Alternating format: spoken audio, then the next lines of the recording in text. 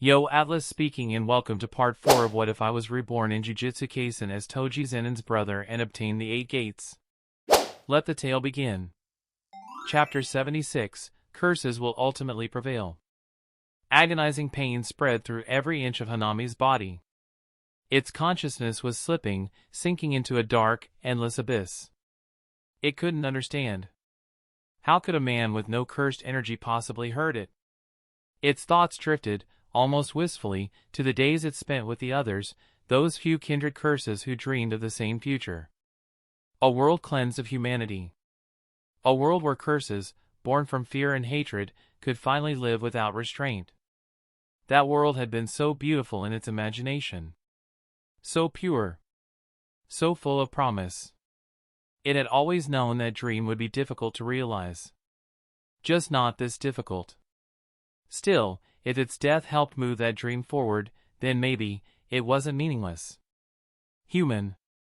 The voice of Hanami echoed directly into Zen'in Shinsuke's mind, low and resonant, like the whisper of the earth itself. Can you not hear it? The world is screaming. The oceans, the forests, the very soil, they cry out in pain. All because of you. I won't deny it. There are humans who love nature. But they are too few. Too weak. They cannot save this world. The planet can heal itself, if only humanity were gone. If humans vanished tomorrow, it wouldn't take long for nature to reclaim everything. And as long as humanity still exists, we will never stop fighting. Even if I fall here, there are countless others like me who will rise. Until the day we, the curses, finally win. Its final thoughts sank into Shinsuke's mind like embers, a grim prophecy murmured in the voice of extinction. Boom! Zenin's last punch landed like thunder. A shockwave rippled through the air as his fist sank into the ground, the shock traveling up through his bones and into his heart, followed by a strange warmth, an invisible current of life force. He could feel it. His blood surging stronger than before. Silently, he lowered his fist. His face relaxed, the manic grin fading into calm indifference. Before him, what remained of Hanami, half a shattered torso, burned in violet blue flames until nothing was left but ash. Dead already, huh? He wiped the purple ichor from his cheek, eyes empty and detached. For some reason, he felt hollow. Not sadness. Not regret. Just a faint, aching boredom. As for what Hanami had said, he didn't care. Whether curses or humans survived in the end, it made no difference to him. Right now, the only thing that bothered him was how dull this world had become. Zen'in-sensei. Are you okay? Yuji and Tadu approached cautiously, stopping short as they saw the crater, and the smeared remains of what used to be a special-grade curse. Yuji gulped audibly. This was a special grade, right? And it couldn't even fight back? I'm fine. Shinsuke exhaled slowly, brushing dust from his shoulders. Didn't expect it to be that fragile. Then, glancing toward Yuji, he smiled faintly. Still, he added, you're not boring, kid. That's good enough. Something about that small grin, equal parts feral and weary, sent a chill through Yuji. Inside Yuji's soul, Sukuna sat slouched upon his throne of bone and flame, a crooked smile curling across his lips. Humph. What a peculiar creature you are, he mused. I've seen many strange humans, but you might just be the strangest yet. He rested his chin on one hand, watching Shinsuke through Yuji's eyes. Still, you might prove entertaining. Zen'in-sensei, Yuji finally asked, you're supposed to be a grade 1 sorcerer, right? How could you exorcise something that strong so easily? Shinsuke just laughed lightly. Because it didn't hit back hard enough. Beside him, Tadu crossed his arms and grinned, his white teeth flashing. Still the same beast as ever, huh, Zen'in-sensei? He knew better than anyone that Shinsuke's physical strength far exceeded that of any normal sorcerer. Even without cursed energy, the man was a living weapon, raw, overwhelming power incarnate. Against special grades, Tadu could win with technique and strategy. But Shinsuke? He won by sheer, brutal force. A true anomaly of the jujutsu world. In another life, Tadu thought, if Shinsuke were just a few years younger, they might have been the best of friends. After all, they did share one thing in common. They both had excellent taste in women. Crack! A sharp, clear sound split the air. The darkened sky brightened in an instant, clouds dispersing as light poured through once more. High above, Gojo Satoru hovered midair, his blindfold fluttering as his 6 eyes scanned the battlefield below, absorbing every detail. "TCH," he muttered. "One of them's already down, huh?" He sighed, sounding almost disappointed. "Guess that means I'd better go help the old man." "Gojo-sensei!" Yuji shouted, waiting up at the sky. Gojo gave a lazy salute. "Yo!" Tadu clapped Yuji on the shoulder. "Let's go, brother. Our part's done here." "Right behind you." The two followed Shinsuke's retreating figure, leaving behind only scorched earth and drifting embers. The next day, Tokyo Jujutsu High, conference room. The air was heavy with silence. Gojo stood by the window, arms crossed, while Principal Yaga flipped through a stack of papers. He finally spoke, voice grave. "Let's begin. First, the casualty report." The meeting room at Tokyo Jujutsu High was oppressively quiet. The air smelled faintly of blood and disinfectant, the lingering reminder of yesterday's battle. Aijichi stood at the center, a stack of documents in his trembling hands. He adjusted his glasses and began to read aloud. 3 Grade 2 sorcerers, 1 semi-Grade 1, and a total of 4 auxiliary supervisors. He paused briefly. "The rest, we'll need to wait for Shoko's medical report to confirm." A somber silence filled the room. Then Aijichi added, his voice heavy. "One thing, however, is certain.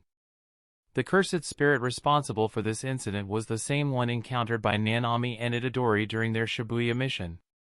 The words fell like lead. Around the table, expressions hardened, Gojo's usual smirk faded, while Iori Yutaheim clenched her jaw. "Should we inform the other students and sorcerers?" Yutaheim finally asked, breaking the silence. Gojo's blindfold tilted slightly as he spoke without looking up. "No. Let the higher-ups seal the information." Yaga nodded gravely.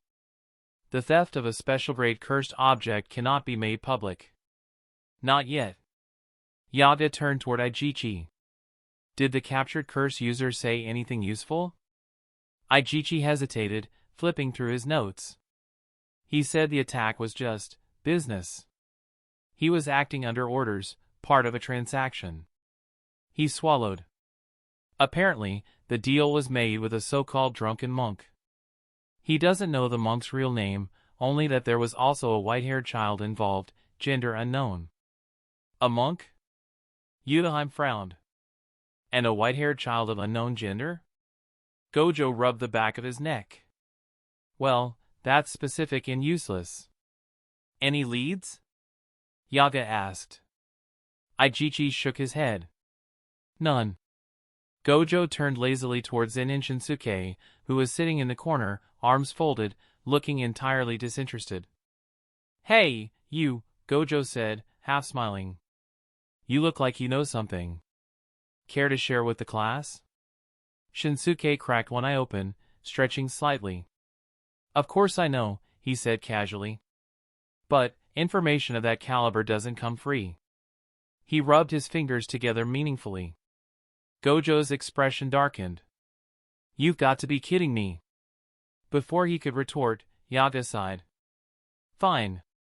Zen'in-sensei, if what you say is truly valuable, I'll have the higher-ups release funds from the special operations budget." Shinsuke's grin widened. "That's more like it."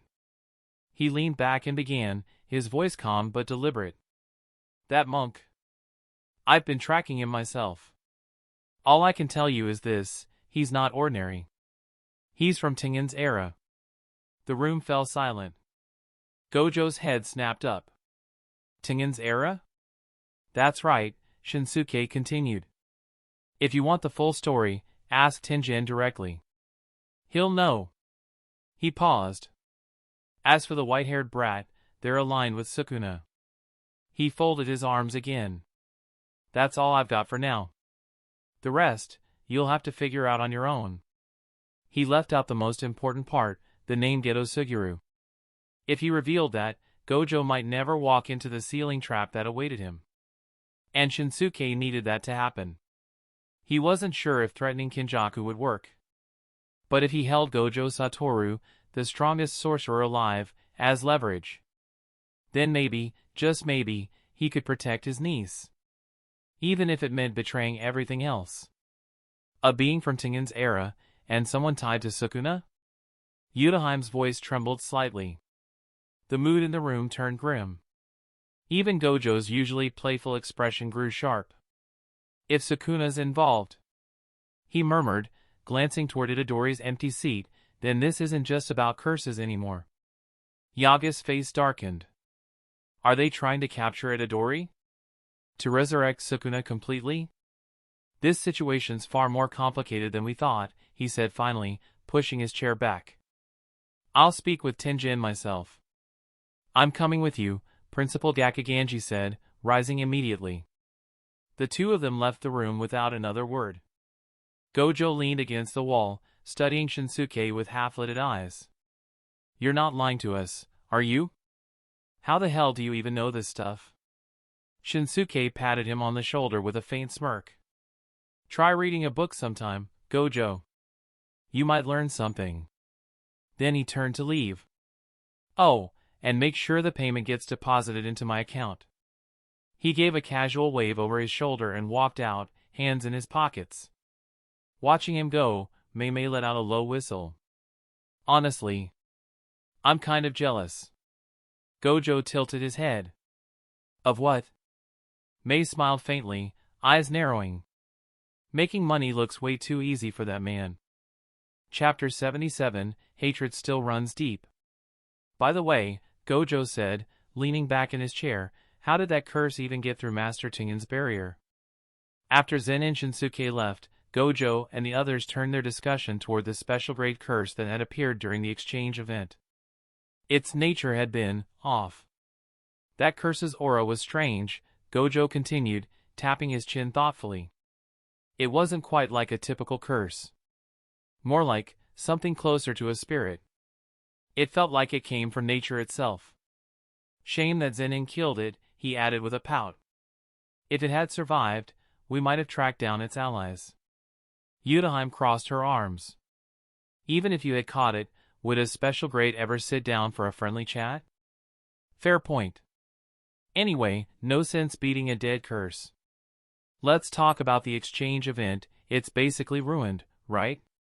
After all this, it should be cancelled. Absolutely not, Gojo said, waving his hand quickly. This event is the highlight of the year for the younger generation.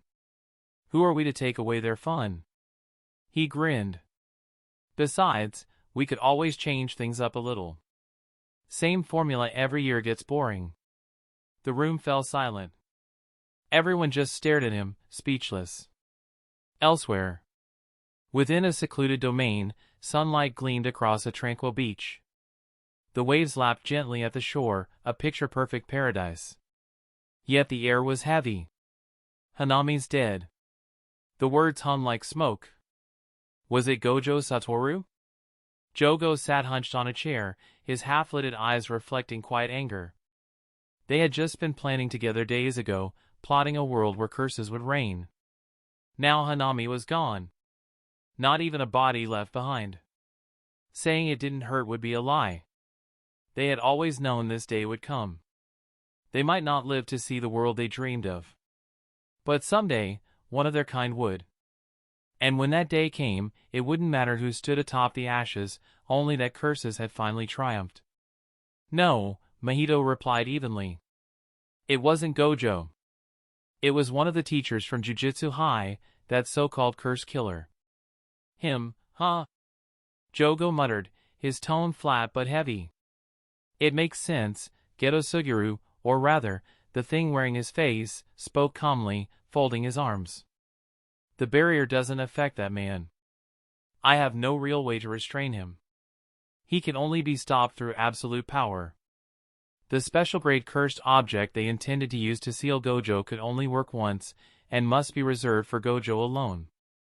As for Zen'in Shinsuke, Geto didn't consider him a real threat to his grand plan.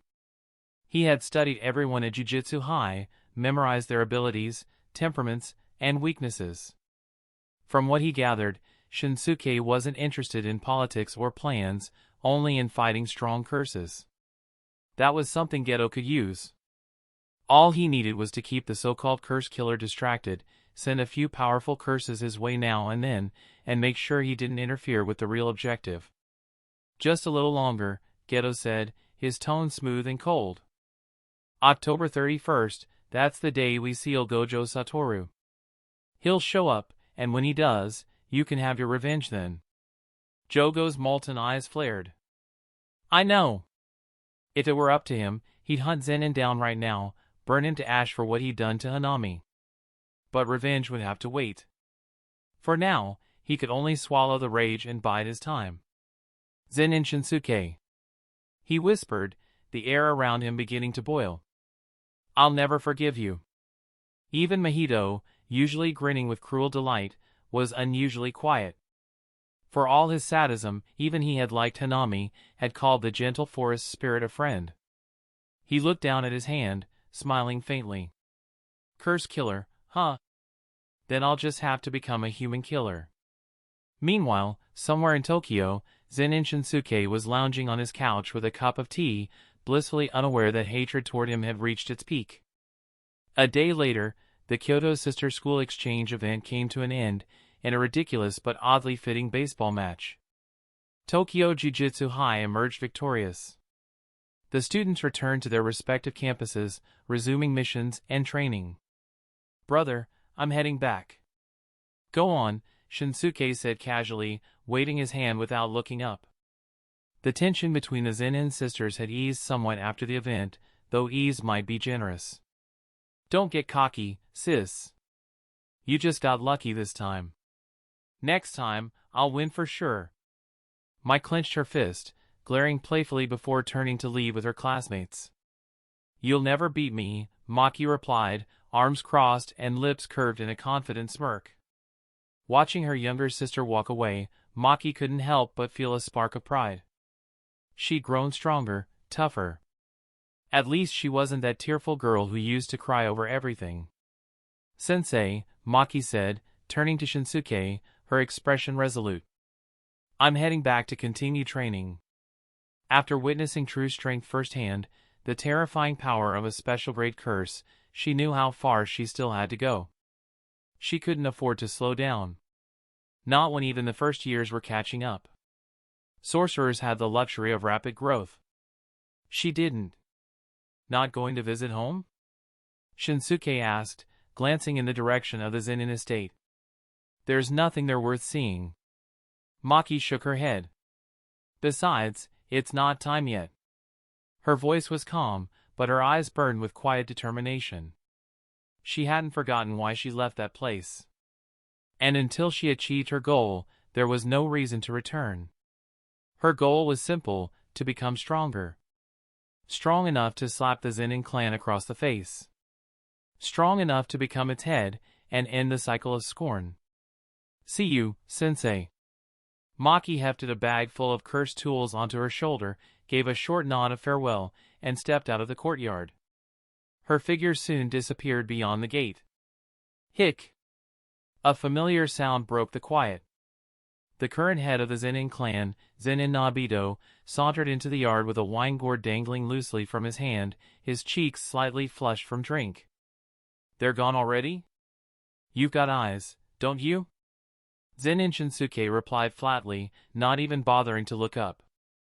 This old man really did live without a care, drinking morning, noon, and night. Nobito chuckled and pulled over a chair, sitting down beside him. I'm still your uncle, you know. You could at least pretend to be polite. Shinsuke gave him a sideways glance. And you could at least pretend to be sober. Nobito only laughed harder, the wrinkles around his eyes deepening. Still, he said after a sip, I never expected those two sisters to turn out so different under your wing. Word of the exchange event had already reached him, of course. He never thought the two girls the clan once dismissed as useless would one day have the nerve to defy its traditions outright. The girl with an incomplete technique now possessed a fully realized one. And Maki, the one born without cursed energy, had inherited his nephew's raw, terrifying skill instead. Impressive, Naobito admitted, his tone turning faintly wistful. But the Zen'in clan's traditions weren't built in a day. Changing them won't be easy. That's easy enough, Shinsuke said calmly. When Megumi or Maki becomes clan head, the problem solves itself. They're not as indecisive as you are. Naobito shot him a glance, amusement flickering in his eyes. Oh? And what if you became the head? You could change it yourself. Please, Shinsuke snorted. You can give me the money, sure, but the title? Keep it. I'm not spending my life babysitting hypocrites who smile to your face and stab your back. Naobito burst out laughing. Ha ha ha. You've got it all figured out, don't you? After a long swig, he suddenly asked, by the way, how's Megumi's sister doing these days? He didn't mention it outright, but Shinsuke could tell the old man had gone out of his way to gather information about Tsumaki. All to win Megumi's trust. How do you think? Shinsuke replied lazily. Still unconscious. Naobito sighed, staring at the mouth of his gourd. I've looked through every record about that curse. Nothing. Still, if you ever need my help, you know where to find me. He stood, taking another drink before staggering toward the exit. Shinsuke watched him go, lips curling slightly. Pretentious old drunk, he muttered, rolling his eyes. If it weren't for Megumi, that man wouldn't give a damn about any of this. Chapter 78, Getting Stronger by Dying Once? A few days later, Tokyo Jujutsu High. Zen'in Shinsuke was sprawled lazily across the sofa, legs crossed, sipping from a cup of tea. He squinted toward the tall man standing in front of him. So, he said, instead of investigating the attack, you came here to bother me. Why? Gojo Satoru's face was unusually serious. I want you to protect Itadori. For days now, Gojo had been investigating the organization behind the recent curse attacks and the possible mole within Jujutsu High. The deeper he dug, the murkier it got. Whoever they were, they'd hidden their tracks flawlessly. He still didn't know who was pulling the strings, only that everything seemed to circle back to one name, Itadori Yuji. Whether it was the enemy or the higher-ups, everyone was watching that boy like vultures circling prey. With you around, who'd dare touch Itadori? Shinsuke arched a brow. Really, this guy was too cautious for his own good. One backup plan wasn't enough, he wanted to drag him into it too? Gojo's tone dropped low. And what if I get held up? He folded his arms, eyes narrowing behind the blindfold. You've probably realized it too, there's a mole among the higher-ups. Maybe even among the students. No. His voice hardened. Not maybe. There definitely is. He exhaled slowly. We don't know who it is yet. Or what they're planning with the curses. But one thing's certain, if they move against Itadori, they'll already have a way to restrain me. Gojo tilted his head slightly toward Shinsuke. Itadori's strength, I acknowledge. But there's still one unstable factor inside him, Sukuna. That's what worries me. He straightened his posture, his tone steady but heavy.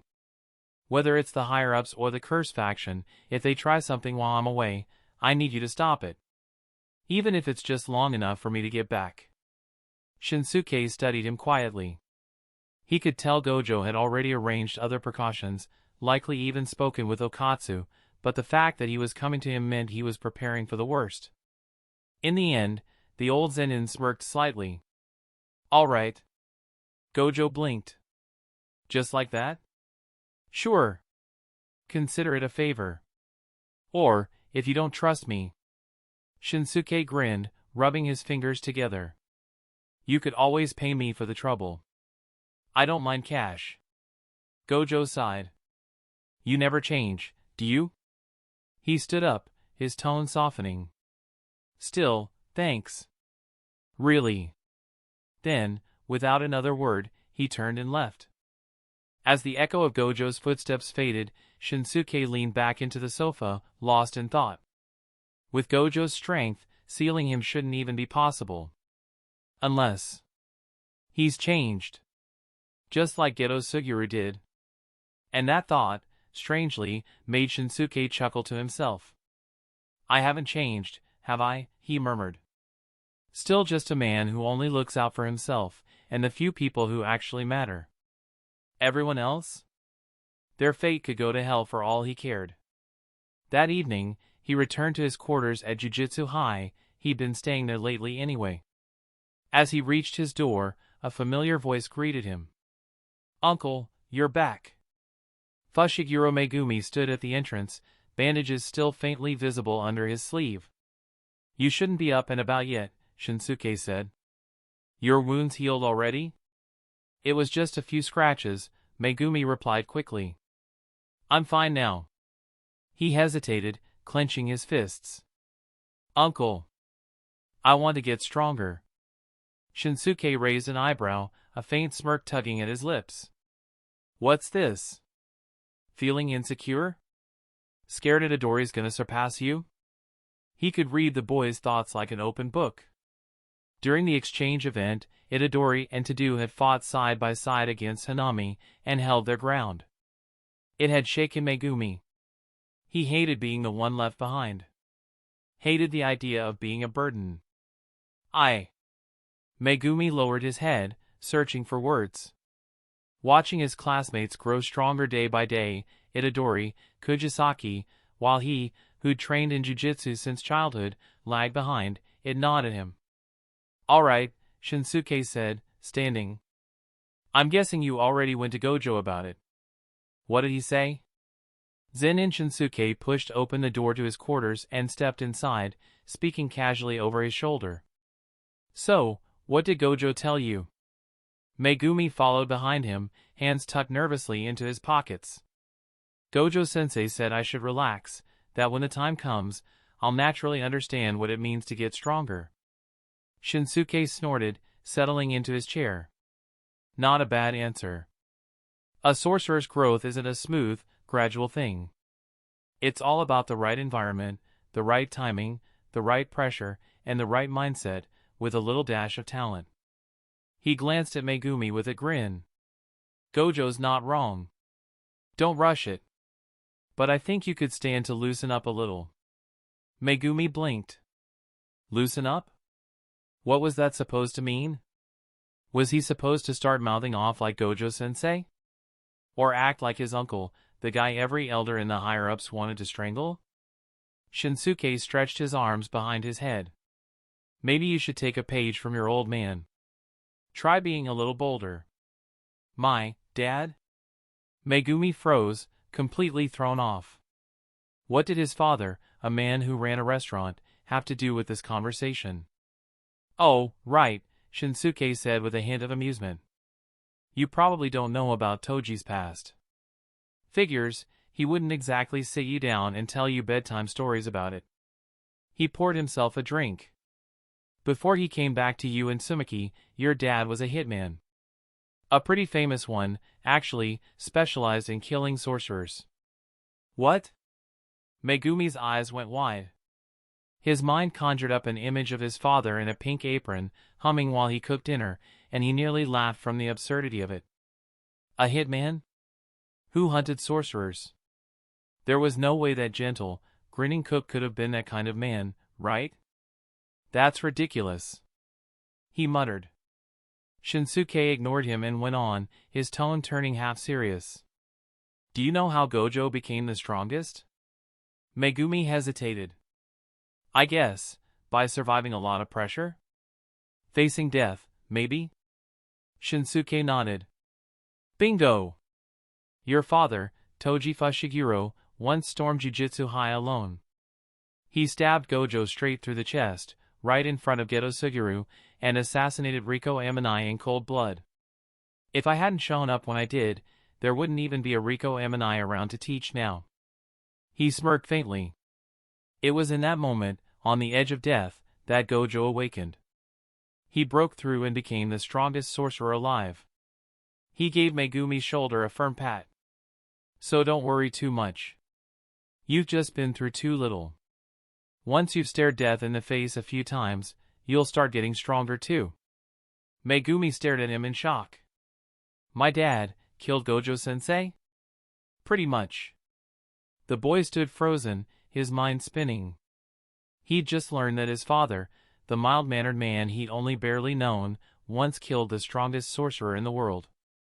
So his uncle could kill special-grade curses like flies. And his father killed Gojo Satoru. Was he the weakest one in the family?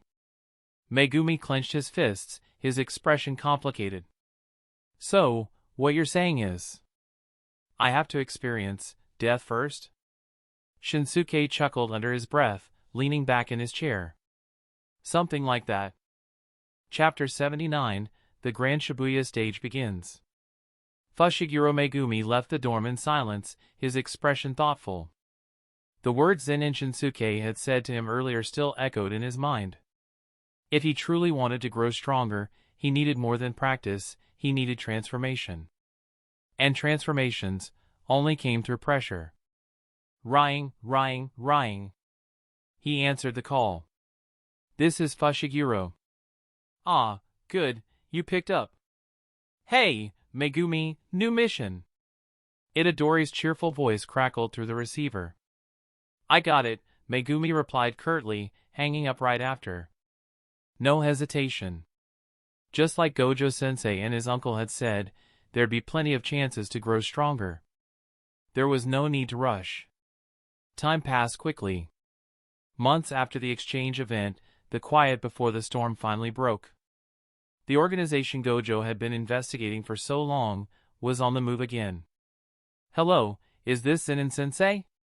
Major incident. Please report to Shibuya immediately for standby. I understand. At Toji's restaurant, Zen'in Shinsuke hung up the phone and slowly rose from his seat. Something happened in Shibuya? Behind the counter, Toji glanced at him while cleaning his knife. Yeah, Shinsuke replied, his tone casual but his grin faintly sharp. Big event. They've sent in quite a few sorcerers already. Wanna come watch the fireworks? It wasn't every day the Jujutsu world deployed everyone. A full cast, all-star lineup. It'd be a shame to miss the show. Toji snorted, sliding the blade back into its sheath. No thanks. It's just more of that Jujutsu world nonsense. The harder they fight, the better. Maybe they'll all wipe each other out. He said it with the same indifference he always had toward the society that once rejected him. Shinsuke chuckled. You never change. Toji's gaze softened slightly. Megumi's probably heading there too, right? Don't let anything happen to him. Relax, Shinsuke said, waving a hand. Megumi won't die. No matter what happens. After all, even if he didn't protect the kid, Sukuna would. Oh, right. Lend me that thing. What thing? Toji frowned. You know, Shinsuke said, making a vague grabbing motion. The arsenal. You're not using it anyway, let me borrow it for a while. I'll give it back once this is over. Toji narrowed his eyes.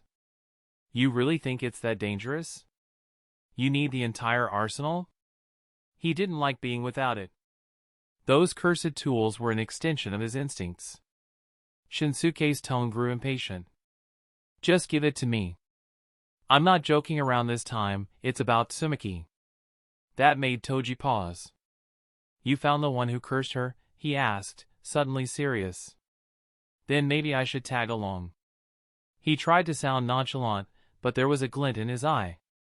Definitely not because he didn't want to hand over the arsenal. Shinsuke rolled his eyes. Whether you come or not, I'm taking the damn thing. Hand it over. Toji's mouth twitched. You never shut up, do you? He reached into his bag and pulled out a small, orb-like cursed spirit, tossing it to Shinsuke. Fine. Take it. But it's only temporary. Hey, listen, he's your master for now, got it? But when it's over, you come straight back to me. Shinsuke caught the inventory curse effortlessly, tossing it once in the air. He couldn't help but smirk. A full arsenal of overpowered cursed tools, now this was going to be fun. Alright then. I'm off. He waved casually and stepped out the door. Tonight was Halloween, and Shibuya, no doubt, would be crawling with monsters. Not long after, Zen'in Shinsuke arrived at Shibuya Station's new south exit, where Panda and Ino were already waiting. Zen'in-sensei, you made it. Ino gave a curt nod, his expression grim. The situation's a mess. The enemy's barrier technique is beyond anything we've seen. They're demanding to see Gojo-sensei specifically, Panda added. Judging by how they've set things up, it's gotta be the same group that attacked the exchange event.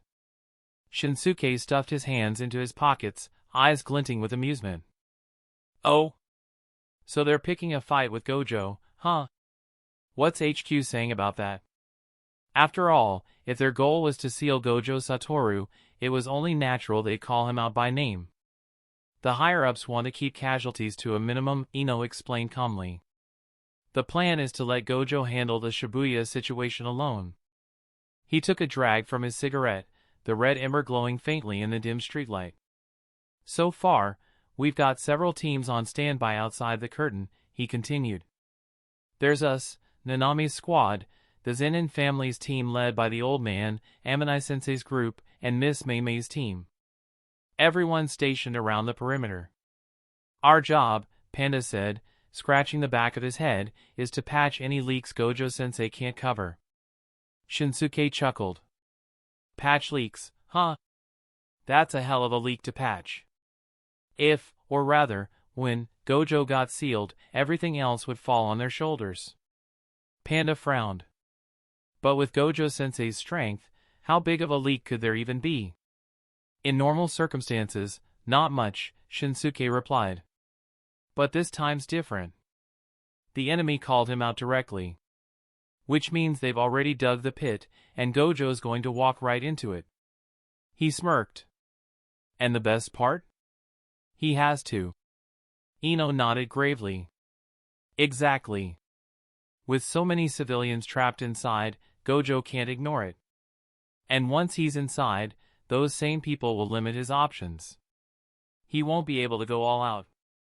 That was the curse of being a jujutsu sorcerer, their duty was to protect humanity. And when humanity was used as a shield, most sorcerers found themselves shackled. Shinsuke sighed and crossed his arms. Honestly, it's simple. Sacrifice a few civilians, stop worrying about collateral damage, and you can end this quickly. But Gojo's not the type to do that anymore. Panda looked uneasy. So, the higher-ups are basically sending him in alone so that by sacrificing some civilians, they can minimize our losses, huh? Ino exhaled a long stream of smoke. Pretty much. It's not up to us anyway. And this isn't like the night parade of 100 demons. That time, we saw it coming. This one hit us out of nowhere. Given the circumstances, this might really be the only move that makes sense. He tilted his head back, staring at the dark, cloudy sky. But, like Zen'in-sensei said, Gojo might end up fighting with one hand tied behind his back. The silence that followed was heavy. Panda tried to lighten the mood. Hey, it's not that bad. I was monitoring the curtain earlier, the civilians are panicking, sure, but I haven't seen any curses or curse users going on a killing spree. Right now, the only issue is that no one can get out. That's something, Ino admitted. Then he looked toward Shinsuke, lowering his voice slightly. Zen'in-sensei, I wasn't planning to go back in there, but when I did earlier, I found something I think you'll find very interesting. Shinsuke's brow arched. Oh? At the Shibuya Hikari building, Ino said, his tone dropping to a murmur. Below it, there's a cluster of special-grade curses. Not one or two, a whole group. Even from outside the curtain, he could still feel the lingering residue of their cursed energy. It was suffocating, far beyond anything ordinary special grades could produce. Shinsuke's lips curved slowly, his eyes glinting like a predator catching scent of prey. That's so? Sounds exciting. He licked his lips absently, a faint spark of anticipation flickering behind his gaze. Perfect. If he played this right, this cluster of curses might be enough to push his 8th gate training to the halfway point. And when Geto Suguru unleashed that massive swarm of curses later during the culling games, he'd have all the fuel he needed to fully master the 8 gates. By then, even if the entire Jujutsu world burned, he'd at least have the strength to stand on his own. Chapter 80, The White-Haired Schoolgirl. Zen'in Sensei, aren't you going in yet? Ino asked carefully. He, for one, had no intention of entering that curtain, not when there were multiple special-grade curses crawling around in there. That was suicide. But for someone like Zen'in Shinsuke, this was probably a buffet. Not yet, Shinsuke replied with a wave of his hand. We wait for the signal. Going in too early would ruin the plan. Gojo hadn't been sealed yet, and Kenjaku, that sly old bastard, wouldn't show his face until he was. If Shinsuke went charging in now, catching him later would be a lot harder. I'll take a walk around. You two stay sharp. This isn't ending cleanly. He left with an easy smile, disappearing down the dark street. The cursed spirit wrapped around his arm, inventory curse, began to expand, coiling around his body like a grotesque armor. Its energy pulsed faintly, ready to feed power into the arsenal stored within. With full-grade curse gear at his disposal, who needed stats? Let the world feel what true equipment advantage looked like. Hey, Panda, what was that thing on Zen'in Sensei's arm? A curse? Panda squinted, watching the silhouette vanish into the shadows. Since when did the man keep such a hideous spirit as a pet? That's probably a storage-type cursed spirit, Ino replied after a moment of thought. Something to carry weapons with. Makes sense, though I can't imagine why he'd need one. He exhaled quietly. Still, if even Zen'in Sensei's gearing up with weapons, then yeah. This Shibuya thing's not going to be simple. After all, for a man who could exorcise special grades barehanded to arm himself, their enemies had to be monsters among monsters. Panda nodded grimly. You're right. We can't just rely on Dojo Sensei this time. We've got to be ready too. Ino sighed and leaned against the railing, rubbing his temples. He was just an ordinary grade 1 sorcerer with no innate technique. Why did fate keep throwing him into events of this scale? Meanwhile, wandering through the maze-like streets of Shibuya, Zen'in Shinsuke happened upon something rather disgusting. On a dim, empty street, a man in glasses was busy typing furiously into his phone, the cold glow of the screen reflecting off his worried face. Nanami's team has entered the curtain, Ichichi muttered to himself. Someone has to stay outside to maintain communication. His fingers moved rapidly, sending updates to all nearby support staff. Once inside the curtain, all signal was lost, so people like him had to stay behind to maintain contact and relay what they could. The only thing standing between chaos and order was their constant coordination. Clack. A sudden sound broke the silence. Ichichi froze, then slowly lifted his head. Zen'in Sensei? What are you? Always stay alert, Ichichi. Shinsuke's tone was calm, almost lazy, but his gaze was sharp as he looked past Ichichi's shoulder. Behind him, a blond man lunged out of the shadows, thrusting a long, jagged knife forward. But the blade never reached its mark. It had been caught between Shinsuke's fingers, frozen in midair. Ichichi's heart stopped. Had he moved a fraction slower, that knife would have been buried in his spine. Cold sweat drenched his back. You're a curse user? He shouted, stumbling backward. The blond man tilted his head, clicking his tongue. TCH, found out already. When the hell did you? His words cut off as Shinsuke yanked the knife from his hand with casual strength. The blade was grotesque, forged from human hands. Next time, Pay attention in your next life. Shinsuke swung the blade once. The air screamed, and the man's head flew from his shoulders, spinning before hitting the pavement with a dull thud. For a split second, silence. Then, the headless body reformed. A purple mark beneath the eyes flickered and vanished, one of 6 fading out. The dead man blinked, momentarily disoriented, before attacking again, slashing wildly. Each swing was met with blinding precision as Shinsuke's movements blurred. In the blink of an eye, the blonde curse user was sliced apart, diced into chunks like vegetables on a cutting board. The remaining purple sigils under his eyes shattered all at once. The alley fell quiet again, save for the faint drip of blood. Shinsuke wiped the blade clean on the man's shirt and tossed it aside. 6 lives, huh? Guess you ran out. Behind him, Ichichi was still frozen, pale as chalk, phone clutched in a trembling hand. Shinsuke glanced back at him, faintly amused. See? That's why you stay alert. Then he stepped past the corpses and disappeared back into the night. A quiet shadow moving toward the chaos that was only just beginning to unfold. The curse user didn't even have time to resist. All 6 of his extra lives burned out in an instant. Ugh! Ichichi bent over and vomited. It wasn't that his nerves were weak. Working as a jujutsu assistant, he'd seen his fair share of horrors. Curses ripped apart, blood on the walls, mangled remains, he could stomach all of it. But this... Watching a man, a human, being diced into chunks right before his eyes, calm was no longer an option. This was brutality on another level. Come on, Ichichi. You've really got to work on that mental fortitude of yours. Zen'in Shinsuke looked down at the bloodied blade in his hand, wrinkling his nose in mild disgust. He flicked the weapon aside, it clattered onto the ground with a wet metallic sound. Just another cowardly curse user who preys on the weak. Nothing worth throwing up over. Sorry, Zen'in-sensei. My bad. After retching, Ichichi finally felt his stomach settle. He wiped his mouth and managed a shaky smile. Thank you, by the way. If it weren't for you, I'd already be. He trailed off, unable to finish the sentence. He never expected the enemy to have people stationed outside the curtain, targeting support staff like him. Don't mention it, Shinsuke said casually, waving him off. Just happened to pass by.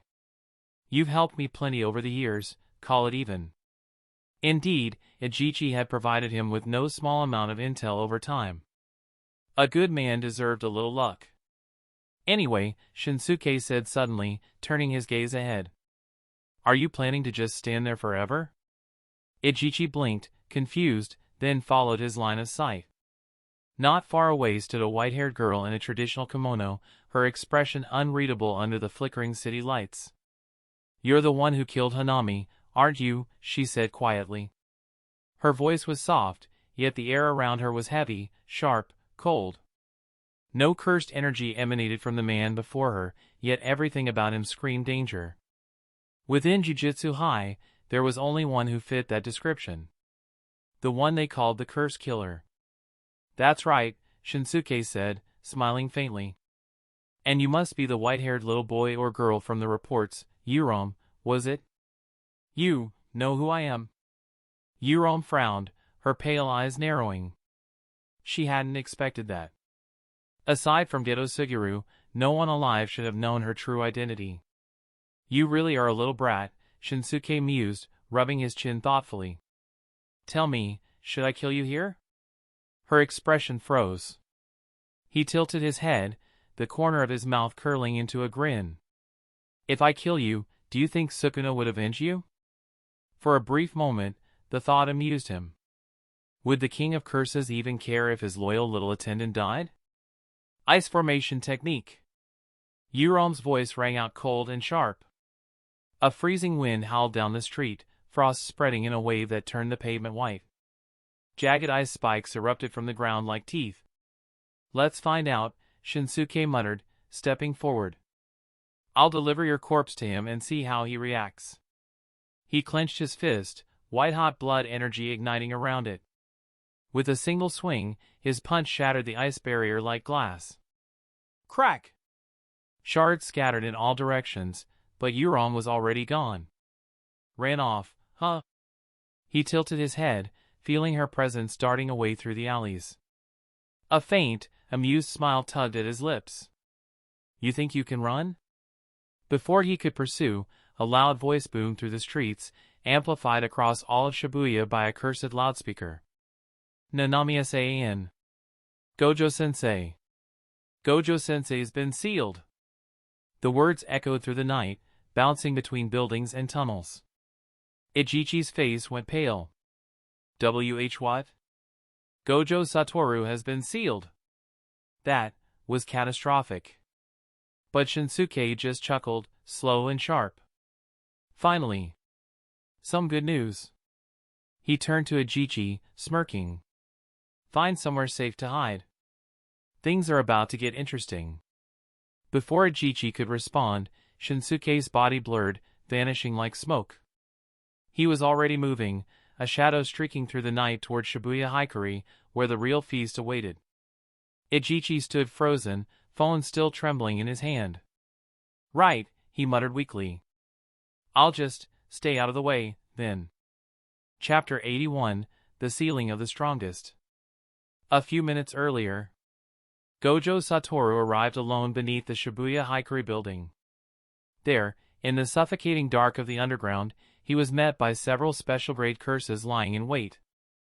The enemy had filled an entire subway car with artificially created cursed spirits, unleashing them into the crowded station, a massacre in motion. In order to minimize civilian casualties, Gojo had no choice but to unleash a 0.2-second domain expansion. In those fleeting instants, using only pure physical skill and his immense cursed energy control, he obliterated thousands of those artificial curses, all within mere minutes. Even for him, it was exhausting. It had been years since Gojo last felt fatigue like this. The last time, he nearly died. And this time, though he lived, he was captured. Sealed, at last, by the man wearing his dead friend's face. I knew it, Gojo said quietly, staring straight at the man before him. You're not Geto.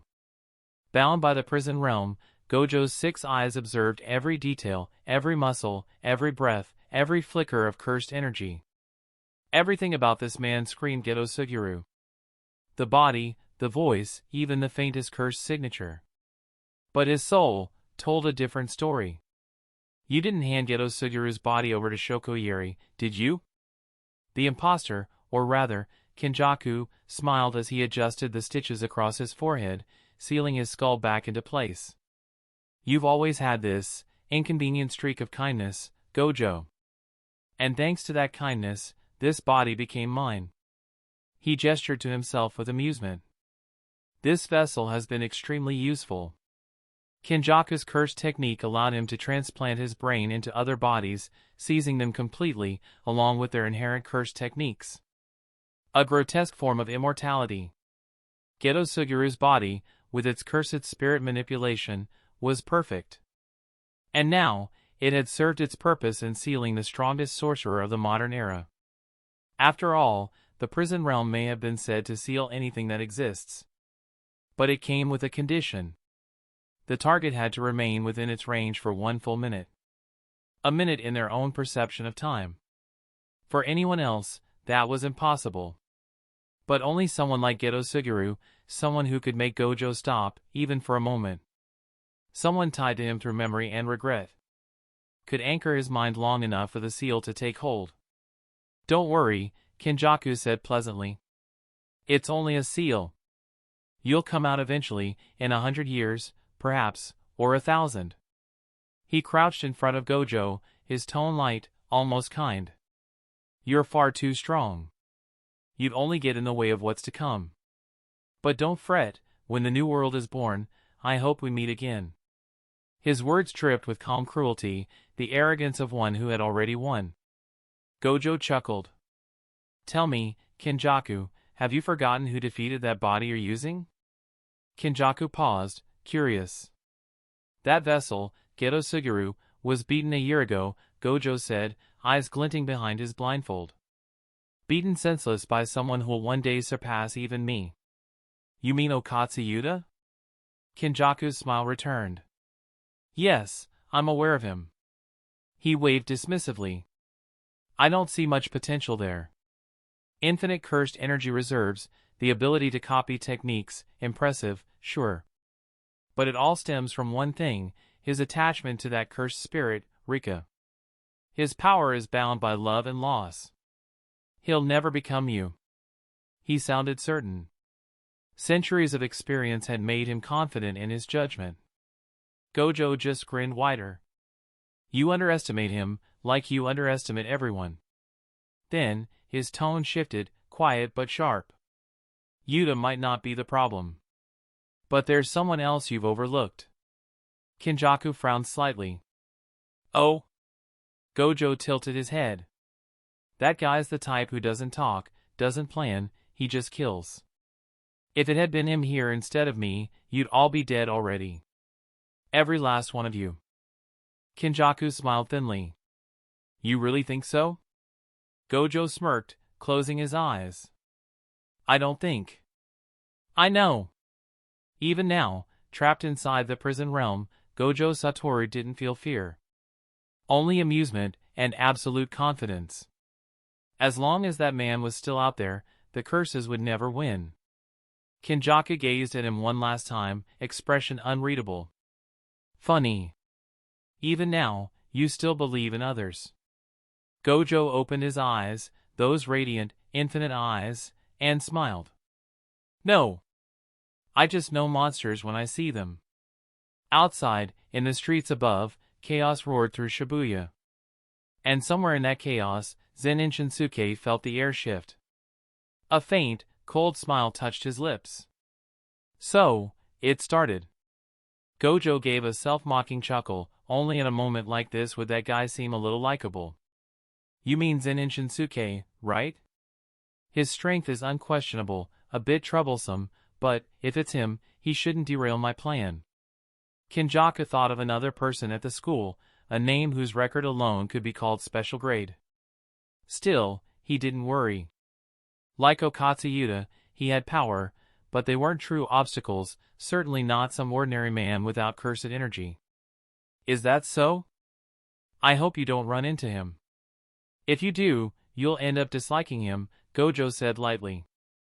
Kenjaku waved away Gojo's warning. You needn't trouble yourself.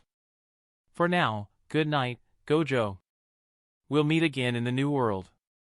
He ignored the rest and sealed Gojo with the prison realm. The compact, eye-studded cube, the prison realm, shrank and dropped into Kenjaku's palm.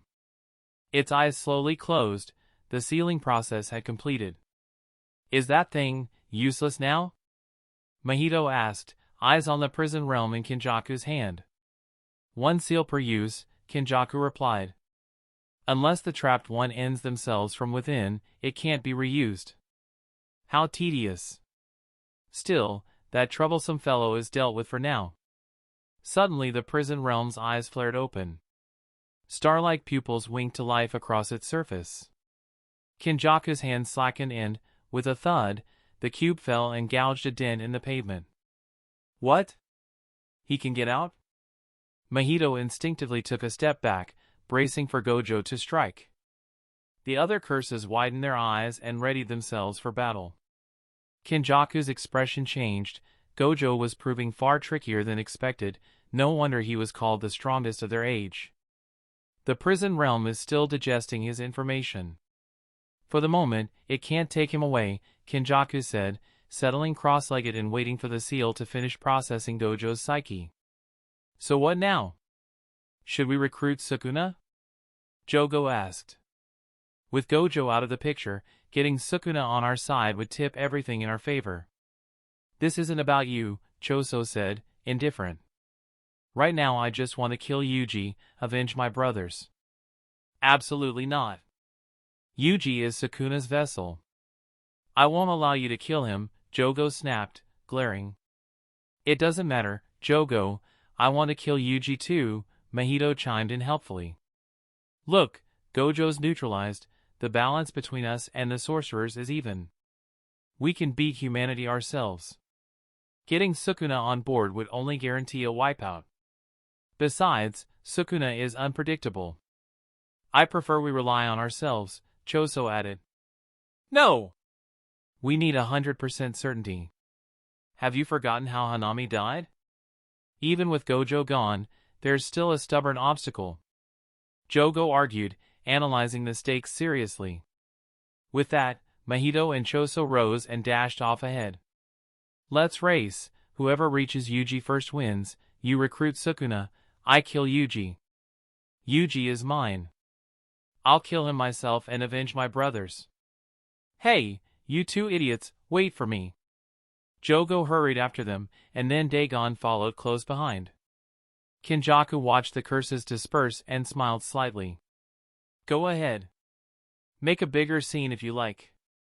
He remained seated on the ground, eyes narrowed, amusement and calculation flickering across his face. Chapter 82, The Menace of Ein no Sakahoko. Watching the dazed faces in the crowd, Kenjaku couldn't help but sneer. Even the curses are smarter than you lot. He was using those curses, yes, but he also admitted to himself that these particular ones were different from the ordinary kind. Give him back to us. Two figures crouched in the crowd, their eyes fixed on Kenjaku. We made a deal, we do the work for you, and you return Lord Geto's body to us, one of them said. You can't keep treating Lord Geto's body like a toy, the other added. We won't allow it. The two women had been little girls rescued by Geto long ago. They'd followed him ever since and once belonged to his circle. After Geto's death, Kenjaku stole the body, and the girls struck a bargain with him, help him now, and when the job was done, give Geto's body back. Wake up, kids, Kenjaku said, tapping his own head with mock sympathy. You should have made your binding terms a bit more airtight when you signed on with a sorcerer. He was playing with them. The girls' expressions didn't change, but their gazes grew colder, then they melted back into the crowd. You'll regret this, one warned before they left. Alone now, Kenjaku sat quietly in front of the prison realm. He wondered how many sorcerers would actually make it this far. TCH, conning little girls now? Classic 1,000-year-old monster behavior, shameless, someone snorted. Zen'in Shinsuke had arrived on the scene. He looked around at the crowd of blank-eyed onlookers and shook his head. Then he settled down near the small cube and glanced at the prison realm. So Gojo, you got what you deserved, he said, oddly amused by the sight of the great sorcerer sealed inside that tiny box. Time inside the prison realm didn't pass the same way as real time. If someone didn't escape or decide to end it themselves, they could be trapped there forever. The thought was chilling. Kenjaku caught Shinsuke's scent and turned his head. You're one of the teachers from the school, Zen'in Shinsuke, right? He asked. Shinsuke nodded. You're using Geto's body. I'm here for one reason. My niece has been marked as a vessel by you. Fix that. Kenjaku frowned. How do you know about the vessel? You don't need to know where I heard it. Listen, can you restore my niece to normal? I don't have patience to waste here. Shinsuke cut him off, blunt and impatient. There were other curses outside waiting for him to exterminate. Kenjaku smiled. Interesting. Really interesting. No wonder Gojo placed so much faith in you. Seems I underestimated you at first. Kenjaku smiled faintly.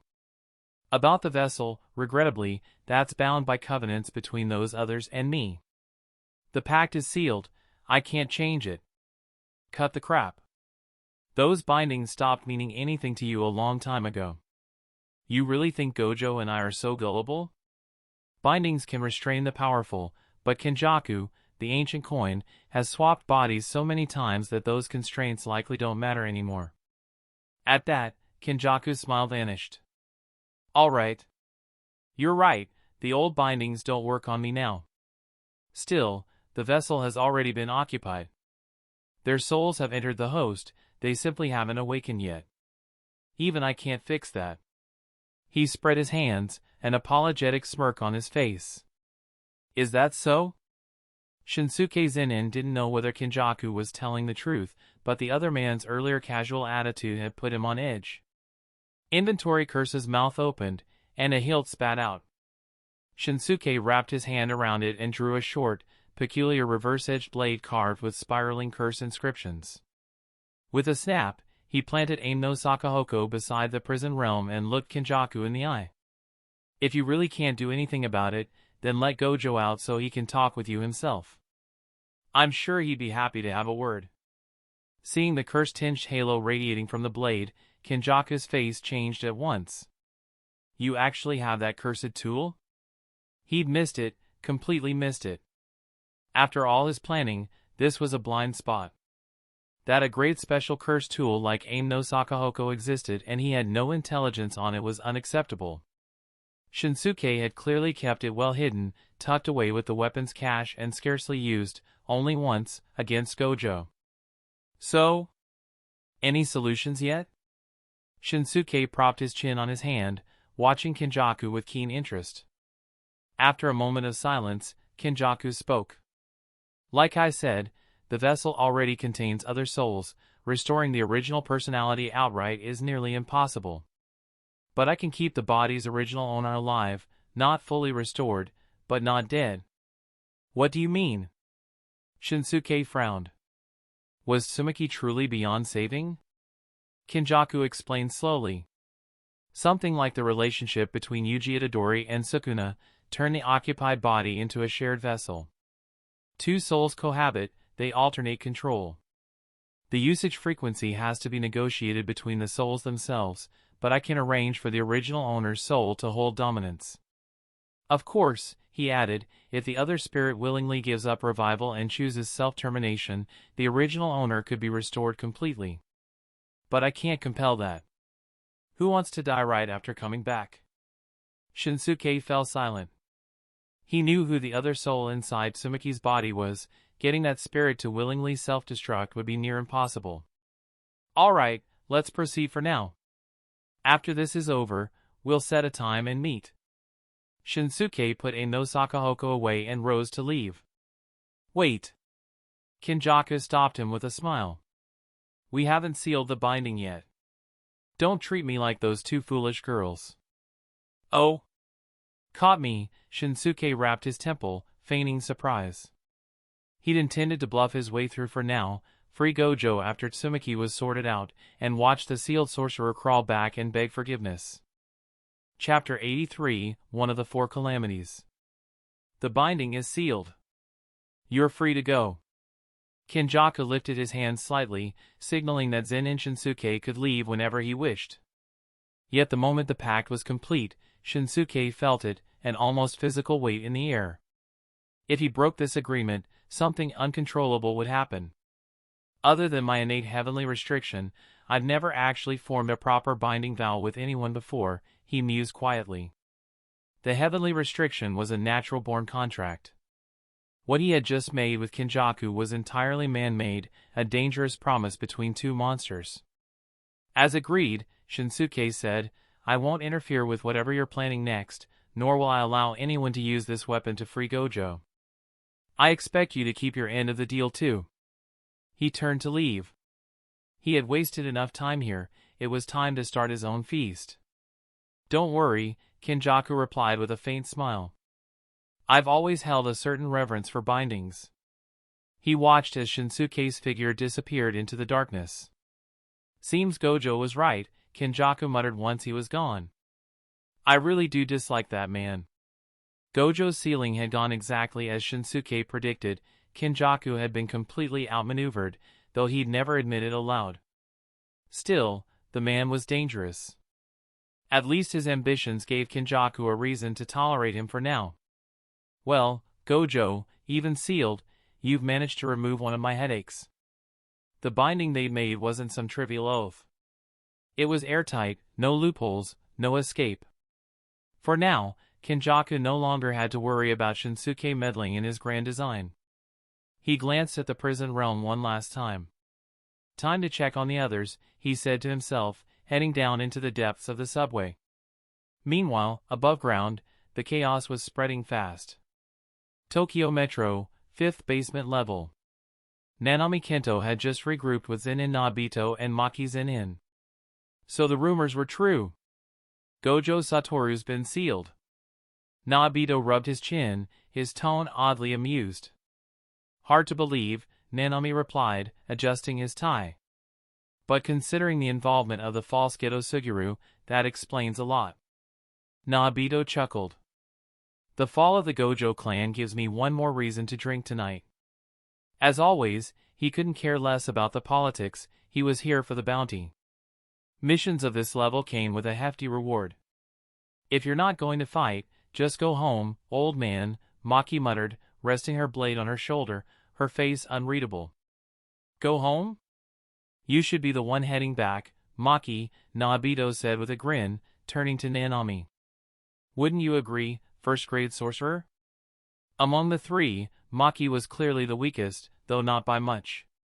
Her grading was already under review, she'd soon become a quasi-first grade, and with time, a full-fledged one.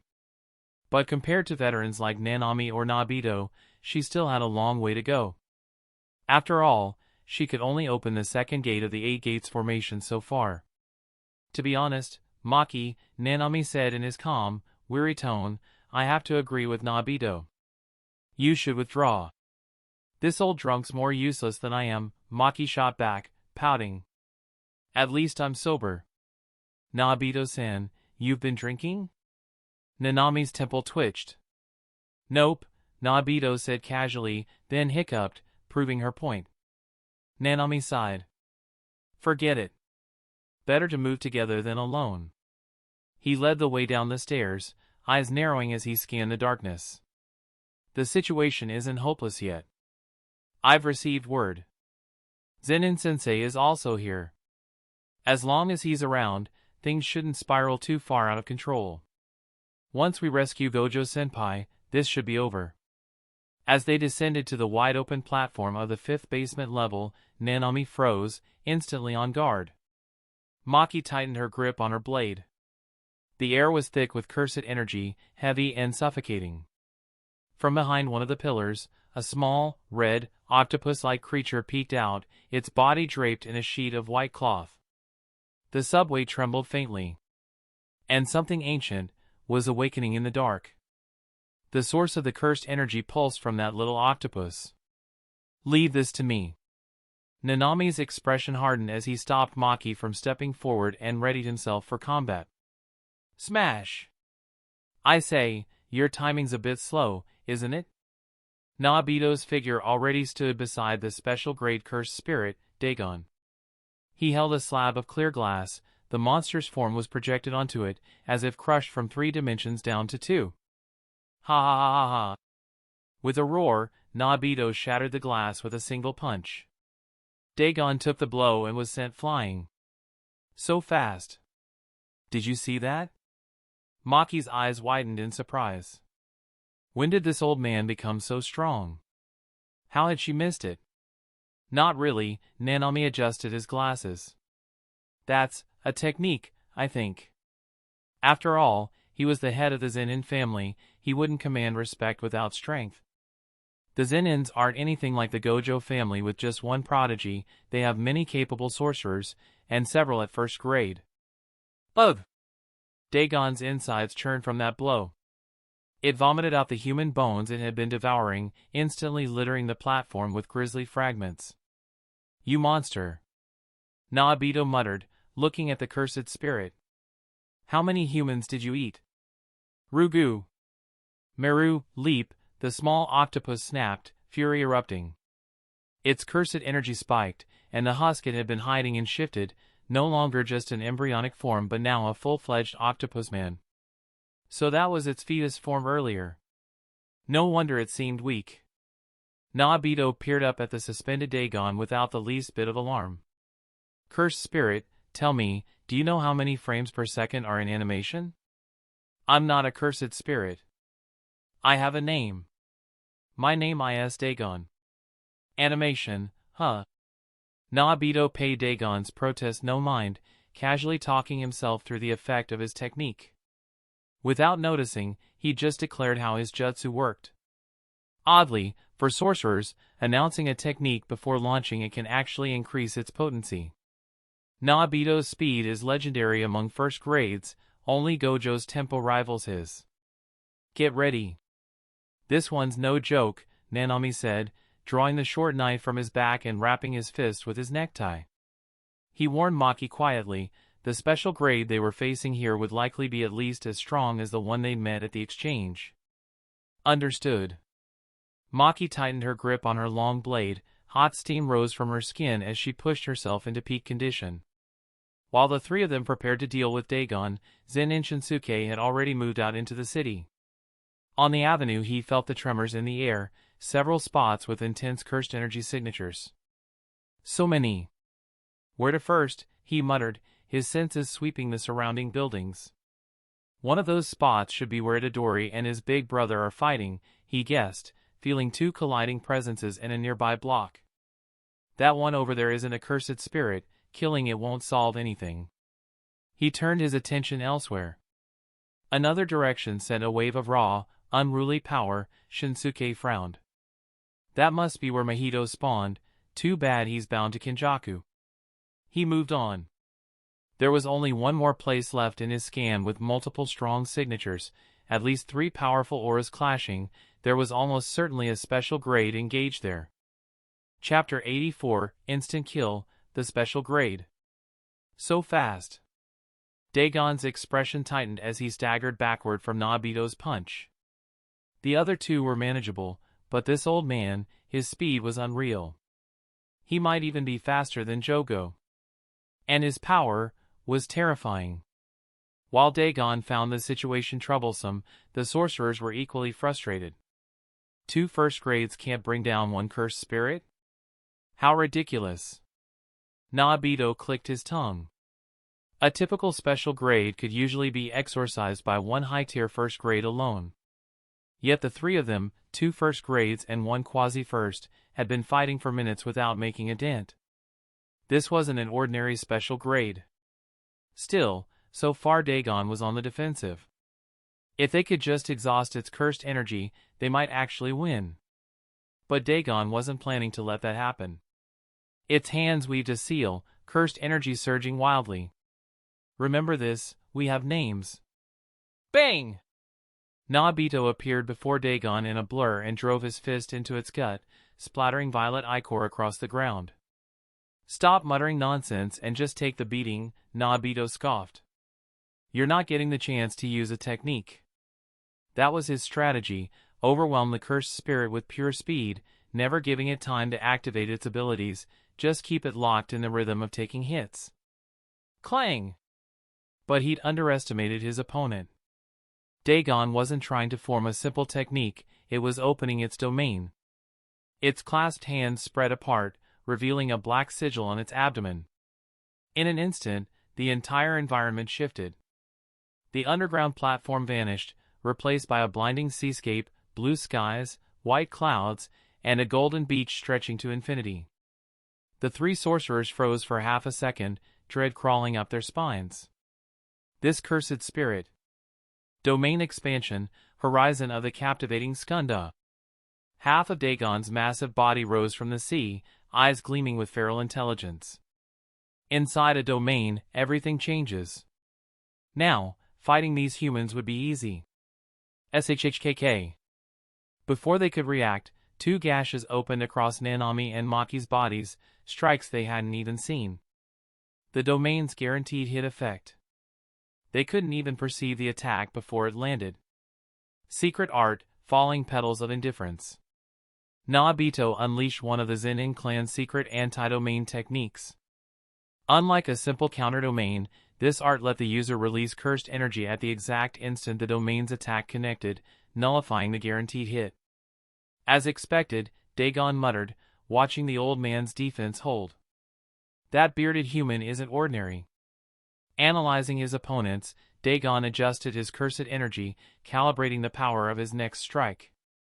Then, 70% to the old man. 30 to the one in the suit. As for Maki? He didn't even consider her a threat. Clap! Hands pressed together, Dagon bellowed. Technique release, death swarm of the endless sea. Boom! From the ocean surged countless marine, monstrous sea beasts of all shapes and sizes, rushing the trio with gnashing jaws and roaring waves. At the same time, Dagon's own body blurred, diving in for the kill. The ocean is the cradle of all life. Tell me, humans, are you ready to face its terror? Outside, Zen'in Shinsuke followed the overwhelming cursed energy trail and descended to the 5th level. Seeing the shimmering sphere of the active domain, he instantly understood. Ah. So that's where the little takoyaki went. Uncle! Fushiguro Megumi arrived in a rush, his eyes widening. Uncle, Gojo-sensei has been sealed. I know, Shinsuke replied calmly. We'll deal with that later. First, let's take care of what's in front of us. He looked at the barrier shimmering before them. I'll leave this to you. Show me your domain. Originally, Shinsuke had intended to slice the barrier apart with one strike, but now seemed like a good opportunity to see what the kid could do. It was time to let the next generation prove itself. Understood. Megumi didn't know how his uncle had guessed he'd been working on domain development, but there was no room for hesitation. Forming hand seals, he stared down the enemy domain before him. He would break through it with his own. Chimera Shadow Garden. Instantly, a swarm of black shadows spread from beneath his feet, expanding like a living sea of ink, forcing their way into the opposing domain and tearing open a rift in the boundary. The next second, both of them stepped into the bright blue expanse of sky and sea. Fushiguro Megumi's domain clashed against Dagon's, canceling out the enemy domain's guaranteed hit effect. Megumi! And, Master. Maki's eyes lit up as she spotted her student and, right behind him, Zen'in Shinsuke entering the domain. Not bad, Megumi, Shinsuke said casually, as though they weren't standing in the middle of a battlefield. Keep refining it. Once you perfect the full version, this technique will be a monster. He didn't immediately move to help. Instead, he took a moment to observe Megumi's domain. Interesting, he thought. Within this space, the boy could summon any Shikigami he tamed, without limit. Once he subjugated all 10, and combined them within a perfected domain, that power would be absurd. Megumi gritted his teeth, maintaining his half-formed domain as it wrestled with Dagon's. Uncle, I can't hold this for long, please finish it quickly. He wanted to learn, sure, but now was not the time for a coaching session. Still, he didn't dare say it aloud. No problem, Shinsuke replied calmly, cracking his neck. It's just a cursed spirit. Won't take long. He glanced from the monstrous figure standing atop the waves to the 3 battered sorcerers nearby. Nanami, you really should hurry up and learn domain expansion, he said in mock seriousness. And old man, what's with the missing arm? All that drinking finally caught up to you? Nanami sighed. Zen'in-sensei, mastering a domain isn't exactly simple. He wiped the blood from his cheek, lowering his stance slightly now that reinforcements had arrived. Naobito let out a wheezing laugh, wrapping his severed arm in the tattered remains of his shirt. Took you long enough. Another minute and you'd be cleaning up our corpses. Master! Be careful! Maki shouted from the shore. This cursed spirit isn't simple. They were still inside its domain, one careless move could mean death. Dagon's many eyes swiveled toward Shinsuke. No cursed energy? Worthless human, wait! Its tone shifted, realization dawning. Hanami, it was you! You're the human who killed Hanami. It had assumed earlier that Maki was the killer, but after their brief clash, it knew she couldn't possibly have done it. That left only the man before it. You mean the one with the horns on its head? Shinsuke tilted his head. Yeah, that was me. He reached out and grabbed the hilt that inventory curse, his cursed tool spirit, vomited forth, slowly drawing it free. A broad, dragon-whiskered blade gleamed in his grip. You dare kill Hanami? Dagon's voice cracked with fury. Its hands clasped together, a gash opened on its abdomen, and 2 massive sea serpents slithered out, ready to strike. But before they could even lunge, Shinsuke was there. He appeared in front of Dagon so fast that even its instincts failed to register it. "You wanted me what?" he asked mildly. The blade swept through the air in a clean, whistling arc. For a split second, the world seemed to freeze, then a web of thin red lines blossomed across Dagon's body. Purple ichor oozed out like ink bleeding through paper. SHHHK, SHHHK, SHHHK. By the time Shinsuke resheathed his blade, the sound reached the other's ears. And then, Dagon's body collapsed, falling apart into dozens of quivering chunks of seafood. The sky and ocean shattered like glass, the illusion of the domain dispersing. In the blink of an eye, they were back in the subterranean fifth level of Shibuya Station. Silence filled the space. The once terrifying special grade was gone, slain so fast that even its death cry had been cut short. Chapter 85, The Peak Battle Approaches. "I told you, didn't I? It's just a cursed spirit, nothing to it." Sheathing his blade, Zen'in Shinsuke watched as Dagon's body dissolved into a swirl of dark smoke, then shrugged lightly. "Wasn't much of a big shot anyway." Gulp. Fushiguro Megumi swallowed hard, releasing his domain. His body sagged with exhaustion, his legs nearly giving out. But the fatigue couldn't compare to the shock still rippling through his chest.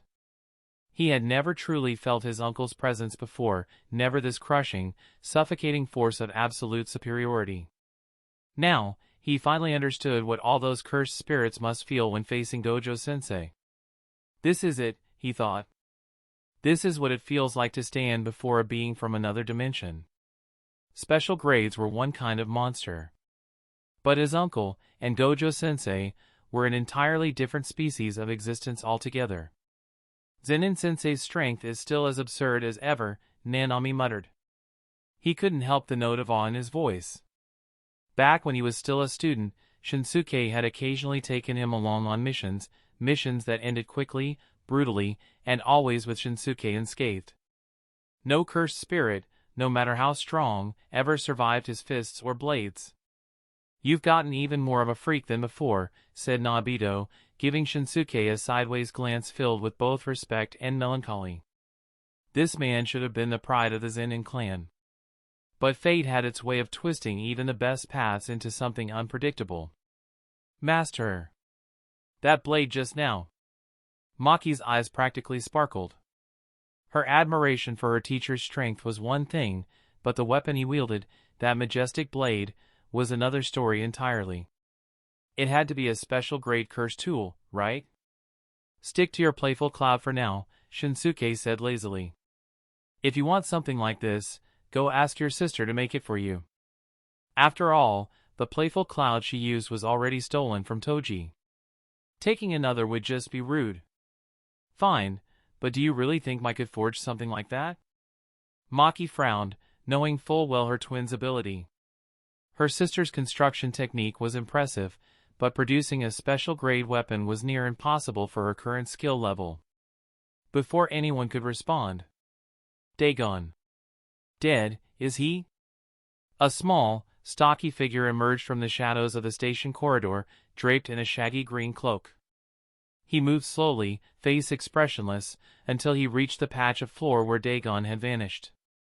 Kneeling, he gathered a faint lump of remaining flesh in his palm and watched it dissipate into smoke. "Then it's my turn," Jogo murmured quietly, his tone calm and eerily detached. Hey, wait a damn second." Nobito's face twitched as he edged closer to Shinsuke. "This one's different," he muttered. "Way stronger than that octopus freak." The oppressive cursed energy rolling off Jogo was unmistakable. Nanami, Maki, and even Nobito instinctively retreated behind Shinsuke, their battered bodies in no shape to fight something like this. Against this monster, they didn't stand a chance. Only one person here could face him head-on. "Even without humans," Jogo said softly, staring at the vanishing smoke, "our souls will still return to the cycle. We'll meet again, on the wastelands 100 years from now." He turned from his fallen comrade's remains and fixed his molten gaze on Shinsuke. "Dagon was your doing. Hanami too, he was exorcised by you, wasn't he? So what if they were?" Shinsuke smirked faintly, tilting his head. What now, firepot head? You here for revenge? Die! Without another word, Jogo vanished from sight, reappearing right in front of Shinsuke, his flaming hand pressed against the man's abdomen. A scorching surge of cursed heat began to swell in his palm. But before the flames could even ignite, his arm burst apart. Chunks of flesh spun through the air, sizzling as purple ichors sprayed out like molten sparks. The attack had failed before it began. Jogo's body recoiled, his eyes wide in disbelief. In Shinsuke's hand gleamed a short, reverse-edged dagger, its curved blade still humming from the strike. None of them had even seen him move. Looking down at Jogo, Zen'in Shinsuke grinned darkly. Ready to go meet your dead friends? SHHHT.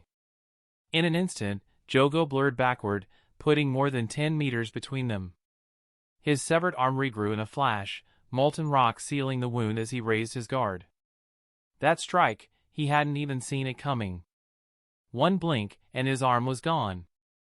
I can't let him get close, he thought sharply. Every report he gathered said the same thing, no cursed energy, but godlike physical power. An unstoppable close combat monster. The only chance of survival was to keep him at range. Jogo's palms came together, gathering an immense surge of cursed energy. The heat rolling off his hands warped the air itself. He would burn everything, leave nothing but ash.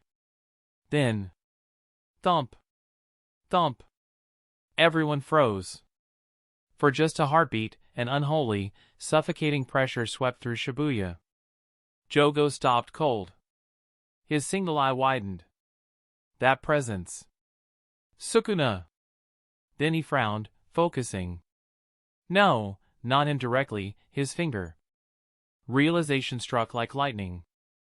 The original plan flashed through his mind, and he immediately abandoned his attack, spinning away toward the source of that sinister aura. Shinsuke watched him go without moving. Smart move, he murmured. Jogo's retreat wasn't cowardice, it was calculation. A cursed spirit who could prioritize the greater plan over his own pride. If he'd been born human, he might have gone far, Shinsuke thought. Too bad he's already doomed. Uncle! What was that just now? Megumi's voice trembled slightly. Everyone had felt it, the monstrous, malevolent energy that had briefly brushed against their souls. This Shibuya incident had spiraled far beyond expectations. They hadn't even managed to free Gojo yet, and now this. Ah, that? Shinsuke twisted his neck with a lazy pop, a knowing smile curving his lips. That was Sukuna. The name alone chilled the air. He looked back at the group. Listen up. Tell every sorcerer still active in the area to fall back at least 500 meters. Now. The real fight's about to start. What about the civilians? Nanami asked grimly. There are still people hiding in the buildings. If we all withdraw, what can we do? Shinsuke interrupted, shrugging. They'll have to fend for themselves. You think Sukuna gives a damn about human lives? His tone was flat, mercilessly practical. Sukuna's appearance wasn't part of any plan, and he certainly wouldn't be bound by the fragile pact he made with Itadori. Go, he said. Better they die than all of you join them. Nanami exhaled slowly. He's right. This is beyond our control now. Even if he wanted to protect everyone, there was no logic in throwing away more lives.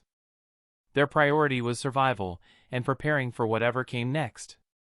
Yeah, I'm not staying to get turned into barbecue, Naobito grumbled, clutching his injured arm. 71 years I've had this hand, might still be able to reattach it. Che. Maki snorted but followed. She hated to admit it, but staying would only get in Shinsuke's way.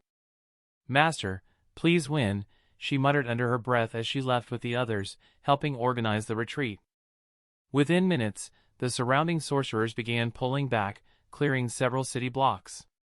Meanwhile, Jogo arrived at the source of Sukuna's aura, and found two young women crouched beside an unconscious Itadori Yuji, feeding him spicy chicken feet. Die, Jogo said simply, raising his hand. A torrent of fire erupted. Nana and Mimiko barely had time to react. Nana yanked Mimiko close, phone in hand, activating her projection technique as flames engulfed them. Jogo didn't bother checking if they lived.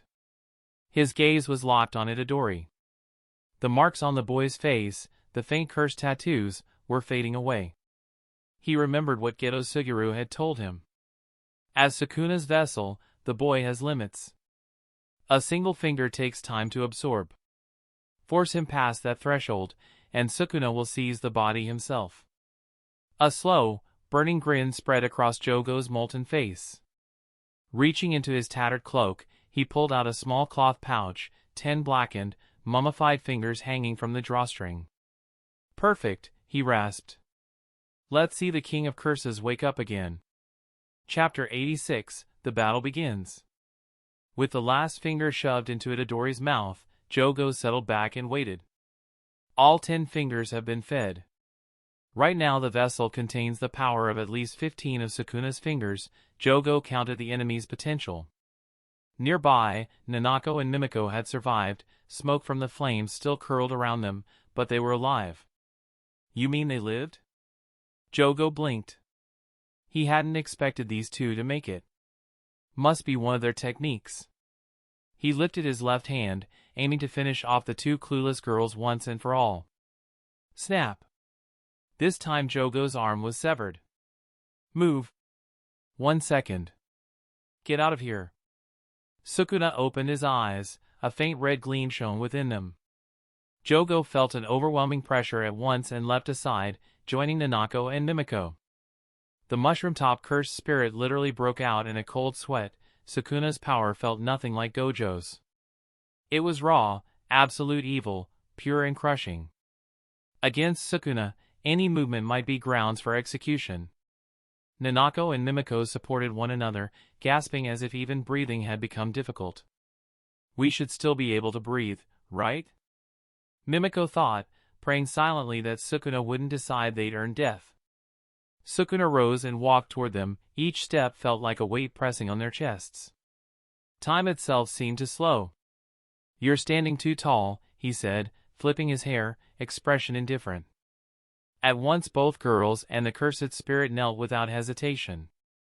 Sukuna's blade sliced through the air, trailing right past their heads and gouging a deep scar in the wall behind. Jogo, still partly kneeling, had a chunk cleaved off his volcanic head. Glurp. Did you think one knee would be enough? Sukuna sneered at Jogo, then turned to the 2 girls. You 2 kids probably have a favor to ask me. For the sake of 1 finger, I'll listen. Speak. Free again, Sukuna appeared in a surprisingly good mood. There's a man with a stitched forehead wearing a priest's robe. Please, kill him, Nanako and Mimiko pleaded, pressing their heads to the ground. They'd mourned Geto's death, but they accepted that Gojo was Geto's friend and wouldn't go after him. What they could not forgive was someone who toyed with Geto's corpse. Footsteps echoed slowly, the sound stark in the hush. A tall figure entered Sukuna's peripheral vision. 2 kids begging Sukuna? Don't you realize that man with the stitched forehead and that guy are on the same side? Came a mocking voice. Zen'in Shinsuke strolled up to Sukuna, smiling. Because of their height difference, Sukuna had to tilt his head to meet Shinsuke's gaze. Instead of begging me, maybe you should try to rescue Gojo. He's more reliable than that other fellow. Right, Sukuna? Shinsuke leered down, wearing an oddly friendly smile.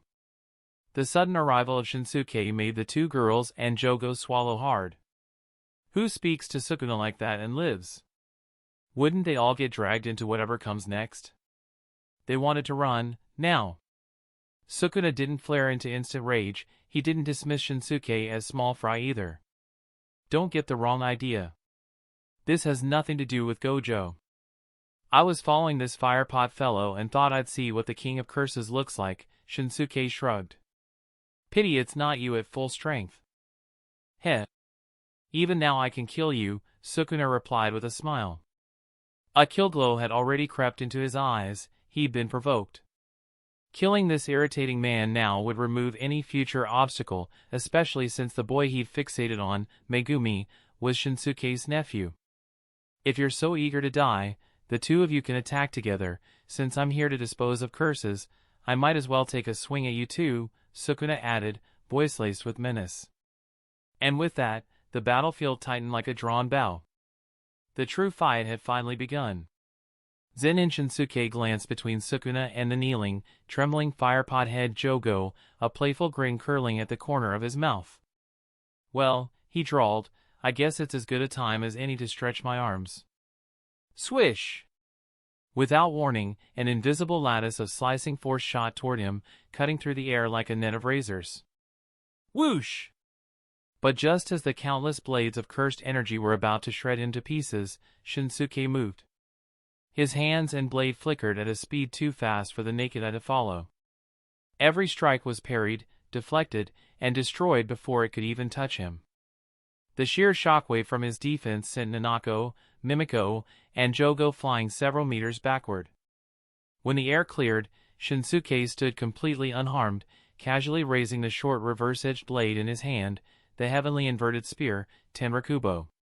Hey now, he said mildly, a little warning next time before you start throwing slashes around, yeah? If you want to fight, let's at least take it outside. Sukuna's expression stayed unreadable. He eyed the short blade, the faint cursed glow running along its spiral-edged edge. I see, a fine weapon indeed, he murmured. His sharp gaze took in its properties at once, the nullification of cursed techniques. But even more intriguing was the man wielding it. No cursed energy, Sukuna noted, yet he sensed my slashes and intercepted them by instinct alone. He smiled, a slow, wolfish grin spreading across his face. You're the first to do that. Interesting. I think I might actually enjoy myself today. Try to last more than a minute. The instant he finished speaking, both men vanished. A deafening boom followed an instant later as their clash erupted outside the skyscraper. The shockwave ripped through the building, shattering every window in an instant. Lights flickered violently, steel groaned, and the whole structure trembled on its foundation. Razor-edged aftershocks tore through the air, carving deep gashes into walls and pillars alike. Jogo's molten eyes widened. He turned and bolted toward the exit, his instincts screaming. He needed to see this fight, to understand. Everything unfolding now was far beyond their plan. Why was there someone in Shibuya capable of fighting Sukuna head-on? According to Geto, or rather, that thing wearing Geto's body, his own strength was said to be roughly equal to 7 or 8 fingers of Sukuna's power. And yet this man, the one who'd slaughtered Hanami and Dagon, was holding his ground against a 15-finger Sukuna. It made no sense. When they first met, the man hadn't even seemed that strong, maybe around Jogo's level at best. But now, faced with the truth before his eyes, Jogo had to admit it, Hanami and Dagon hadn't died unjustly. They had been crushed by a monster wearing human skin. Behind him, Nanako and Mimiko trembled in the ruined lobby. Mimiko, we have to leave, now, Nanako said, forcing her voice steady. We'll find another way to reclaim Master Geto's body. She pulled out her phone, snapping the two of them into her screen with her technique. That other man's words echoed in her mind, Sukuna and that stitched forehead bastard are on the same side. Maybe he was right. Maybe rescuing Gojo Satoru was the only path left. After all, Master Geto had been Gojo's dearest friend. If anyone would rage at seeing his body defiled, it would be Gojo himself. And as the sky outside split with light from the Battle of Gods, Nanako tightened her grip on the phone, vowing that this time, she'd make the right choice. Chapter 87, Kuzukabe's Great Escape, Day 1. Which way's the 5th underground floor? Panda leaned over the railing, looking down at Kuzukabe. Since Maki confirmed the seal is real, we should head there right now. Gojo Satoru had been sealed, there was no time to waste wandering through random buildings. They needed to regroup and rescue him immediately. Gojo, Gojo, Gojo. That's all anyone ever says, Kuzukabe snapped, glaring at the talking panda. He's not the only human being on this planet, you know. He jabbed a finger toward the city beyond. There might still be survivors, terrified, hiding somewhere in Shibuya. Think about it, like a bunch of elementary school girls, lost and crying. If we don't find them, their futures are ruined, and we'll be the accomplices. Huh? Panda blinked, clearly thrown off. Now that you mention it, he admitted, that actually sounds kinda reasonable. Exactly. Kyusuke puffed out his chest, trying to look righteous.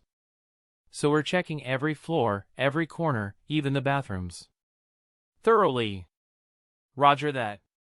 Panda immediately resumed searching the building with eager determination. Meanwhile, Kyusuke sighed deeply, hands in pockets, a toothpick dangling from his lips. Damn. I'm running out of excuses. He had no intention of setting foot on the 5th floor. Not a chance. Even Gojo got sealed, why the hell would he go down there to die? He looked toward the darkened stairwell, muttering, Zen'in-sensei, hurry up and finish this mess already, please. The whole saving terrified schoolgirls thing? Yeah, pure fabrication. Just an excuse to stall. Kyusuke simply didn't want to face anything that could be labeled special grade. He hadn't told Panda where the underground levels actually were, because he knew what would happen. The big guy would charge down there alone without hesitation. No way was Kyusuke letting that happen. Not because he was brave, but because he refused to be left alone in this nightmare. Watching Panda clumsily search every hallway, he felt a small twinge of guilt. Damn it, he's a panda, but he's acting more human than I am. Luckily, being a panda had one big advantage: the guy had zero sense of direction. Panda had no idea that the entrance to the 5th underground floor was literally right in front of them. Just a couple more laps around the building, Kyusuke thought. Pretend to be lost. Easy. The massive cursed energy from earlier had faded, but that didn't make it any safer down there. He valued his life too much to risk it. Huh? Kyusuke froze, turning sharply. A man and a woman stood on the skybridge connecting the upper levels, staring down at him and Panda. You're Jujutsu high sorcerers, right? We don't want to kill you, the man said coolly. Surrender, and we'll let you live. Kyusuke didn't flinch. Panda's voice rumbled beside him, calm and analytical. There are 3 more hiding nearby. Maybe more. Cursed users, huh? Kyusuke smirked faintly. Well, I don't want to die, but I can't just kneel and beg either. Inside, however, he was thrilled. Perfect timing. These cursed users had shown up at exactly the right moment.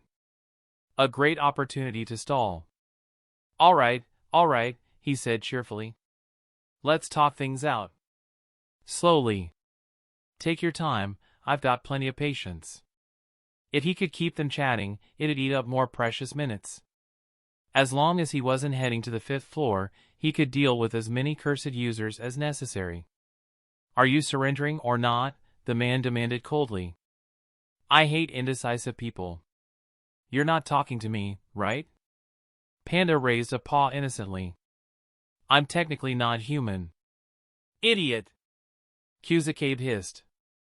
At least say something intimidating. He sighed, drawing his blade lazily. Fine, whatever.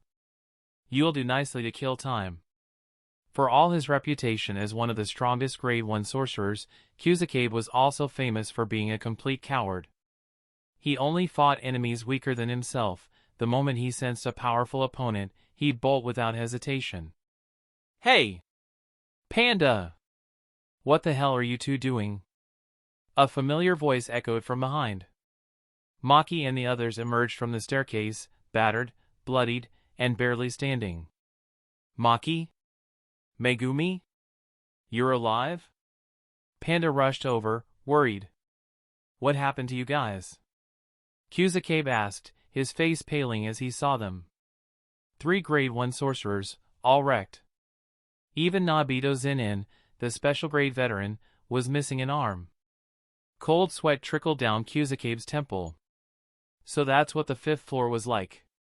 Thank God I didn't go. Best case, I'd be maimed. Worst case, dead. Maki shot him a look, then glanced at the cursed users. Forget them. We're leaving, Sukuna's out. What? Kyusuke blanched.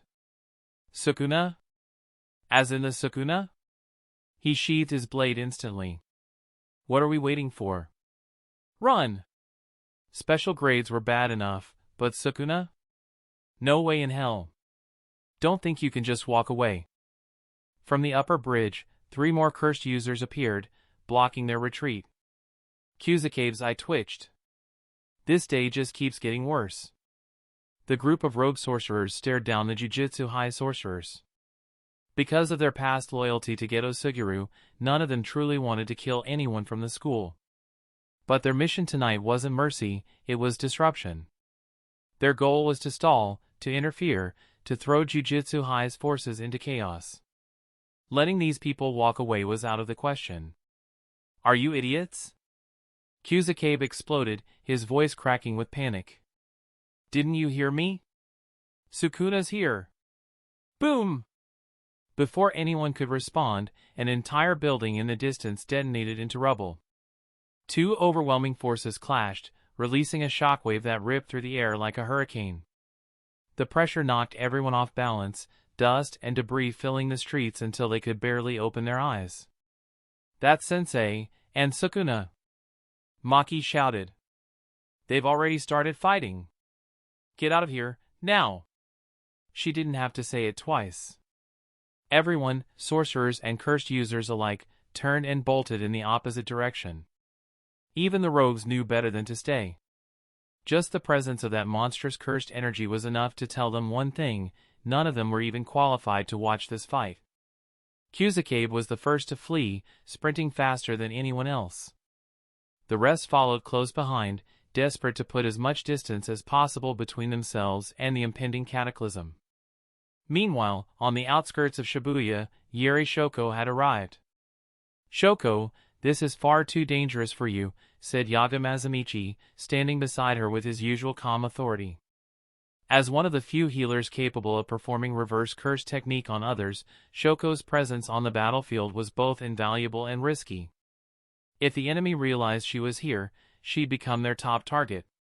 He's right, Shoko-ne, said Eminai Riko, crouched nearby with a high-powered sniper rifle trained on the distance, eyes sharp and focused. Because Shoko insisted on coming, Riko had returned with Yaga to protect her. Her cursed technique and long-range precision meant she could eliminate enemies hundreds of meters away before they ever got close. I had to come, Shoko murmured, leaning on the railing of the overpass. Her white coat fluttered in the night breeze, the tiredness in her eyes giving way to faint nostalgia. With you and the principal here, I'll be fine. But I couldn't just sit back after hearing what happened. Gojo Satoru, sealed.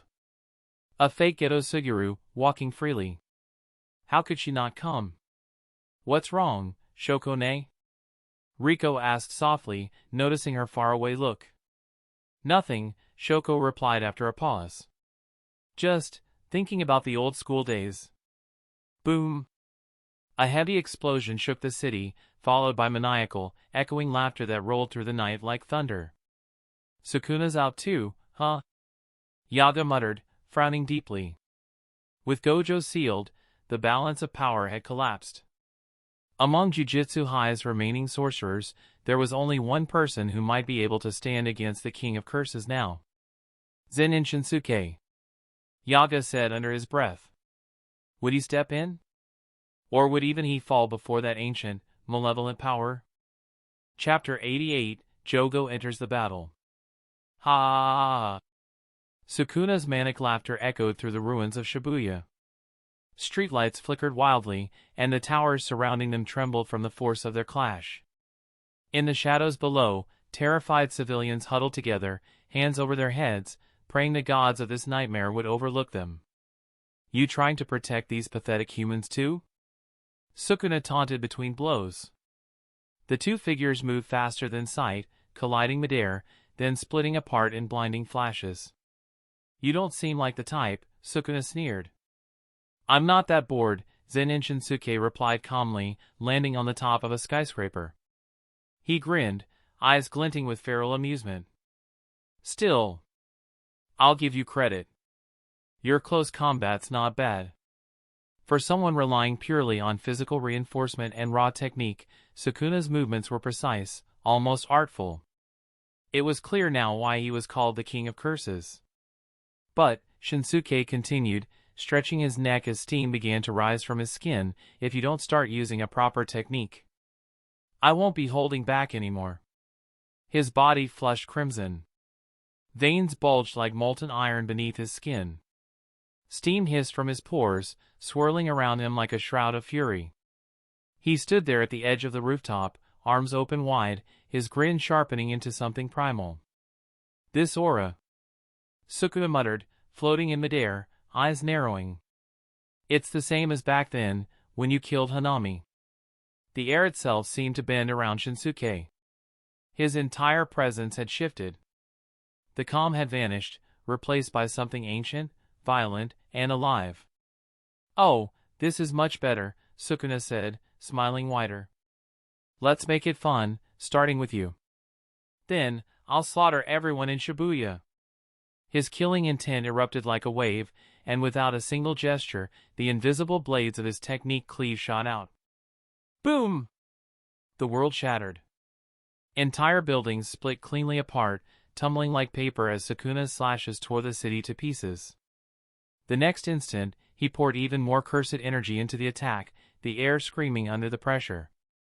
The invisible blades multiplied, faster than the human eye could track. Swish! But the figure on the rooftop was gone. Behind you, a voice whispered. Sukuna's instinct screamed. A chill ran down his spine, he twisted aside, instinctively releasing dismantle, barely dodging. A crimson blur had appeared where he'd been floating. The speed, it wasn't movement anymore. It was teleportation through sheer physical mastery. This guy wasn't just fast, he was inhuman. Swinging the heavenly inverted spear, Shinsuke shredded through Sukuna's counterattack, dispersing every incoming blade of cursed energy like it was mist. Keeping your distance, huh? Shinsuke smirked. You and Gojo really are the same type. Sukuna didn't answer. His focus sharpened, he was studying, analyzing, calculating every motion. Zero distance dismantle had failed, this man had reacted, physically sensed it. Even my point-blank cleave can't catch you, Sukuna muttered, a grin creeping across his face. You're a freak. He'd fought countless martial prodigies in his 1,000-year reign, but this one was different. He discarded cursed energy entirely, turning the limitations of the human body into a weapon that mocked the very foundation of Jujutsu itself. Your existence, Sukuna said softly, is an insult to sorcerers everywhere. If someone like you defeats me, his voice lowered, then every Jujutsu sorcerer on Earth becomes meaningless. Though he wasn't yet at full power, his tone held no arrogance now. Only something that almost resembled respect. Then, swish! Swish!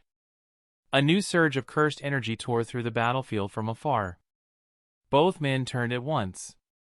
Sparks of molten flame flared in the distance. Jogo had arrived.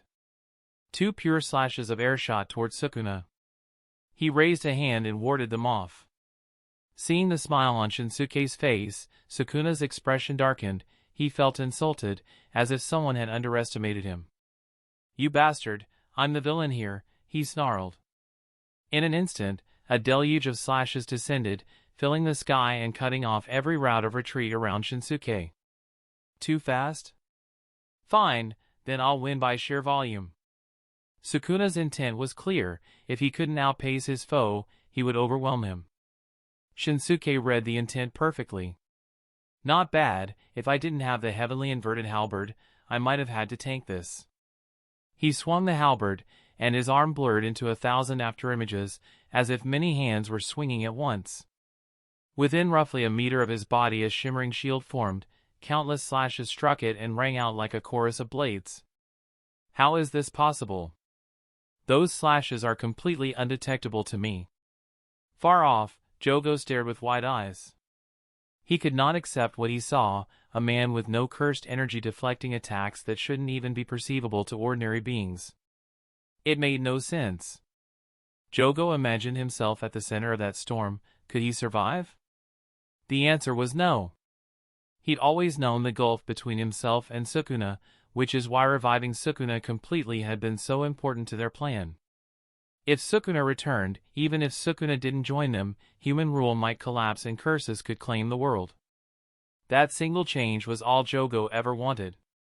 He thought that eliminating Gojo would make everything smooth. Now, things were going wrong. This man must die, Jogo decided. He believed that if he and Sukuna struck together they could take Shinsuke down. Even if Sukuna might turn on him later, Jogo chose vengeance over caution. He would avenge Hanami and Dagon now. Jogo thrust both hands forward at the man blocking Sukuna's slashes. Die! A monstrous blast of compressed flames erupted from his palms and rocketed toward Shinsuke, bright and hellish against the city's night. Hot pot head, huh? Let's do this together. Shinsuke glanced at the incoming inferno, increased the speed of his halberd sweep, and vanished from his rooftop in a blink. The flames struck empty air. The ground below was scorched into a molten sheet. You want to die? Sukuna fixed a murderous gaze on Jogo, who now stood on another building's roof. How dare a curse barge into his fight? From ancient times, people teamed up against him. No one was used to him teaming up with others. The audacity enraged him. Lord Sukuna, I only want to avenge my two comrades, Jogo said, trying to sound conciliatory as sweat beaded at the base of his volcano-like head. Does that matter? Sukuna, you're being stingy. Don't you even allow others to take revenge? Shinsuke quipped, stepping in to calm things. He couldn't let Sukuna kill Jogo. The curse was useful to him. Tellingly, Jogo had supplied Sukuna 10 fingers worth of power. Shinsuke had designs for that. Or do you want me to exact vengeance for them? Shinsuke taunted Sukuna without mercy. Shinsuke's mocking cut deep. Sukuna's temper flared. These two, Gojo and now this Zen'in man, were perhaps the most obnoxious opponents he ever faced. He admitted, grudgingly, that both were interesting. All right, Sukuna said at last. You're fine. I won't stop you from getting your revenge, just don't interfere with me. If you get in my way, don't be surprised when you die. On the strength of those 10 fingers, the morsels Jogo had supplied, Sukuna chose to spare him this time. Understood, Jogo replied, expression set. He'd confine himself to long-range support and avoid close-quarters fighting at all costs. Chapter 89, Here Comes the Meteor. Boom! The heart of Shibuya convulsed. The ground had become a molten wasteland, lava gushing like a volcanic eruption, swallowing streets, cars, and corpses alike. Fire devoured the darkness, and the once bustling cityscape was now a hellish wasteland, one moment consumed in a sea of flame, the next shredded apart by invisible slashes. Within minutes, Shibuya, the city of neon lights, had turned into a vision of the apocalypse. Guys, Kyusuke muttered, beads of sweat rolling down his forehead, I think we should back off a little farther. Even hundreds of meters away, the heat was unbearable. The ground beneath their feet trembled constantly. His voice shook with it. Two immense cursed energies, one Sukuna's, one that of a special-grade curse, were colliding in the distance. Could even Zen'in-sensei survive that? He really wanted to run. This distance is optimal, said Yaga Mazamichi, voice calm but heavy. We can observe the battle and still avoid being caught in the crossfire. If Zen'in-sensei falls, we'll have to take command, but under no circumstances can we let the fight spread beyond the barrier. Agreed, said Eminai Riko, perched atop a nearby truck with a sniper rifle aimed at the horizon. Besides, the old man still holding his ground. Through her scope, she could only glimpse flickers of motion, blurs of red and shadow, but it was enough.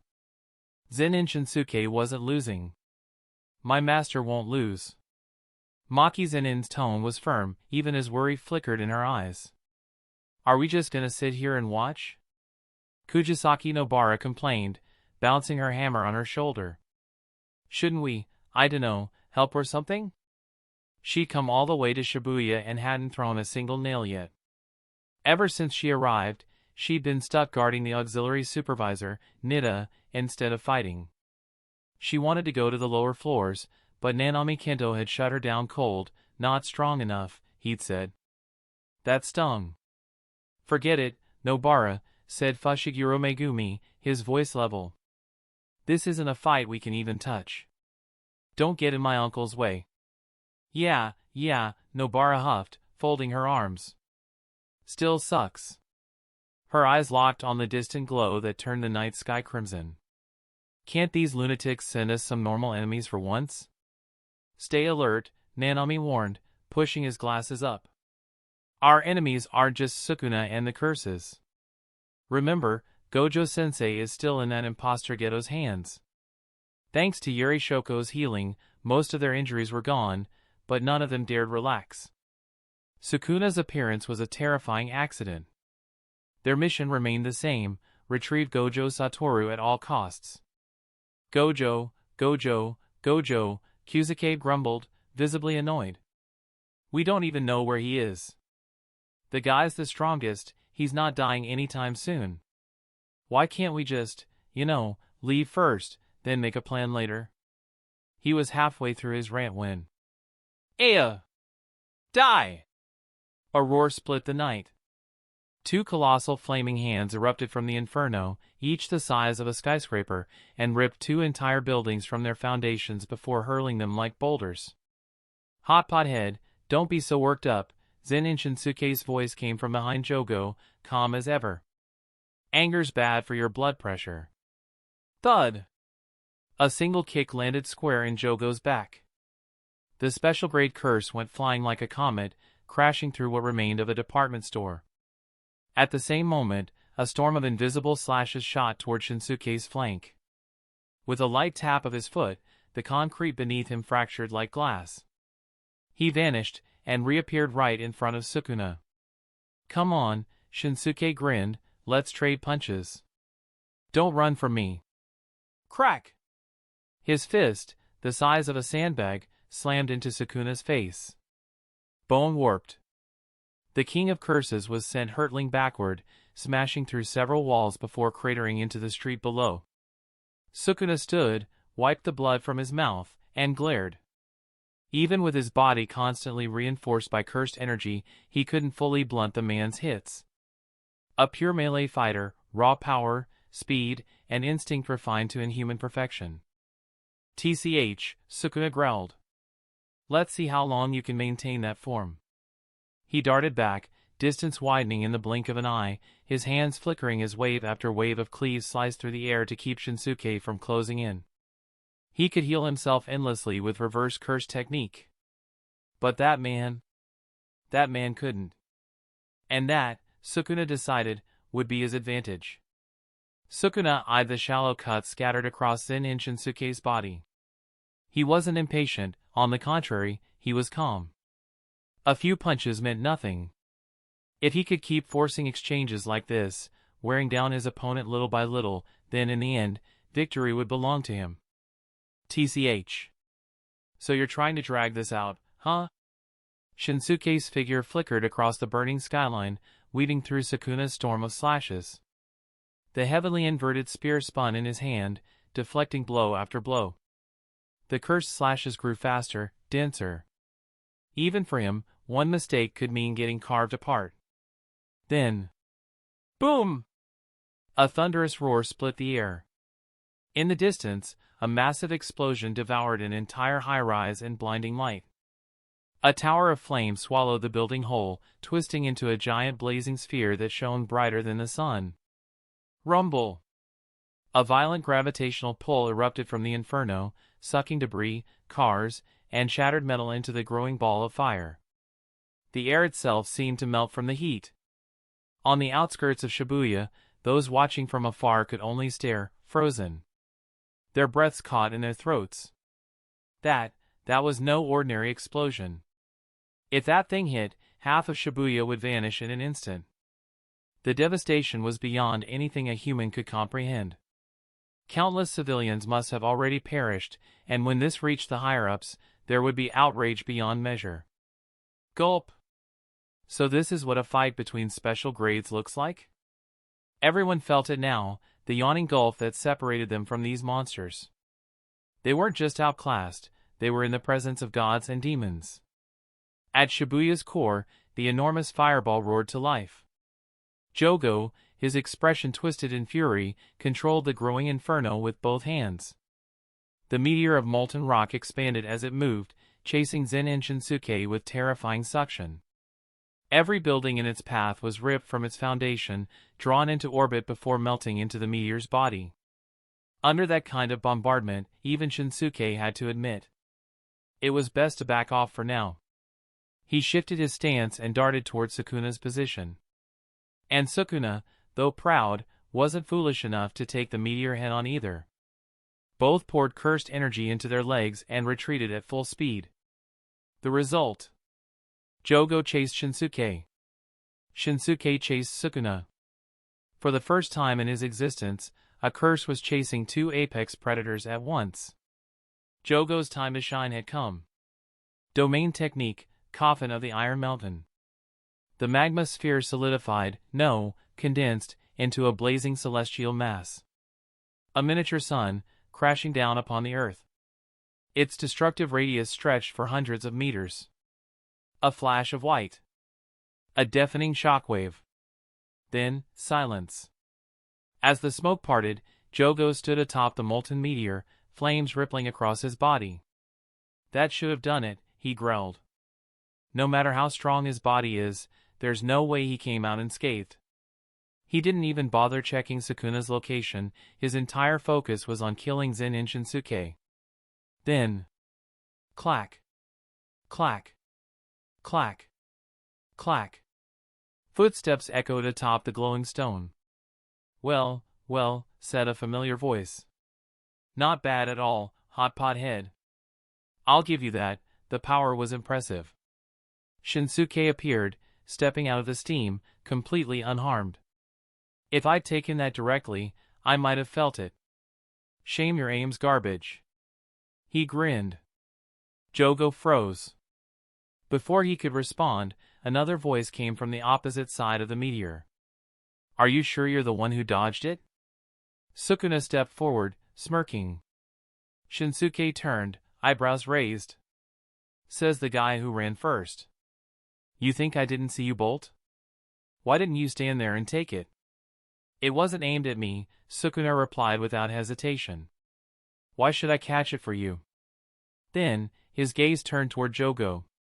Still, not bad. Among the curses I've met, you're one of the stronger ones. Jogo blinked, stunned. His greatest attack had hit no one. Neither of them was injured. And somehow, both had just complimented him. He couldn't even tell if he should feel proud or pathetic. Chapter 90, The Exorcism of the Hot Pot Head. Jogo stood motionless, expression empty. Even after receiving acknowledgement from both Zen'in Shinsuke and Sukuna, there was no joy on his face. Instead, a faint, hollow thought crossed his mind. Have I been walking the wrong path all along? Hey, Hot Pot Head, what's with that gloomy face? Shinsuke tilted his head, the faintest grin tugging at his mouth. Don't tell me you suddenly remembered something sad. Come on, cheer us up, share it with the class. Jogo said nothing. He just stood there in silence, surrounded by the quiet hum of burning ruins, utterly out of place, like a misplaced soul in a collapsing world. Finally, he spoke, voice low and uncertain. What do you two think of humans and curses? For once, he wanted to understand. These two beings, both overwhelmingly strong, both monsters in human form, what did they see when they looked at the world? How did they view the eternal divide between man and curse? Surely, they must have perspectives beyond his understanding. So that's what this is about? Sukuna sighed, losing interest immediately. You wanted my help because of that? He chuckled. You want to become human, don't you? You think curses deserve the same place in the world as them? Tilting his head back, Sukuna gazed at the ash-choked sky. He genuinely couldn't comprehend it. To have the status of humans, and then what, he mused. Would that make you stronger? Wiser? Less pathetic? He sneered. Even now, among humans, only the sorcerers have any power. The rest, ordinary men and women, are still powerless before the likes of you. Sukuna's eyes flicked back to Jogo, sharp and merciless. Wanting curses to become the next humanity, it's idiotic. You were born to burn, to destroy, to devour everything until you're stronger. He grinned. You should have kept walking that path, until you reached Gojo Satoru's level. Now, Shinsuke said, raising the heavenly inverted spear with an almost lazy motion. Don't listen to him. Everyone's got a right to chase their ideals, humans, curses, whatever you are. His tone softened just slightly. Your dream's not wrong. You just don't have the strength to reach it. You showed up too early, that's all. To him, the politics between humans and curses didn't matter. But looking at Jogo's stubborn resolve, he couldn't help recalling another powerful curse he'd once exorcised, one who, like Jogo, had also sought meaning beyond raw strength. If Jogo had devoted the centuries purely to evolving, instead of chasing a dream of coexistence, maybe, just maybe, he could have changed the balance of the cursed world after the age of Gojo ended. But now, it was too late. Well, Shinsuke said, lowering the halberd slightly, you got your answer. Now it's time for you to move on. Your friends are waiting for you down below. His voice was calm, but there was finality in it. Jogo's gaze trembled. I see. Then, suddenly, his eyes snapped wide open, burning once again. You think I'll just die quietly? His hands clapped together, fingers weaving in furious, desperate motion. Domain expansion, coffin of the Iron Mountain. A torrent of cursed energy erupted from his body, the world twisting in response. The sky split. The earth melted. All around, everything transformed into a boiling sea of magma. A blazing, enclosed world, his final domain. Inside, the temperature spiked instantly to unbearable levels. Any sorcerer trapped within would be reduced to ash in seconds. Jogo knew he couldn't run. So he chose to burn everything with him. He widened the domain's radius, encompassing both Shinsuke and, deliberately, Sukuna as well. If he was going to die, he'd take gods with him. Domain expansion, huh? Sukuna looked around at the molten sky and smiled. You've got guts, dragging me into it too. He seemed almost pleased. After losing to Gojo's infinite void, Sukuna had assumed Jogo would never dare open another domain again. But now, seeing him stand defiant against the impossible, Sukuna found himself faintly impressed. At least you've grown, he said, smirking. Looks like you finally got over that little trauma. The molten air shimmered between them. The mountain of flame roared. And Jogo, his eyes wild, let out a final battle cry that shook the molten heavens. Dragging Sukuna into his domain should have been Jogo's ultimate trump card, his final gamble. But that also meant Sukuna was now inside the attack radius. If the King of Curses wanted to survive, he'd have to erect his own domain to counter the guaranteed hit effect. Sukuna clasped his hands together, a twisted smile curving across his face. Well then, he murmured, let me show you how a real domain looks. Crack! A sharp, crystalline sound split the air. The molten mountains around them fractured like glass, red cracks racing through the lava sky. And then... boom! Jogo's entire domain exploded outward in a violent burst of energy. When the heat haze cleared, Zen'in Shinsuke stood calmly outside the shattered inferno, the heavenly inverted spear gleaming in his hand. Hot pot head, he said, smiling faintly, next time you open a domain, make sure you can actually trap your opponent inside it first. Jogo froze, then his eyes widened in realization. Of course. He'd been so focused on the fact that this man had no cursed energy, he'd forgotten the most crucial detail. Without cursed energy, Shinsuke wasn't bound by the laws of a domain at all. A barrier couldn't restrain someone who didn't play by the system's rules. The domain's interior was a sealed, stable space, nearly impossible to break from the inside. But from the outside? It was fragile as glass. And Shinsuke, armed with the heavily inverted spear, had simply sliced through the shell like paper. "You win," Jogo admitted softly. His tone wasn't bitter, just tired. He'd thrown everything he had, every ounce of strength, and still couldn't touch this man. "This time, we failed," he said quietly, flames dimming around him. "But a century from now, we'll return. And when we do, I hope this world no longer has monsters like you in it." Shinsuke stepped forward, his expression unreadable. "Centuries, huh?" he murmured. "But will you still be you then?" The spear flashed once. Shing! And Jogo's body disintegrated into ash. His vision spun, fading into white. When he opened his eyes again, he stood in a vast, luminous field, endless and still. There, waiting for him, were two familiar silhouettes. Jogo, Hanami greeted him softly, tone serene as ever. "You came." Jogo nodded, the fire in his body flickering faintly. "Yeah. I failed.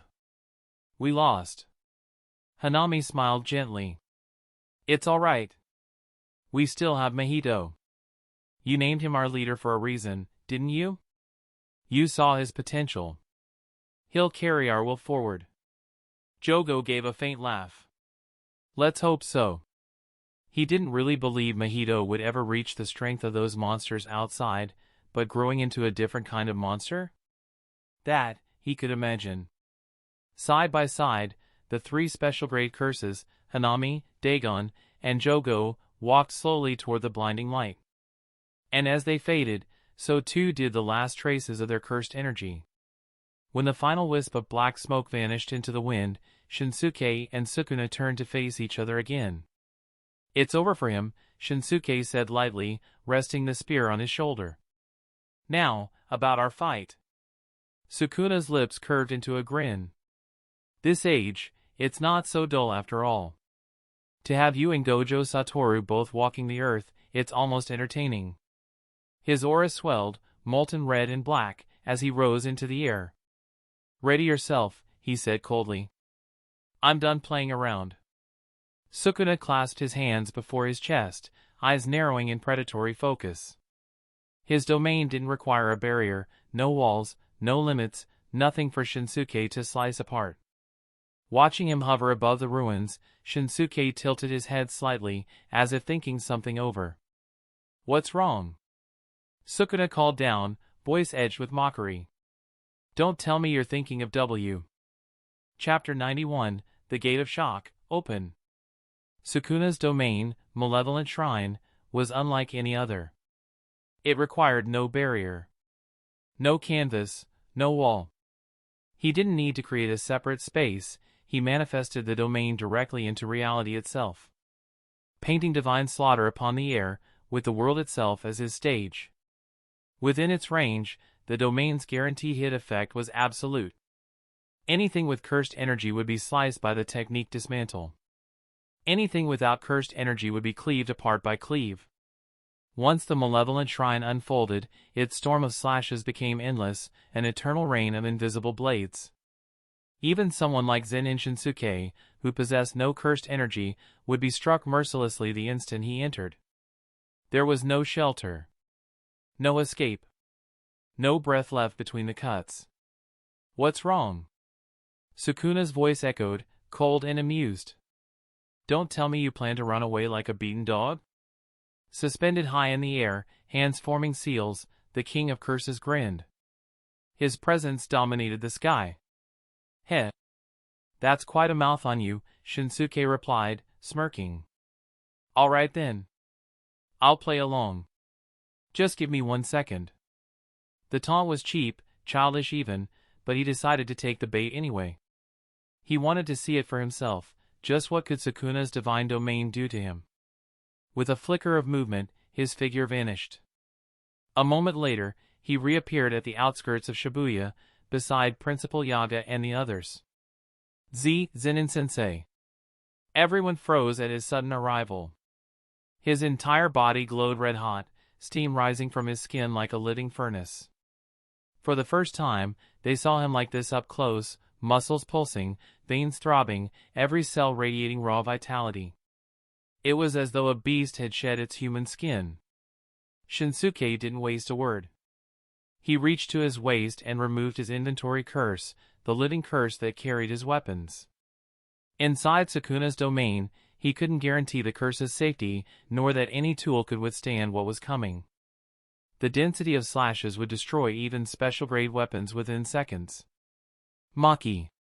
Hold this for me. He tossed the compact, spherical curse toward her. Sensei?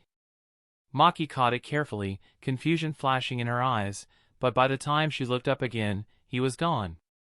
Wasn't that Zen'in Sensei's storage curse? Asked Yaga, his brows knitting. Wait, don't tell me. Kyusuke muttered, face paling. He's planning to fight Sukuna barehanded. To charge into battle with the King of Curses without weapons, it was madness. Sukuna wielded countless techniques, his mastery extending even to domains.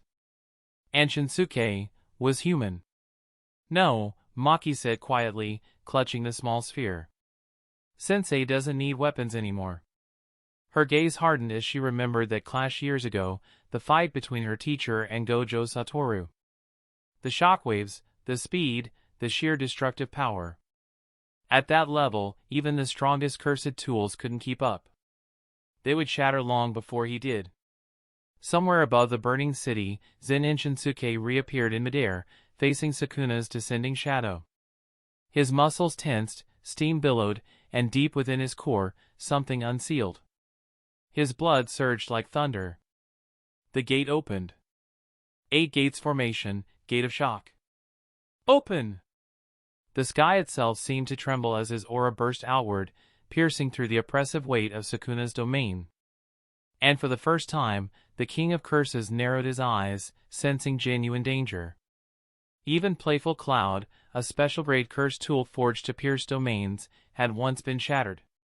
If even that could break, then no weapon on Earth could withstand what was coming. Boom! A deafening sonic boom cracked through the sky as Zen'in Shinsuke stomped off the air itself, propelling his body forward like a cannon shot. He appeared before Sukuna, hand beckoning mockingly. Come, he said, grinning, let's see which is tougher, your domain or my body. Bold words! Sukuna's lips curled into a feral smile as cursed energy erupted like a crimson storm. Domain expansion, malevolent shrine. Instantly, the world within a 150-meter radius went silent, vacuumed into stillness. Blood-red light flooded the air as skulls and a twisted throne materialized out of nothingness. From every direction, countless invisible slashes tore through space. Sukuna's maximum domain radius was about 200 meters. But by compressing it down to 150, he condensed its power, making every slash faster, sharper, and infinitely more lethal. Now let's see, Sukuna roared. How you'll survive this? With his hands still locked in seals, his smile widened. He pushed the output of his cursed energy to its absolute limit. Within the domain, everything, organic or inorganic, was reduced to ash beneath the blinding lattice of blades. The air itself shimmered with refracted light, each flicker marking another slash. At the very center stood Zen'in Shinsuke, the storm's target. He raised his arms, crossing them before his chest. A torrent of raw vital force erupted from within, a crimson aura clinging to his body like molten steel. The endless barrage of slashes struck him head-on, each impact echoing like blades striking titanium. The air filled with metallic crackles as sparks scattered.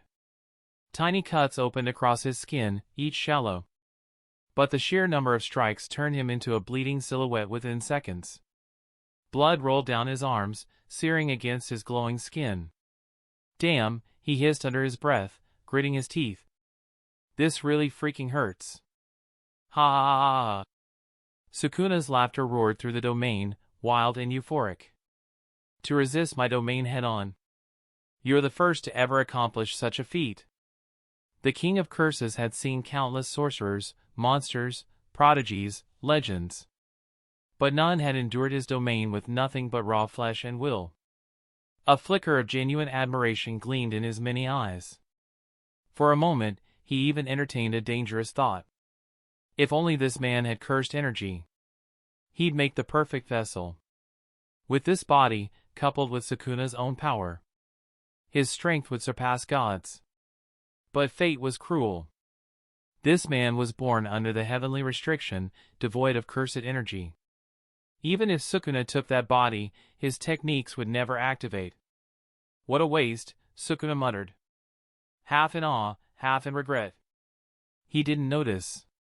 Shinsuke's blood-soaked body was trembling not from weakness, but from power gathering. The air around him rippled and distorted, the very space twisting under the pressure of boiling blood force. His teeth clenched.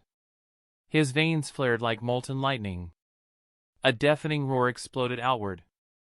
The ground cracked, the sky quaked, and red steam engulfed everything.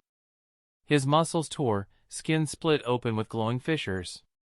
Yet the power didn't stop climbing. Under the dual force of heavenly restriction and 8 gates, his body was pushed far beyond human limits. Even he wasn't sure it would hold. But as the energy surged, his lips twisted upward. A mad, exhilarated grin breaking across his face. This feeling, he whispered, is beautiful. He tightened his fist. Every muscle locked into perfect alignment. The air itself caved inward around his knuckles. Daytime tiger. Roar! He punched. A blinding shockwave imploded the space ahead. The slashes collapsed, erased by sheer kinetic force. And from the vacuum, a colossal white tiger roared forth. In a blink, it was upon Sukuna. What? Sukuna's pupils shrank. His mind blanked. This was an accursed technique. No barrier, no cursed energy. Just pure power and velocity. So intense it crushed space itself. Boom! The tiger struck. A soundless impact followed by a concussive wave that flattened the world. Sukuna's body was hurled backward, crashing through the unseen boundaries of his own domain. The air pressure alone froze him in place. He couldn't move, couldn't breathe. Blood burst from his nose and mouth. He felt his ribs crack, his chest collapsing inward under the pressure. Still, through the haze of pain, he refused to release his seal. His hands stayed locked together, channeling slashes toward his enemy. Let's see, he growled, blood dripping from his grin. Which one of us breaks first? He had the advantage of reverse curse technique. He could heal. The other man, bleeding rivers of red, could not. Sukuna's eyes blazed. I'll grind you down to dust. Let's see how long that mortal body can last. Chapter 92, Defeat. Ha ha ha ha. Blood ran down Sukuna's face as his laughter split the ruined sky. His eyes were wide, wild with exhilaration. Come on! Keep going! Don't stop now! It had been far too long since he'd felt this alive. No sorcerer in centuries, not one, had ever made him feel pain without teaming up or relying on trickery. This was pure battle. Cursed energy surged through him endlessly, roaring like an inferno beneath his skin.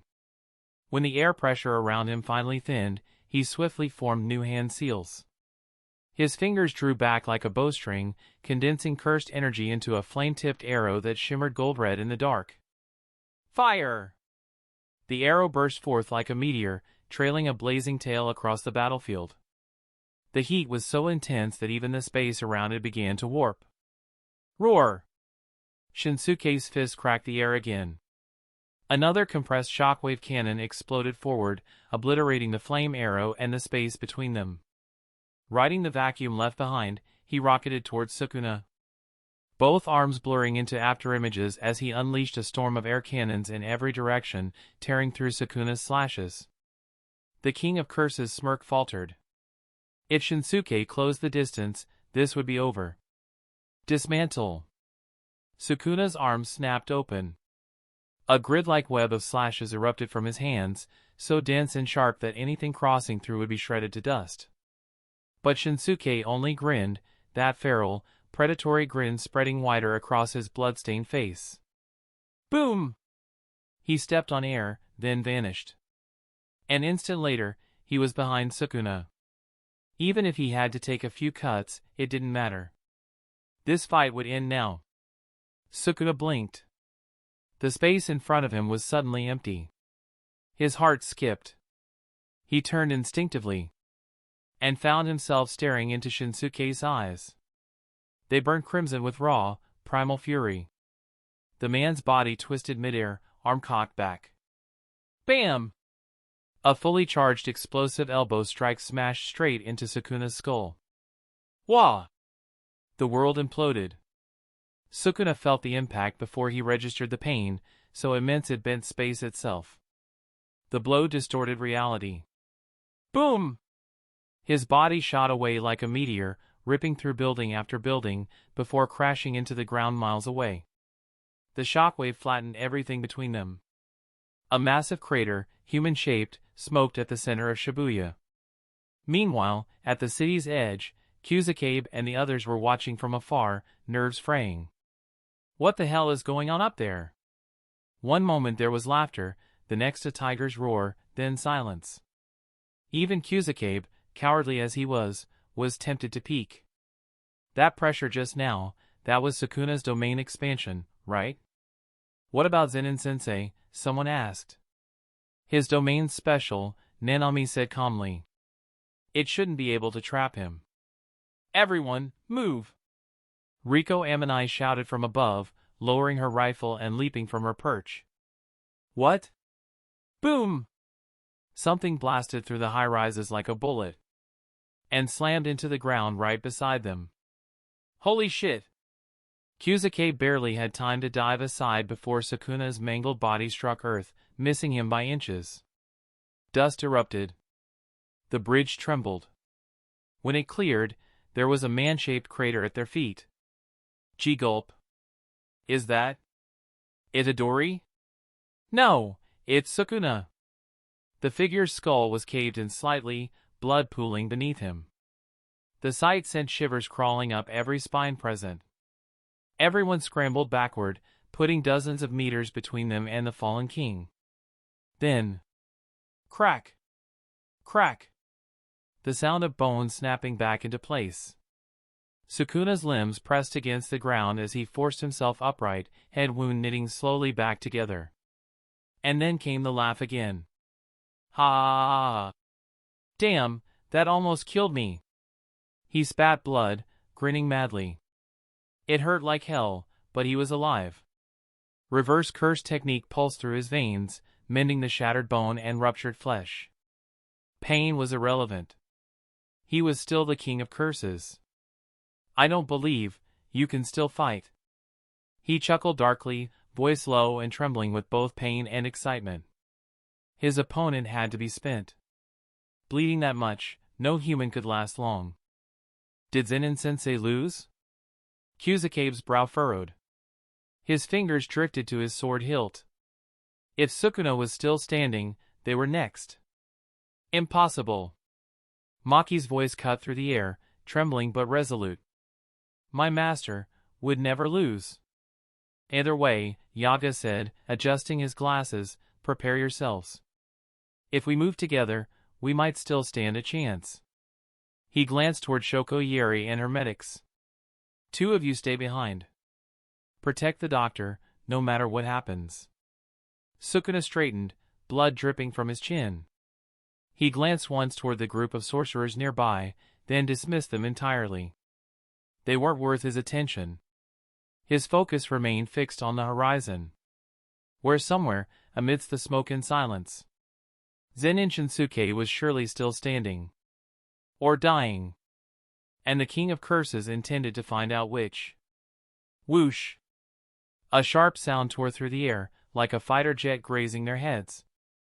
Every sorcerer instinctively looked up, nerves tightening. Sukuna's eyes narrowed. It's not over yet? Impossible. That man had lost liters of blood. Without reverse curse technique, no human could stay standing this long. Even with such monstrous strength, the body should have already collapsed, starved of blood, deprived of oxygen, strangled by its own limits. And yet, something was still coming. Cursed energy flared around Sukuna's legs. He retreated fast, instinct screaming at him to move. Boom! Before he could even take a full step back, a shadow plummeted from the sky like a meteor, crashing directly onto the spot where Sukuna had just been standing. The collision detonated with apocalyptic force. The ground within a 100-meter radius caved inward, swallowed by the impact. A crater bloomed in an instant. A miniature meteor strike, sending debris and molten stone flying outward in a blazing ring. Buildings in every direction shattered under the shockwave, their frames folding like paper in a storm. Even hundreds of meters away, the onlookers were forced to raise their cursed energy barriers just to survive the burning air. Sensei! Maki's voice broke through the roar. She stared, wide-eyed, at the figure standing in the smoldering crater. His clothes torn to ribbons, his body drenched in blood. Zen'in Shinsuke! Fall back, shouted Kusakabe, panic lacing his tone. This isn't a fight we can join. He didn't need telling twice. The sheer aftershocks of their battle could kill them. Even this far away, his knees trembled. Yaga gave a terse nod. Move. Now. Don't distract Zen'in-sensei. The team retreated, keeping as much distance as they could. At the center of the battlefield, Sukuna had been blasted off his feet. He tumbled across broken concrete, body screaming in pain. He barely managed to catch his balance. But before he could react further, a shadow flashed in front of him. Shinsuke. The man appeared without sound, faster than thought, and clamped a blood-stained hand around Sukuna's ankle. You've lost. The words came out low, almost gentle. But the grin that split his blood-smeared face was nothing short of demonic. With crimson skin, glowing veins, and that monstrous smile, he looked less like a man and more like something that had crawled out of hell itself. Sukuna's pupils shrank. Oh no! A berserker that close, this was suicide. The world spun violently. Before Sukuna could even curse, Shinsuke heaved. Bam! Bam! Bam! Bam! He slammed the King of Curses into the ground again and again, each impact shaking the earth.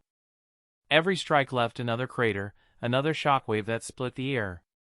Right now, Sukuna, the feared King of Curses, was nothing but a ragdoll in Shinsuke's grasp. All he could do was cross his arms over his head and hope to minimize the damage. Crack, crack, crack. Bones splintered. Flesh tore. The ground beneath them turned into molten rubble. Sukuna's vision began to fade. Even with all his cursed energy focused on defense, his body couldn't keep up. Damn you! His voice rasped through the dust. Zen'in. Shinsuke. Every word came with blood. His consciousness slipped.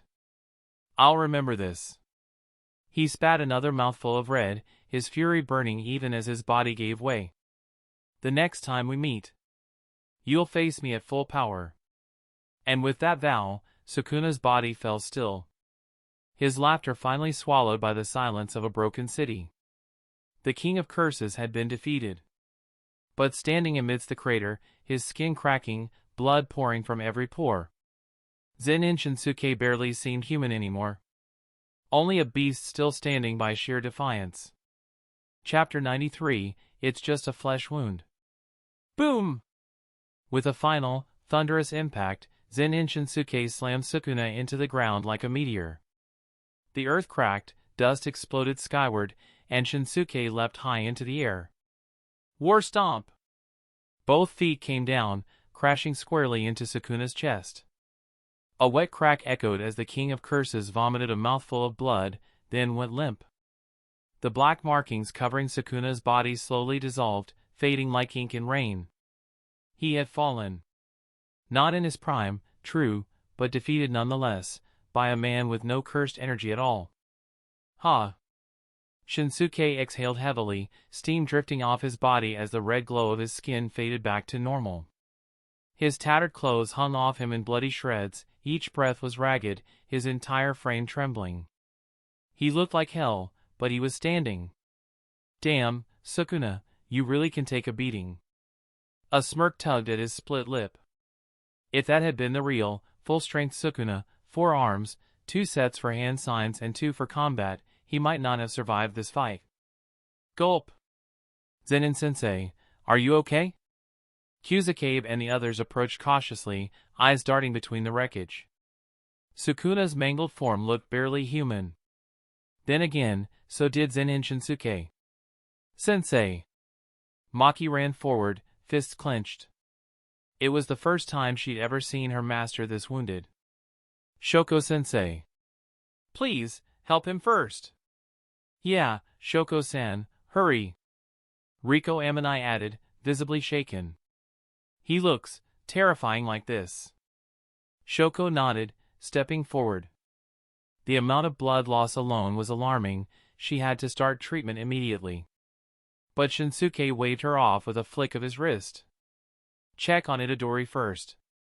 He's barely breathing. Everyone turned. Yuji's chest was sunken in, his heartbeat faint, his life hanging by a thread. Sukuna, now unconscious, couldn't heal him. As for Shinsuke himself, his wounds looked bad, but in truth, most were shallow.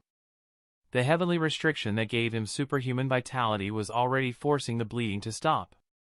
Give it a little time and some food, he'd be fine. After all, as he muttered with a crooked grin. Bah, it's just a flesh wound. All right then. Shoko crouched beside Yuji and activated her reverse curse technique, bathing his body in a soft green light. Had Sukuna's cursed energy not shielded him in that final instant, Shinsuke's stomp would have crushed him outright. Uncle, what about Yuji? Megumi Fushigiro's tone wavered slightly.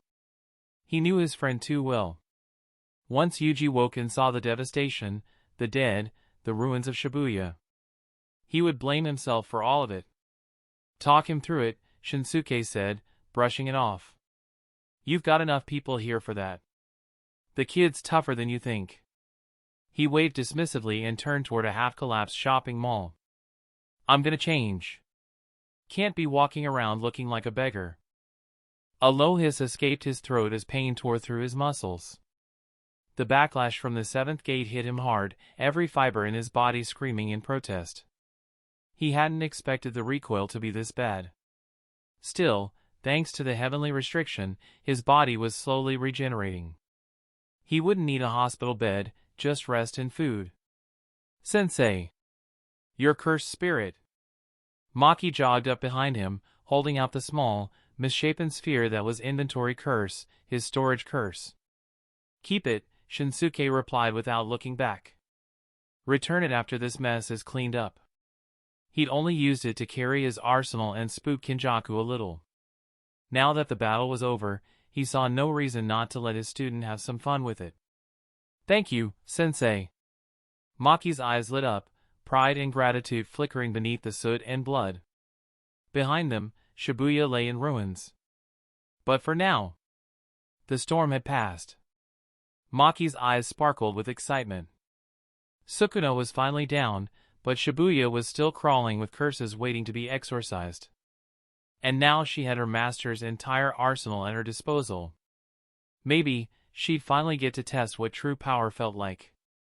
With Zen'in Shinsuke stepping away to recover, the group gathered to discuss what came next. Zen'in Sensei is an absolute monster, Kusakabe blurted, face still pale. He actually took Sukuna down. I swear, when I saw him pounding the King of Curses, I started thinking, maybe Sukuna's not that scary after all.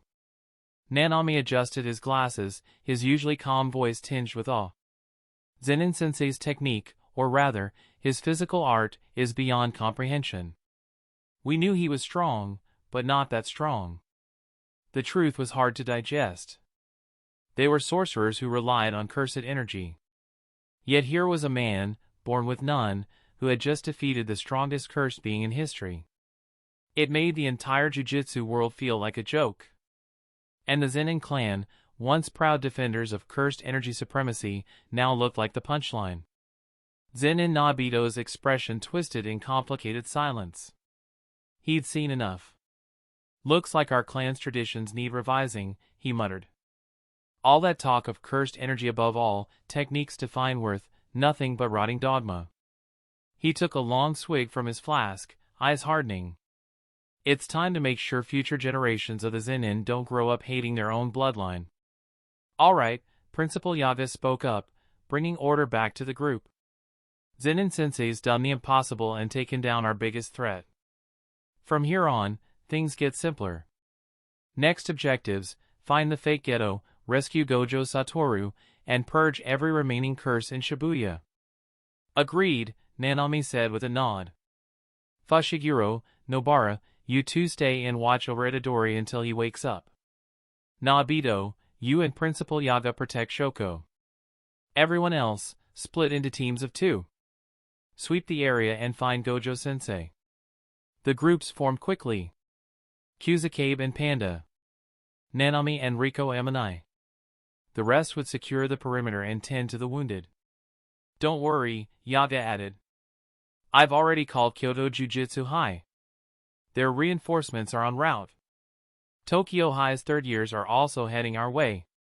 With orders set, the team scattered into the ruins. Hey, Fushiguro, Nobara swung her hammer with a grin, her voice restless. Why don't I go too? You can handle babysitting the patient, right? Her fingers twitched with anticipation. After watching that earth-shattering battle, she was itching for a fight. There's bound to be a few curses left around. I'll just, take care of them.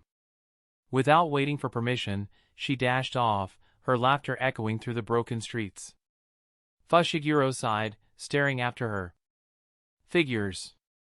He looked down at Yuji, whose breathing had steadied, then turned toward Yaga and Nobito. Principal, Nobito-san, please keep an eye on Itadori. I'm going to help with the cleanup. His wounds were mostly healed thanks to Shoko's reverse cursed technique. He wasn't on Zen'in Sensei's level, but against common curses, he'd hold his own. He believed in Yuji. The boy would wake up, face the truth, and come back stronger than ever. These students really do whatever they want, Shoko murmured dryly, wiping her hands after finishing Itadori's treatment. Yaga chuckled, shaking his head. When have they not been like this? Gojo's class was the same. Every generation thinks they're invincible. Ha! That's youth for you. Nobito tipped his flask, alcohol spilling down his chin as he laughed. Even one-armed, he refused to give up drinking. But that kid Fushiguro, he's got the fire of a true Zen'in heir. Mark my words, I'm naming him the next head of the clan when we get back. His tone softened slightly. It wasn't just about Fushiguro's potential, it was also about the brothers, Shinsuke and Toji. If Megumi became head, maybe, just maybe, the Zen'in wouldn't tear itself apart completely. A faint groan broke the quiet. Where am I? Everyone turned. Itadori Yuji was sitting up slowly, surrounded by rubble and ruin, his expression dazed as he stared at what used to be Shibuya. The weight of what had happened hadn't hit him yet. But soon, it would. Chapter 94, Reinforcements Arrive, Yuji vs. Mahito. When Yuji Itadori finally regained consciousness, the sight before him felt unreal. A massive crater stretched out before his eyes, surrounded by twisted metal and shattered buildings. The once bustling streets of Shibuya were now nothing but a wasteland. For a few seconds, his mind went blank. Is this Shibuya? Then, like shards of broken film, the images returned. Sukuna's rampage. The city crumbling under his power. Zen'in Shinsuke fighting like a monster from another world. Yuji's hands trembled, then clenched into fists so tight that his nails pierced the skin. Blood dripped between his fingers. Sukuna. His voice was low, hoarse and trembling with rage. You're awake, Itadori. Principal Yaga's calm voice broke through the silence. Seeing the fury on Yuji's face, he sighed quietly. Itadori, whatever happens, we'll talk about it once this whole incident is over. Yuji blinked, snapping out of his daze. Right, this wasn't the time to fall apart. He couldn't turn away. He couldn't ignore the lives Sukuna had taken while using his body. He had to take responsibility. And he had to fight. Principal Yaga! Yuji shouted, eyes blazing. Everything Sukuna did, every death, I'll bear it all. Even if it kills me. I'll take full responsibility. He stood tall despite the pain, fists trembling. Right now, I'm going back to the battlefield. Yaga hesitated, his expression complicated. Go, he finally said. He didn't stop him. Sukuna had killed thousands. The higher-ups would demand retribution, and as Sukuna's vessel, Yuji was already marked for execution.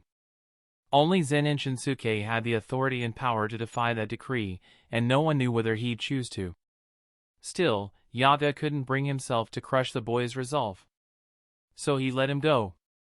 Yuji sprinted into the distance, heading straight for the chaos. Unaware that his next opponent would be Mahito, the curse who mirrored his very soul. Meanwhile, the sky over Shibuya split with the roar of aircraft engines and the rush of cursed energy. Reinforcements had arrived. Man, this is insane. Kinji Hikari whistled as he stared at the destruction. Shibuya looks like it got nuked. Principal Yaga, Shoko, what's the current situation? Yudahime Iori arrived with the Kyoto students and third years from Tokyo, to do Aoi among them. Even they were stunned by the devastation. If Gojo Satoru had been sealed, the scale of this incident was beyond anything in recent history. Yaga gave a brief, grim report. The situation is complicated.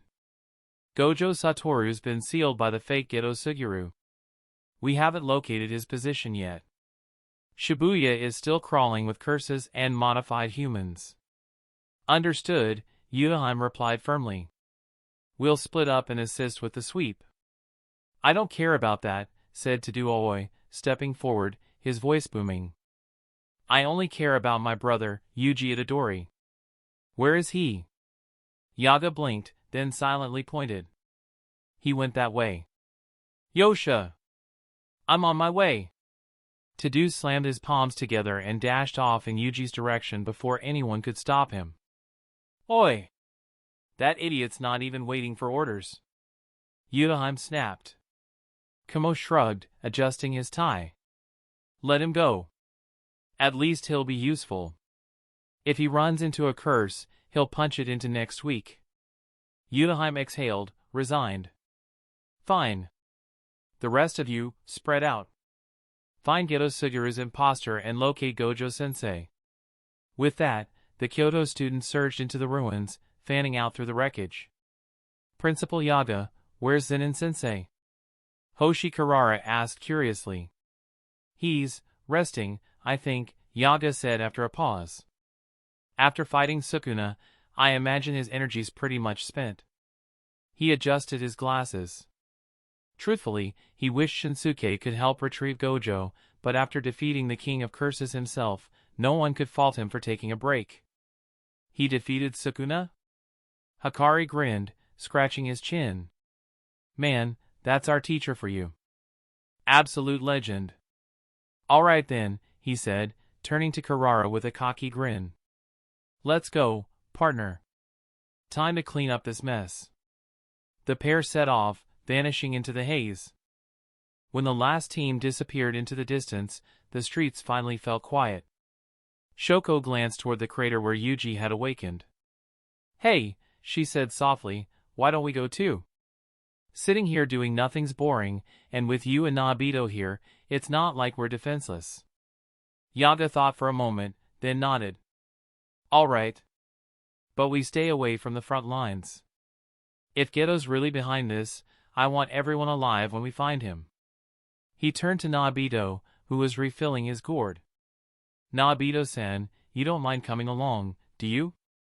The old man smirked, one arm still in a sling, sake dripping down his chin. Heh. You'll need someone to keep you brats from dying. Lead the way. Even with Principal Yaga's group together, he knew, if anything went wrong, their safety wasn't guaranteed. Having one more powerful Grade 1 sorcerer could mean the difference between life and death. Heh, fine by me, Nobito Zen'in said, letting out a lazy hiccup between sips of sake. I've been curious about the bastard who managed to seal Gojo Satoru. Let's go see what kind of freak he is. Truthfully, tagging along was better than sitting around drinking. The mission wasn't over yet, and if he disappeared early, the higher-ups would probably find an excuse not to pay him. So, humming drunkenly, Nobito joined the search. Not long after, Zen'in Shinsuke reappeared, his usual calm returning. He had washed the blood off his body and found a fresh set of clothes, free from a destroyed department store nearby.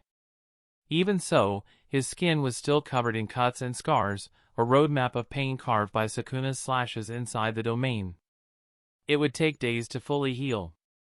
Shoko could have easily mended him with reverse cursed technique, but Shinsuke refused.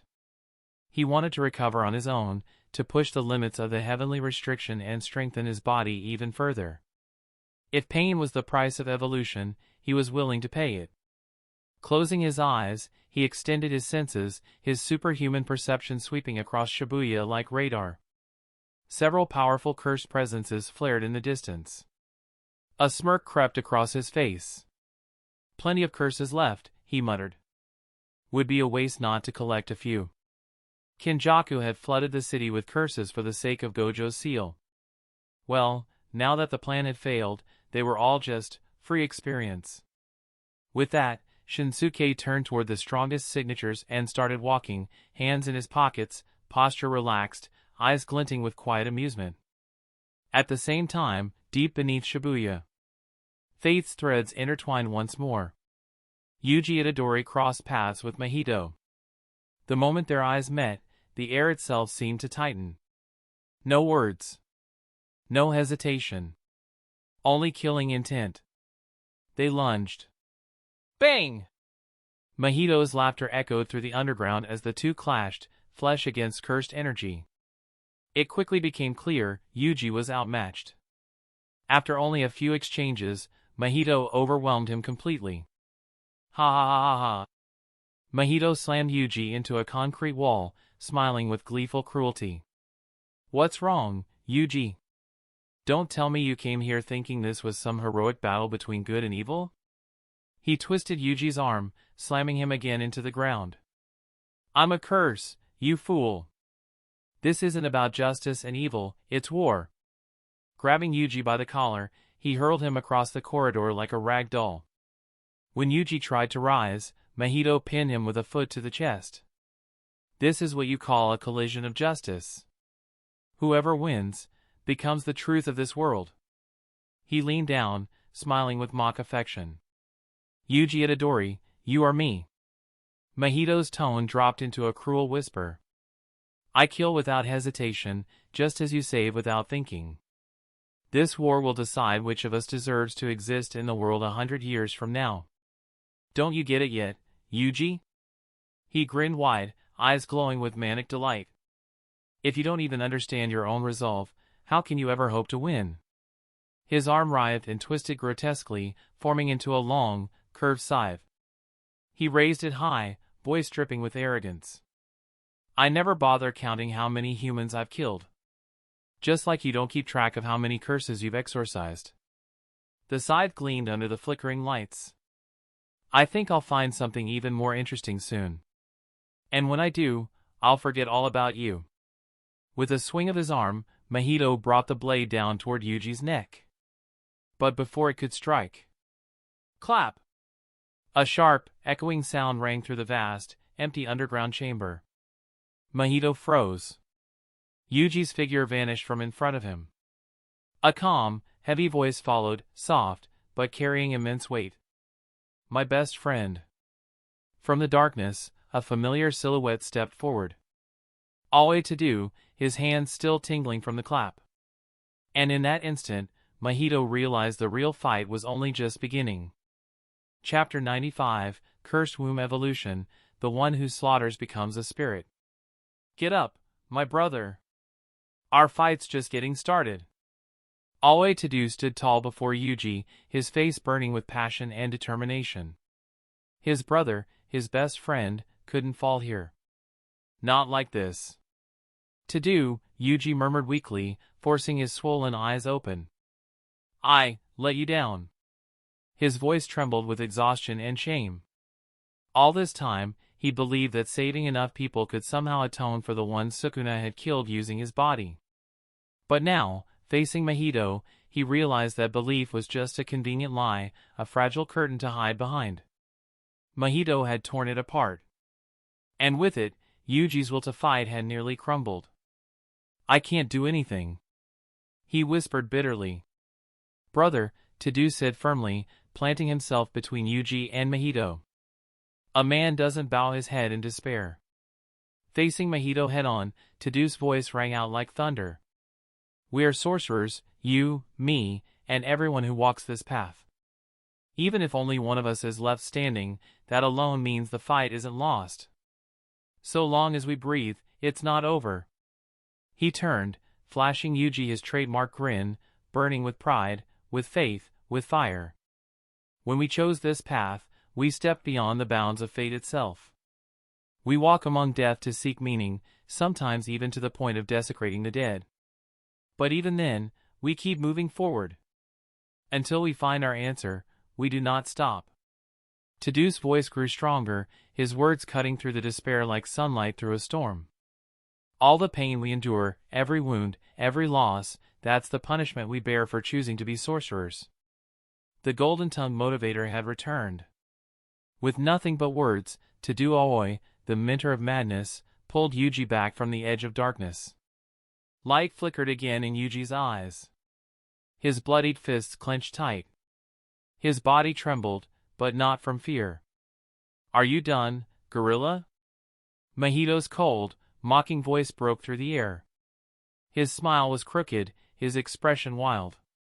Without warning, his body surged forward, sprinting toward them, his cursed energy twisting and pulsing in waves. Facing him, Tadu didn't flinch. He raised his fists. No words, no hesitation. Only action.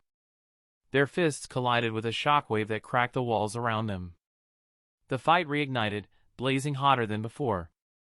Yuji stood, steadying himself beside his brother in arms. Just as Tadu had said, even if this was punishment, even if this was hell, he would not fall. He couldn't let Sukuna laugh at his weakness. Not that Sukuna had the time to watch anyone right now, considering his own injuries. Alone, Yuji couldn't beat Mahito. But with Tadu, the two of them together were unstoppable. Brothers in sync, fists sharper than any blade.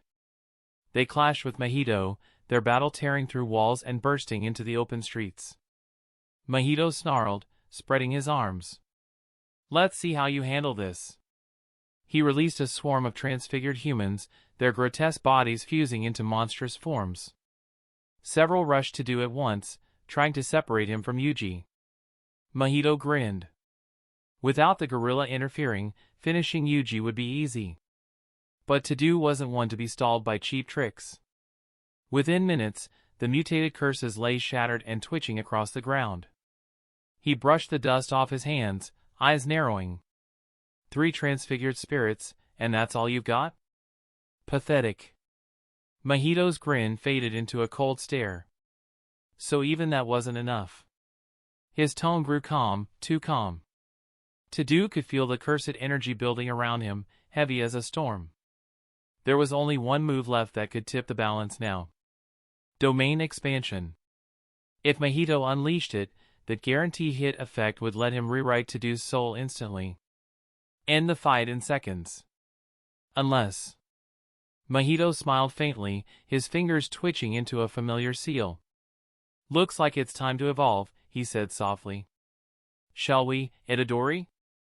His cursed energy spiraled violently, distorting the air around him. The very walls seemed to twist and breathe. The cursed womb was evolving. And soon, Mahito would become something far beyond a mere curse. Mahito's gaze fixed on Yuji, a wicked gleam flashing in his eyes.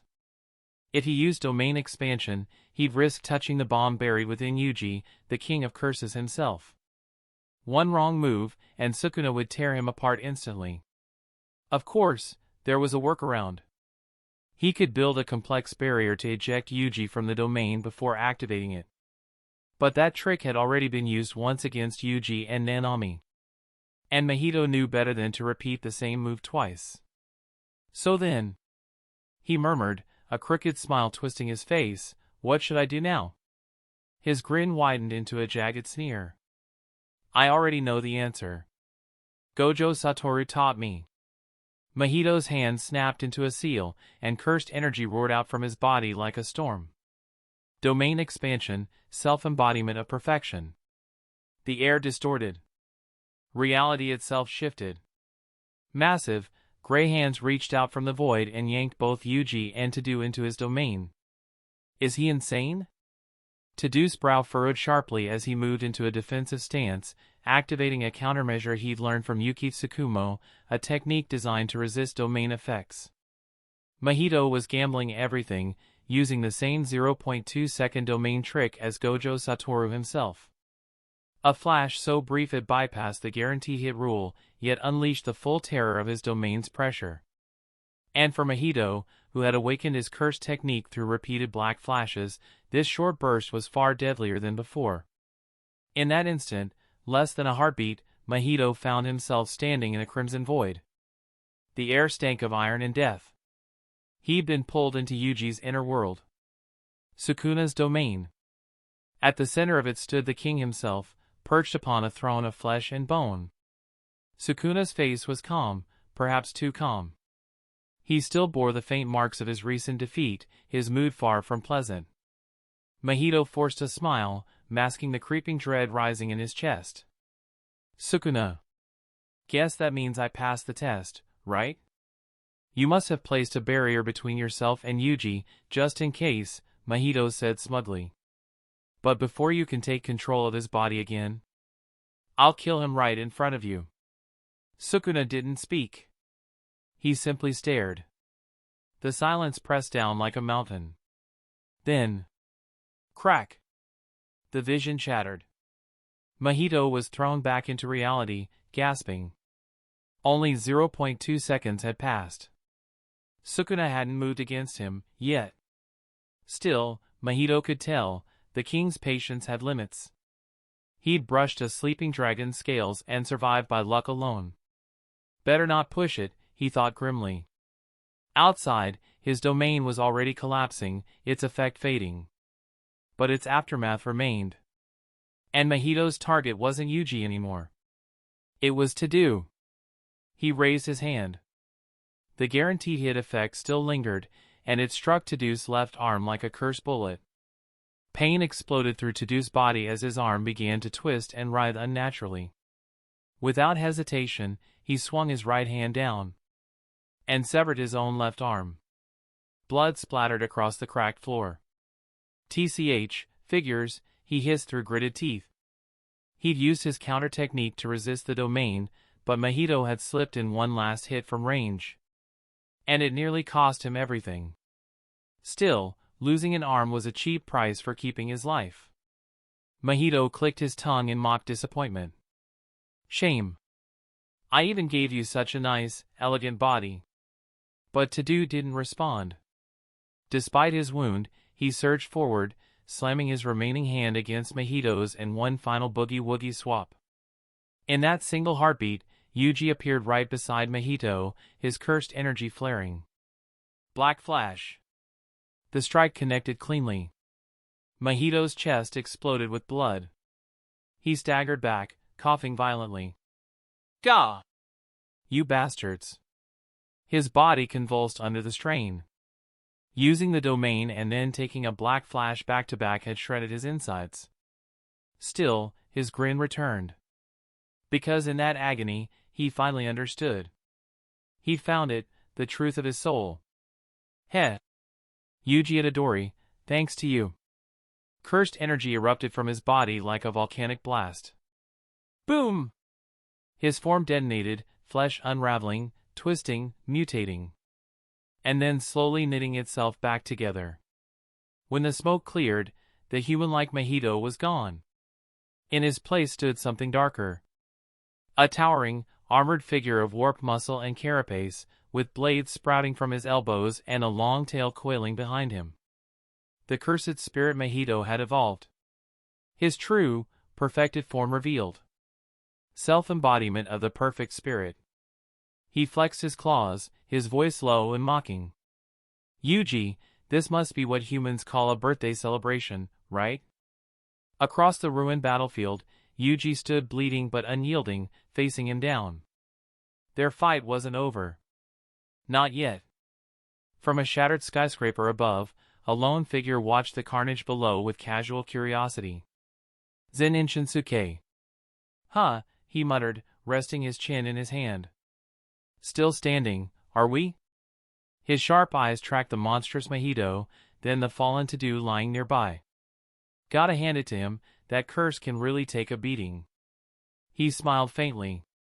Guess I'll stay a little longer. Can't miss the finale. Chapter 96, The Terrified Mahito. I understand now, Mahito whispered, his new form pulsing with cursed energy. Through black flash, I've seen the truth of my soul. This is who I really am. He trembled, not in fear, but in ecstasy. Every cell in his body seemed to hum with delight, as though he had just broken free from his cocoon. A curse reborn. A monster perfected. Yuji stood across from him, blood still dripping down his cheek, his breathing heavy but steady. He looked calm, almost too calm. I'm surprised, Yuji said quietly. You're actually the kind of creature who seeks himself. Mahito chuckled darkly. Ha! I didn't think so either. But this is how it ends. Once I kill you, I'll finally be complete. Without another word, the two of them charged forward. Their final battle beginning. In his evolved form, Mahito's entire being was sharper, stronger, faster. Gone was the soft, shifting form that relied on trickery. Now, his body was pure weaponry. A living engine of violence. His blows carried terrifying force, his defense felt like forged steel. Yuji's fists slammed into him, but each punch clanged like metal striking metal. Clang! Damn it, he's harder than before. Yuji's arms ached, his knuckles split. His attacks barely left a scratch. Still, his eyes stayed fierce. No matter how strong Mahito became, Yuji would exorcise him. Because someone like this, who toyed with human life, didn't deserve to exist. Mahito laughed manically. Come on, Yuji. I'll make sure this ends perfectly. His bladed elbow whistled through the air as he punched Yuji back, his body lunging forward like a beast on the hunt. Every part of him, fist, blade, tail, was now a killing tool. Meanwhile, Zen'in Shinsuke dropped down beside the collapsed to-do, glancing at him with mild amusement. Still alive, hot-blooded kid? He asked. He clicked his tongue at the sight of to-do's missing hand. Lost an arm, huh? Rough day. To-do grinned, his face pale but his spirit unbroken. Ha, an arm's nothing. I can still fight. He used his ruined hand to brace himself upright. Then, smirking up at Shinsuke, he added, You're one to talk, Zen'in-sensei. What's with all those fresh cuts? You look like you got mauled by a blender. If your teacher saw me like this, Shinsuke chuckled, she'd probably be pissed. But hey, it's Sukuna. You don't take him down without a few souvenirs. He paused for a moment, wondering how Yuki Tsukumo would react if she saw him now. Would she scold him? Or laugh? Probably both. Sukuna, huh, that explains a lot. To-do nodded, glancing toward the battlefield where Yuji fought Mahito. So that's why Yuji was in such a state earlier. Sukuna's handiwork. Then his tone grew serious. Zen'in-sensei, don't interfere yet. This is Yuji's fight, his moment to evolve. Shinsuke raised a brow. Oh, I'd love to kill that one, he said casually, eyes gleaming as he watched Mahito. Such a fine specimen of cursed energy, better even than Jogo. But unfortunately, I made a binding vow with Kenjaku. I can't touch this one. To-Do blinked. A vow? Yeah, Shinsuke sighed, shrugging.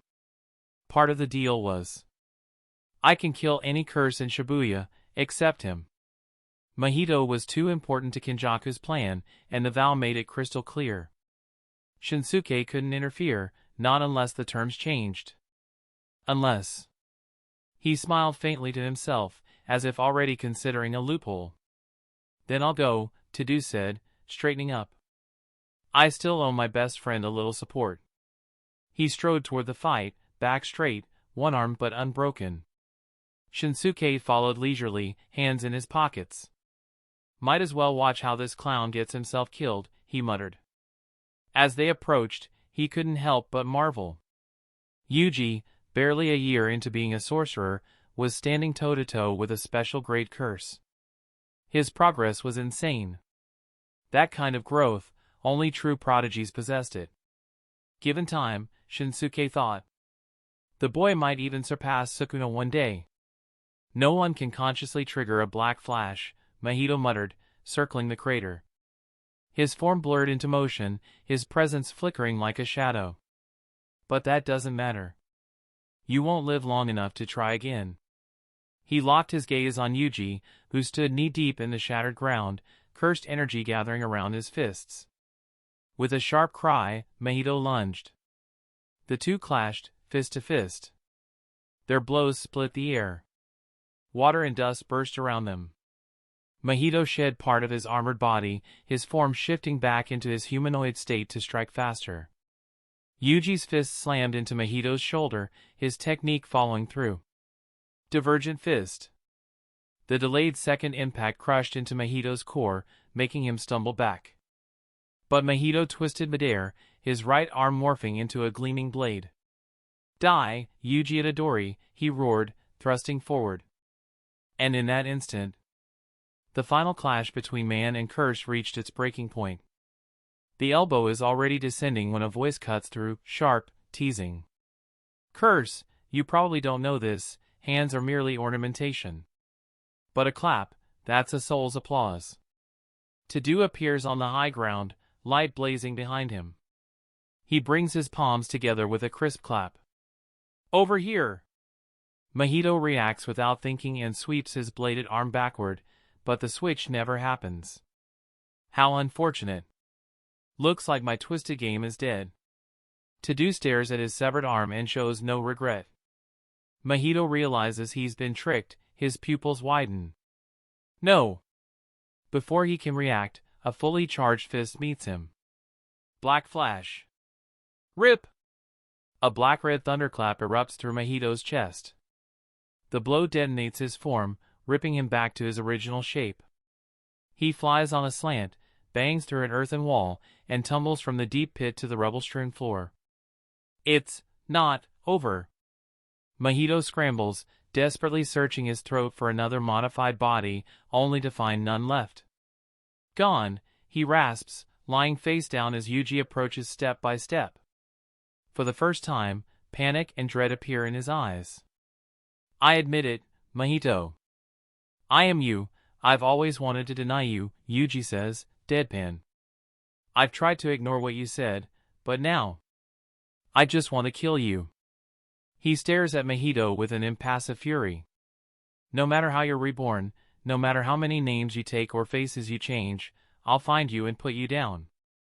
I will keep exorcising curses until 100 years have passed, until rot itself dies.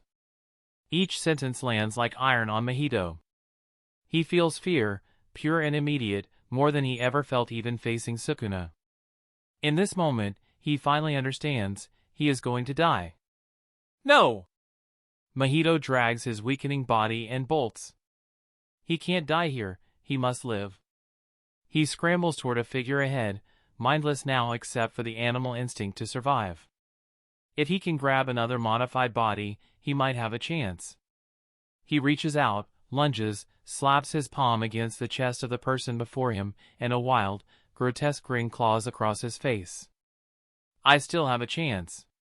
Non-action transformation, he cries, trying to seize whatever will save him. Sensei Zen'in, someone yells. Yuji barrels forward, surprised to see Zen'in Shinsuke suddenly appear right where Mahito aimed. He tenses, alarmed. Thud thud. Two steady heartbeats sound. Mahito looks up at the unmoving figure before him and his gaze locks on Zen'in's face. A cruel smile meets him, and in that instant Mahito sees a demon from hell come to harvest his life. Zen'in senses the cursed energy pressing on his body and stares at Mahito, cool as ever. "Kid," he says softly, "you want to change my soul?" "Too bad," he adds, voice flat.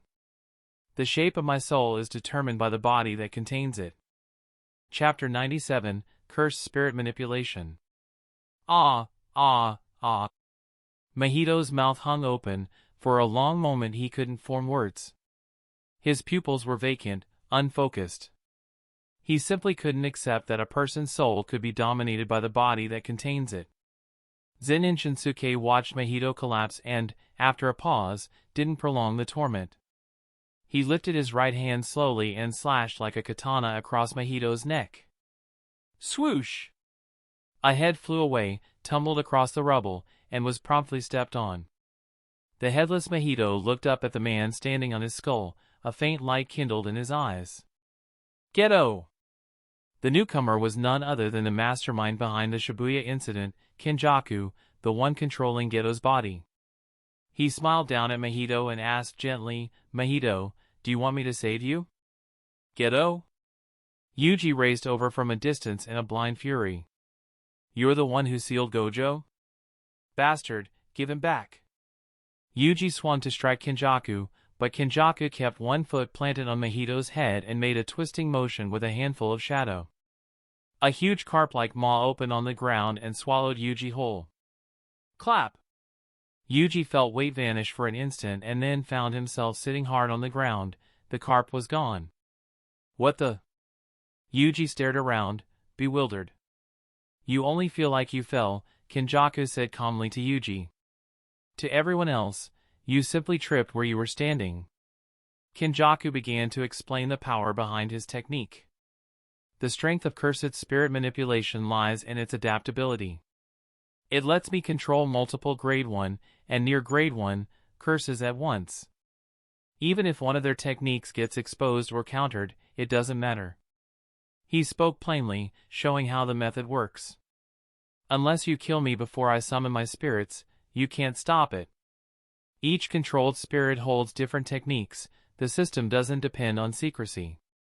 If the enemy learns one trick, Kenjaku simply swaps in another spirit and continues the fight. Yuji got up and charged Kenjaku again. A huge mouth opened at his feet, but this time Yuji leapt high and tried to strike. As he flew in, a black mass erupted before him.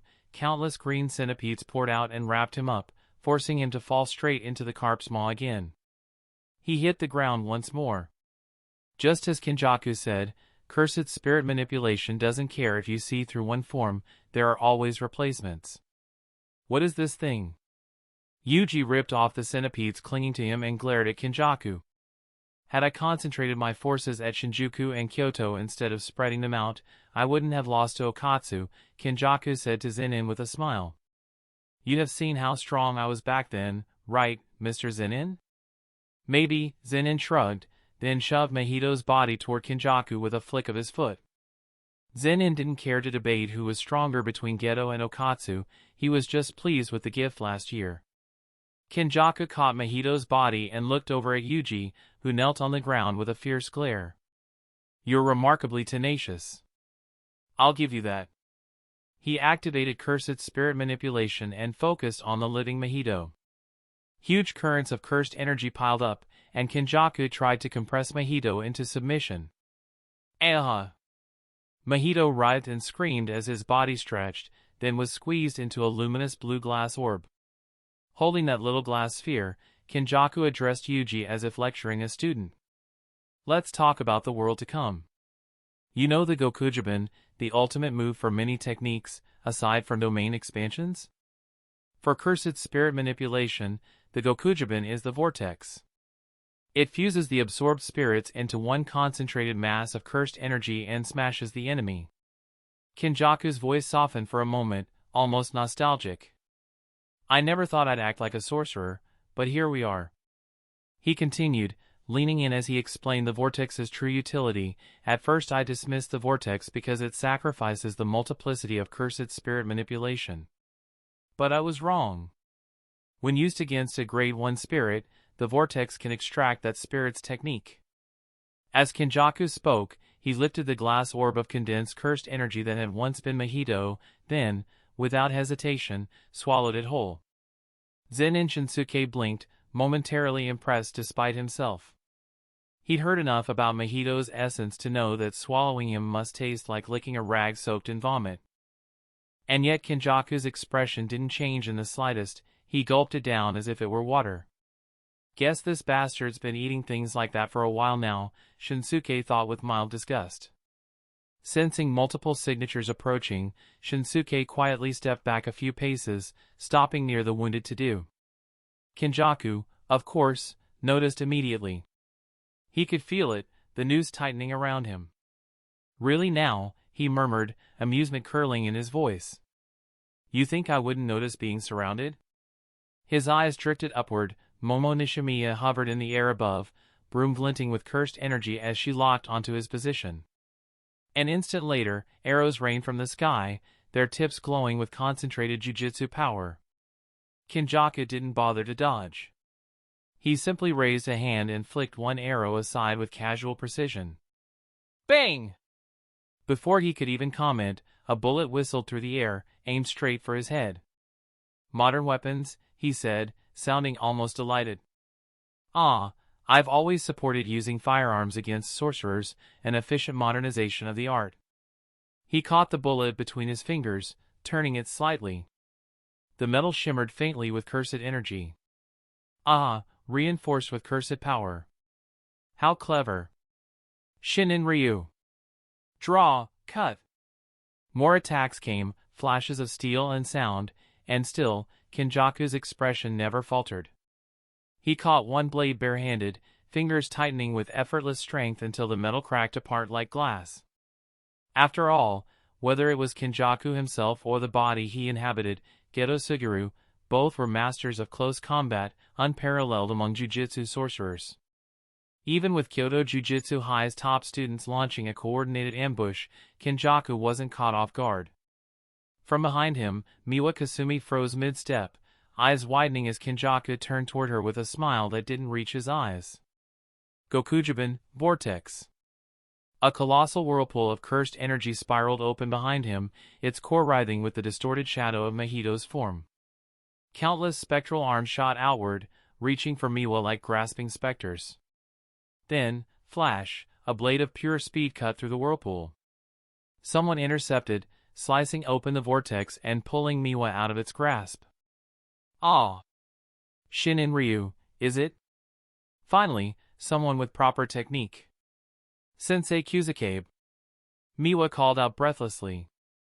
The rescuer was none other than Kusakabe, arriving just in time, followed closely by other reinforcements. Yutaheim Iwari also appeared, clearly having been forced to the front lines. Yutaheim-sensei, you're not supposed to be here. Nishimiya shouted from above.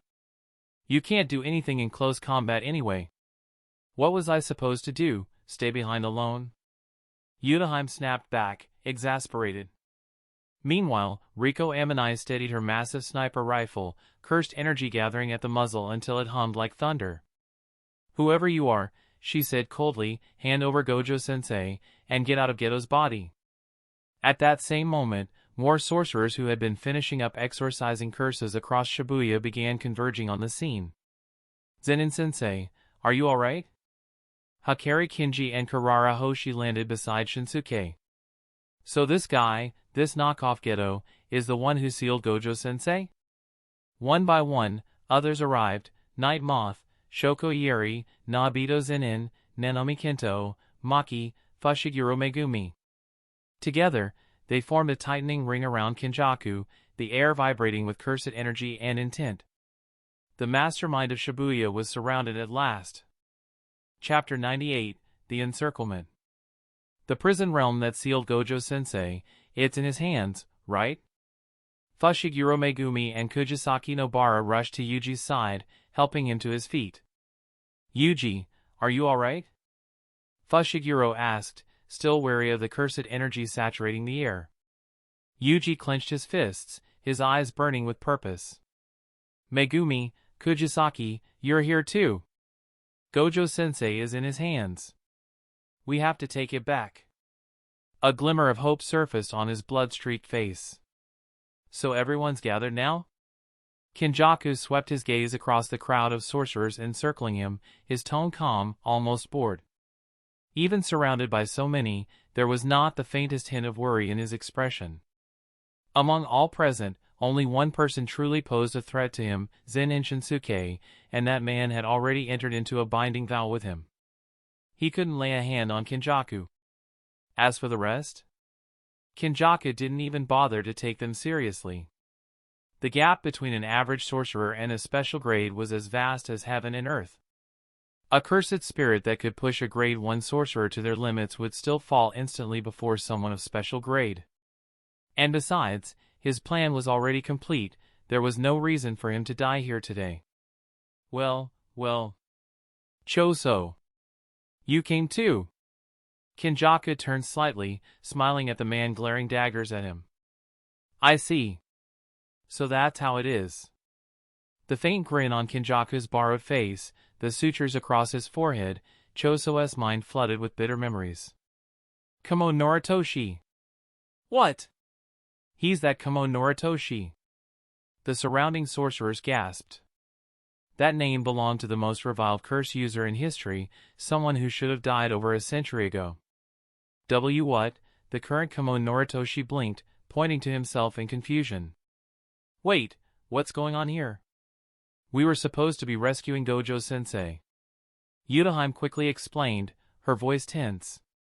Kamo Noritoshi was the greatest stain on the Kamo clan's history, one of the most evil sorcerers to ever live. If what he says is true, then the thing inside Geto's body is at least 150 years old. Kenjaku smiled thinly. Kamo Noritoshi was just one of my names. Call me whatever you like. Bastard. Choso's eyes flared crimson. You made me fight Itadori. You sent my brothers to die, my own flesh and blood, against him. Now that the truth had surfaced, rage consumed him. Knowing full well the connection between them, Kenjaku had still orchestrated their deaths, manipulating him into turning his blade against his own family. Unforgivable. Choso's cursed energy erupted. Blood shimmered into the air, coalescing around his palms like liquid rubies. I'm his older brother, he roared. Then his hands came together, blood swirling violently between them, condensing into a deadly crimson spear. Piercing blood. A streak of blood-red light shot through the air, cutting toward Yurom like a bullet. TCH. Yurom sank low, pressing a hand forward to block. The shockwave forced her back several steps, her expression tightening. So fast. She muttered. She'd underestimated the blood-wielding sorcerer. Red blood manipulation? This time, even the modern Kamo Noritoshi was stunned. First the ancient Kamo Noritoshi, and now another using the clan's signature art? Were all these people somehow connected to his family? Save the shock for later, we need to focus on Gojo-sensei. Hikari snapped his fingers, and a section of subway train manifested out of thin air, hurtling straight toward Kenjaku. At once, the surrounding sorcerers unleashed a barrage of attacks, combining their efforts into a coordinated assault. Kenjaku's body flickered. He vanished from sight, only to reappear high above, riding on the back of a spectral flying fish, its fins cutting through the air like blades. Boom! A piercing beam of azure-cursed energy shot skyward, a compressed laser of pure destruction. It exploded around Kenjaku like a miniature sun, the shockwave rippling through the clouds. As the smoke cleared, a massive centipede-like curse unfurled around him, shielding him completely. Not a scratch. TCH. Riko Ammonite clicked her tongue, shouldering her cursed rifle again and taking aim. Persistent bastard. All around, the sorcerers regrouped for another coordinated strike. From behind them, Ammonai shouted, "Hey, old man. You really can't lend a hand here? If you stepped in, we could get Gojo-sensei back in minutes." Zen'in Shinsuke sighed, hands in his pockets. "I don't enjoy watching Gojo suffer, trapped inside a little box," he admitted.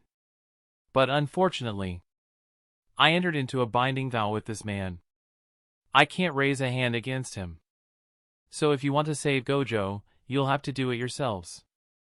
He said it with a look of regret so convincing that, had he forced out a tear or two, they might have actually believed him. "Fight with everything you've got," he added.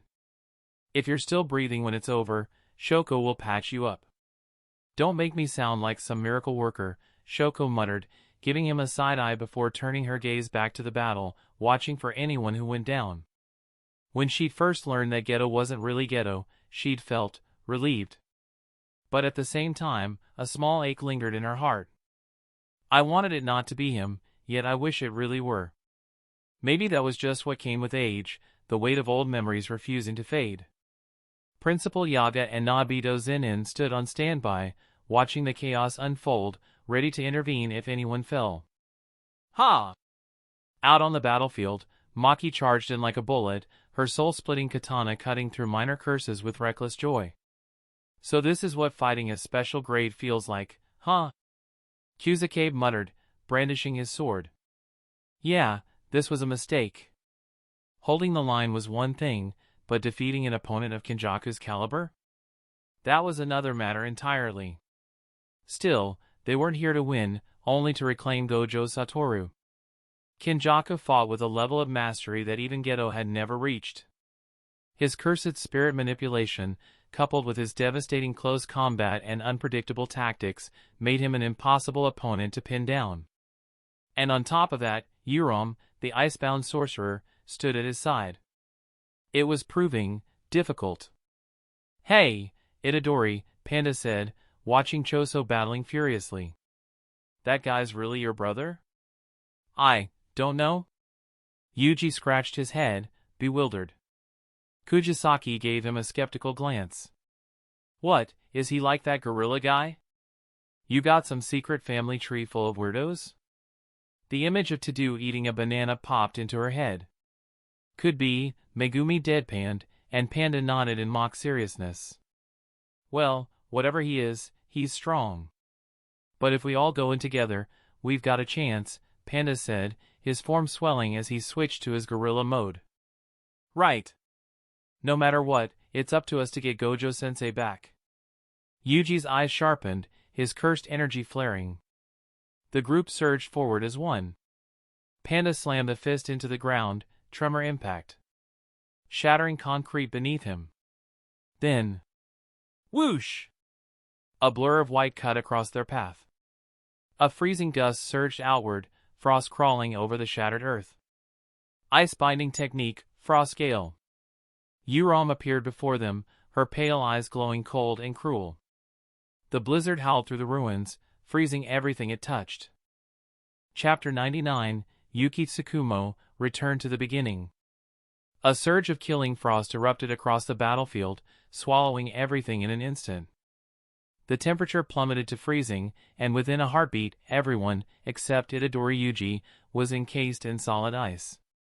This is an ice-type curse technique," Fushiguro muttered through gritted teeth, his voice trembling. "And it's unbelievably powerful." His words froze midair, literally. The group could no longer move, their bodies stiff and pale blue under a layer of crystalline frost. "Don't move," Yurom's calm, frigid voice echoed through the storm. "If you struggle, your body will shatter." A single large-scale spell, so sudden, so precise, had frozen the entire battlefield solid. Every sorcerer caught in range, Choso, Nanami, Kyusuke, even those still clashing with Kenjaku, had been turned into human ice sculptures. "Kill them all," Yurom said coldly, lowering her gaze to the frozen figures around her. "We have other means to spread the message." She raised her hand. In her palm was a blood-stained hole, the mark left behind by Choso's piercing blood. With a simple flick of her wrist, her reverse curse technique activated. The wound closed in seconds, leaving her hand pristine once more. Watching the silent, unmoving sorcerers before her, she prepared to end their lives without hesitation. Reverse curse technique and an area-wide elemental spell on this scale. Kuzukabe's voice cracked through the ice, muffled and shaky. Yeah, this is way above my pay grade. I just want to go home. Such weak frost, a low voice growled from within the ice. Choso's arm twitched, one hand still free enough to move. His blood began to boil, literally, glowing crimson as steam hissed from the cracks in the ice. Red scale ignition. The heat radiating from his blood surged outward, melting away the frost encasing his body. But just as he began to move, a razor-sharp icicle pressed against his throat. Yuram stood before him, her face devoid of emotion. Die! Crash! A sudden flash of motion split the air, a figure burst in between them. A thunderous flying kick smashed through the ice, shattering it to pieces and sending Choso tumbling backward to safety. Don't mess with me. You know whose body this is. Yuram's expression darkened in fury, her eyes narrowing as she glared at Yuji. Had he not been Sukuna's vessel, she would have frozen him where he stood without a second thought. Crack, crack. Crash! From the other side, Hikari flexed his shoulders, shattering the ice around him with brute strength. Frost fell from his hair like glass dust as he stretched his neck. TCH, don't make me look bad in front of Sensei. Eyes locking on Yuram and Kinjaku, Hikari cracked his knuckles and smirked. Hand over Gojo Satoru, now. Otherwise, I'll start taking bets on which of you I break first. His cursed energy pulsed like a living storm. For the first time, he actually looked excited. Yuram sneered. All of you are irrelevant. The only one we need alive is Itadori Yuji. She pressed her hand to the ground, and cursed energy exploded outward like a detonation. Ice binding technique, direct cascade. A blizzard of raw power surged upward. From the earth, countless jagged ice spikes erupted, spearing through the ground and freezing everything in their reach. Above, thick columns of glacial ice formed in the clouds, then began to fall, one after another, raining down like the wrath of a frozen god. TCH. Hikari clicked his tongue, coating his entire body in cursed energy. Grabbing the frozen form of Kurara, he blinked out of the strike zone just before the hail of ice came crashing down. The battlefield had turned into a frozen wasteland. But the frost wouldn't last long. Because high above, a faint shimmer of golden energy began to tear through the clouds. A woman's voice echoed, calm yet sharp, like wind slicing through glass. Yuram, you're still clinging to that old doctrine of balance and purity, aren't you? The clouds split apart. Descending slowly, with radiant energy swirling around her like a halo of light, stood a woman draped in white and gold. Her presence alone distorted the air. Yuki Tsukumo, special grade sorcerer, Yuram whispered, her eyes narrowing as she recognized her. The newcomer's lips curled into a faint smile. It's been a while since I've had to step onto the battlefield, she said softly. But seeing the world fall into chaos again. Her golden eyes gleamed. Reminds me why I became a sorcerer in the first place. On the battlefield, ice pillars rained down like divine punishment. Yuji and Choso were caught right in the strike zone. Yuji! Brother! Choso's eyes widened as his body froze mid-motion. In the next second, a massive column of ice crashed down, encasing him completely in solid frost. Crap! Yuji's legs had already been trapped in ice, numb from the cold. He raised his arms to shield his head, helplessly watching as a massive shard of ice hurtled toward him. Boom! Just as Principal Yaga and Nobito Zen'in were about to intervene, a sudden burst of radiant energy slashed through the air. The incoming ice shattered in an instant, scattering like glass. A single woman stood between Yuji and death, wind swirling around her, a colossal bone dragon coiling protectively at her back. Behind her, the frozen mountain glimmered like a backdrop painted for her arrival. Suguragedo, she said softly, her tone calm but cutting. It's been a long time. The newcomer, elegant yet terrifying, was none other than Yuki Tsukumo, the most unorthodox of all special-grade sorcerers. Her golden eyes turned toward Kinjaku. "The path you chose," she said, "has failed." Kinjaku's lips curled into a thin, amused grin. "Well, this is a surprise," he said, voice dripping with dark humor.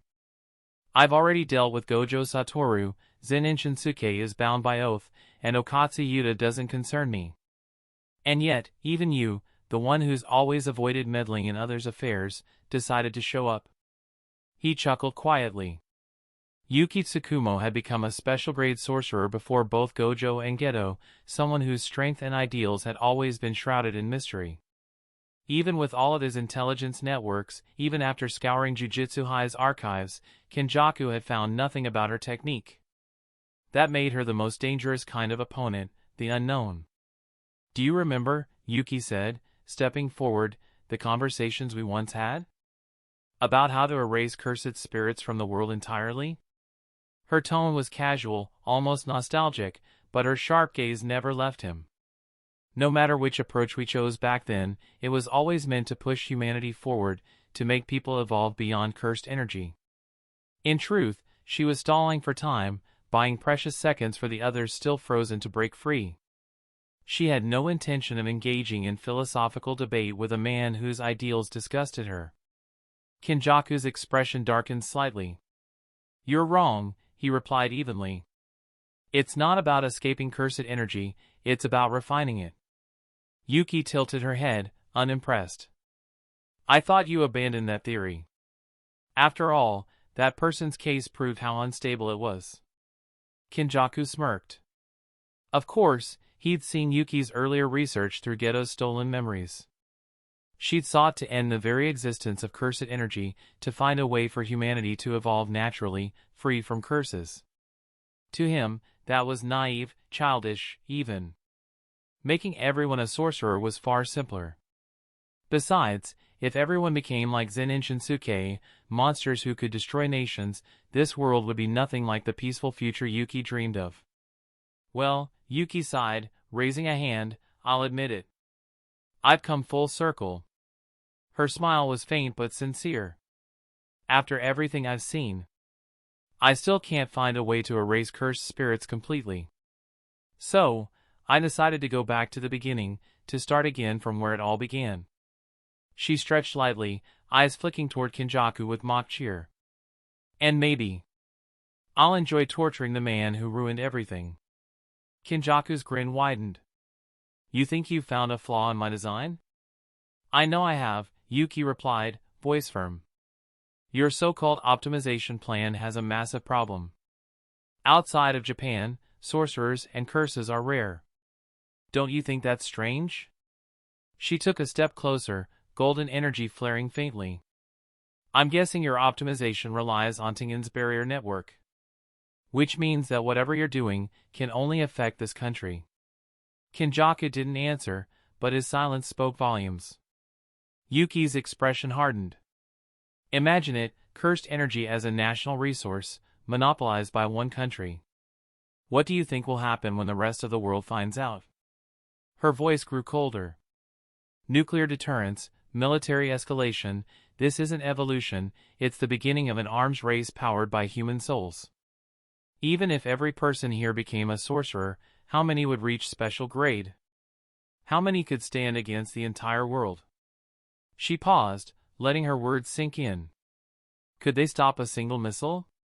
Her tone turned sharp. "The world you're creating is nothing like the one I envisioned." Kinjaku shrugged, smiling faintly. "Of course it isn't. You want peace.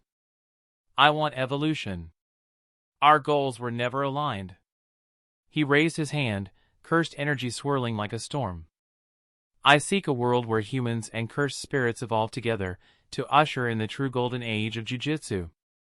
A world beyond control, even mine." His voice rose, eyes gleaming with mad conviction. "I'll create chaos so vast that even I can't shape it. That is the only true freedom." Before he could continue his sermon, boom! A deafening explosion of heat shattered the battlefield. The frost melted instantly, steam billowing skyward as the ice sculptures cracked apart. Yurome staggered, her body trembling, one knee dropping to the ground. Kenjaku frowned, glancing down at her. "What now, Yurome? You're interrupting my moment." Yurome stared at her trembling hand, her pale eyes narrowing. "My body, even after I healed it with reverse curse technique, is this poison?" A low chuckle echoed nearby. "Of course it is." Choso appeared beside Yuji, supporting his brother with one arm, a confident smirk tugging at his lips. "You didn't think you could take a hit from my blood and not get poisoned, did you?" Tap, tap, tap. Footsteps echoed across the melted battlefield. Yaga, Nobito, and the others arrived at the center, regrouping around Yuji and Choso. From the distance, Zen'in Shinsuke's voice carried over the battlefield. "Yuki," he called lazily, "don't get too caught up in your speech. They're just stalling for time." Yuki Tsukumo smiled faintly, eyes still fixed on Kenjaku. "I know," she said. "But sometimes, even time needs a reason to move forward." Chapter 100, Long-Range Technique Activation, Idle Transfiguration. Editing needed ******. "Darling! I knew you'd be here." Yuki Tsukumo's voice rang clear across the battlefield as she strode confidently through the settling frost. Moments earlier, the distance and the walls of ice had kept her from noticing the small group of onlookers, Zen'in Shinsuke and the others, observing from afar. She approached, her usual teasing grin softening into something else when she got a good look at him. Then, her expression froze. "What the hell happened to you?" Without hesitation, she grabbed Shinsuke by the front of his shirt, eyes darting over the scars and bruises littering his body. "These wounds." Her tone darkened. "Who did this to you?" Her sharp gaze slid past him and locked on Kenjaku in the distance. "Was it him?" "It must have been, he's the only enemy here." Her cursed energy flared, so intense that the air itself trembled. "Garuda!" At her call, the bone-like Shikigami coiled around her body responded instantly, transforming into a massive, sleek bone blade that materialized in her hand. The look in her eyes was pure murder. Anyone who dared lay a hand on her man was already dead. Kenjaku smiled faintly, eyes glinting with both amusement and curiosity. "So, you intend to fight me?" he said lightly, his posture tightening. "Good. Maybe I'll finally learn what kind of technique you've been hiding all these years." Before Yuki could strike, Shinsuke rested a hand on her shoulder. "It wasn't him," he said, calm but firm. "It was Sukuna." Yuki blinked. "Sukuna? That walking ego trip?" Her expression hardened again. "Even so, nobody gets to beat up my man and walk away." She turned sharply, her gaze landing on Yuji, still leaning on Choso for support.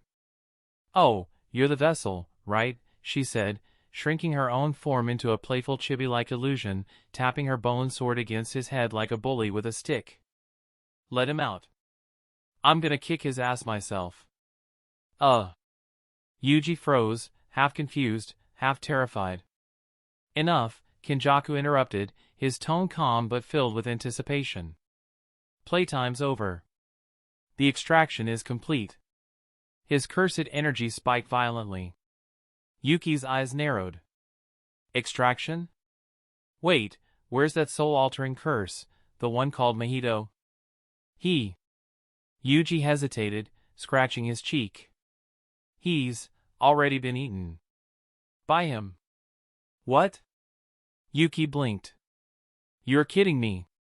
"No point thinking about it now," Zen'in Shinsuke said, sighing. "What's done is done." Yuki shot him a suspicious look, eyes narrowing. "Why do I get the feeling you're a little too happy about that?" Shinsuke straightened his back, raising 3 fingers solemnly. "Me? Never. I'm just happy to see you, Yuki. Has absolutely nothing to do with what's about to happen." She said flatly, unconvinced. Meanwhile, the others, Yuji, Panda, Kirara, and the wounded, were gathering their strength, their voices trembling but determined. "Is there any way to stop this?" Panda asked, glancing warily at the immense cursed energy radiating from Kenjaku. Yuki's expression darkened. Shinsuke exhaled. "It's too late." Kenjaku raised his arms, the surrounding air twisting with overwhelming cursed power. A dark, pulsating pattern spread from beneath his feet, expanding across the shattered city like a living sigil. "Idle transfiguration," he roared. The world seemed to scream. From every corner of Shibuya, black light erupted, towering cursed energy pillars stabbing into the sky. The air vibrated, distorting like molten glass.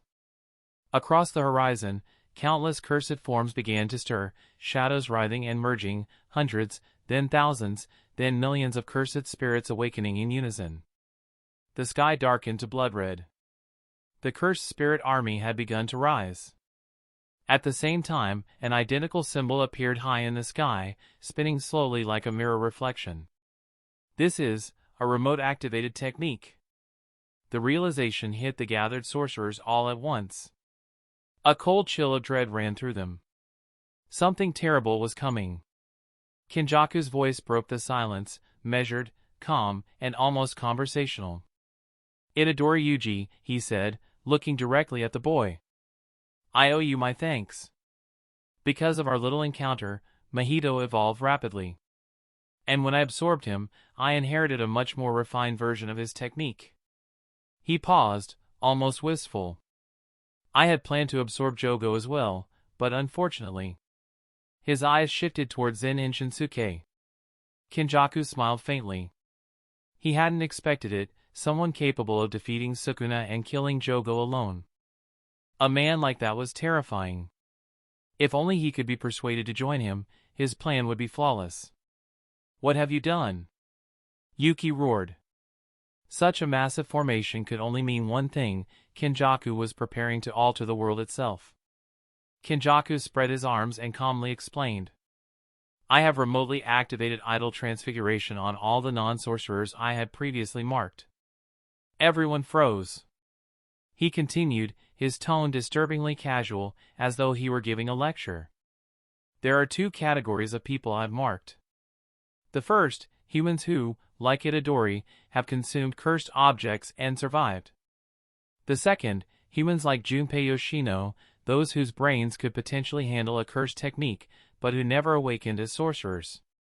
I've used idle transfiguration to reshape their brains into the structure of true sorcerers. For the first group, this grants them the physical durability of vessels. For the second, it unlocks their dormant techniques." Kenjaku's eyes gleamed as he concluded. "In short, I've just awakened thousands of new players." Gasps echoed through the battlefield. "And now," he said, "all those cursed objects have been unsealed." He clasped his hands behind his back, speaking almost like a teacher describing a science experiment. "Many of them are unconscious right now, their bodies still adjusting to the sudden influx of cursed energy. But soon, they'll awaken." "You!" Fushigiro's eyes widened in horror. His voice trembled with rage. "It was you! You're the one who cursed Sumiki." At last, he had found the truth. The man who had doomed his sister was standing right in front of him. He lunged forward, but Zen'in Shinsuke caught him by the shoulder. "Calm down," he said evenly. "Don't worry. She'll survive." Fushiguro clenched his fists until his knuckles turned white, forcing himself to breathe. Kenjaku turned toward Shinsuke with a knowing grin. "Of course she will," he said. "I always keep my bargains. Isn't that right, Zen'in-san?" He turned back to the others, raising his voice. "As I was saying, these newly transformed humans and cursed objects will now fight each other. Through battle, they'll come to understand cursed energy on a deeper level." He smiled, cold, almost proud. "Think of it as releasing 1,000 Itadori Yujis into the wild. Half will be ancient souls reborn," he added softly. "The other half, evolved humans." 1,000? Yuki Tsukumo raised an eyebrow, unimpressed. "That's almost conservative, for someone like you." Then her expression hardened. But you really think you can force people to slaughter each other? You underestimate humanity. There are still those with reason, with conscience. Kenjaku chuckled, eyes gleaming with mock pity. How naive, Yuki. You think I didn't account for that? Your questions are getting disappointingly shallow. That smug tone was enough to make her bristle. She cracked her knuckles and turned to Shinsuke. This guy's even more annoying than you. Want to team up and break his jaw? Hey, how'd I get dragged into this? Shinsuke protested quickly. When did I ever say anything annoying? He looked around helplessly for support. You guys agree, right? I'm not that bad. The rest of the group avoided his gaze. Nice weather today, huh? Someone muttered. Yeah, real good day to talk about something else. Kenjaku sighed, massaging his temple. Are you quite done? I'm in the middle of reshaping the world, and you're bantering. He raised his hand again, continuing as though they hadn't interrupted. The cursed objects I released were all sorcerers who formed pacts with me over the past millennium. Not all were human, of course, but those old bindings no longer restrict me. A dark grin spread across his face. Now, you'll all witness the truest form of the world. Then his expression twisted, ecstatic, mad.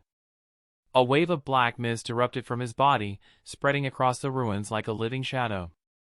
From the fog, shapes began to emerge, twisted, snarling, hungry. Curses. Dozens. Hundreds. Thousands. Grade 4. Grade 3. Grade 2. Grade 1. Even semi-special grades. They filled the air and the earth, blotting out the horizon. The ground shook as the sky turned dark with wings and claws. Kenjaku spread his arms wide, laughing quietly. The new world begins now. A world of chaos, where curses, sorcerers, and ordinary humans would all become ingredients in the same pot. And whatever came out of that boiling cauldron, even Kenjaku could not predict. But that was exactly the world he desired. That's the end of this tale for now. Thank you for watching, and I'll see you in part 5. Peace.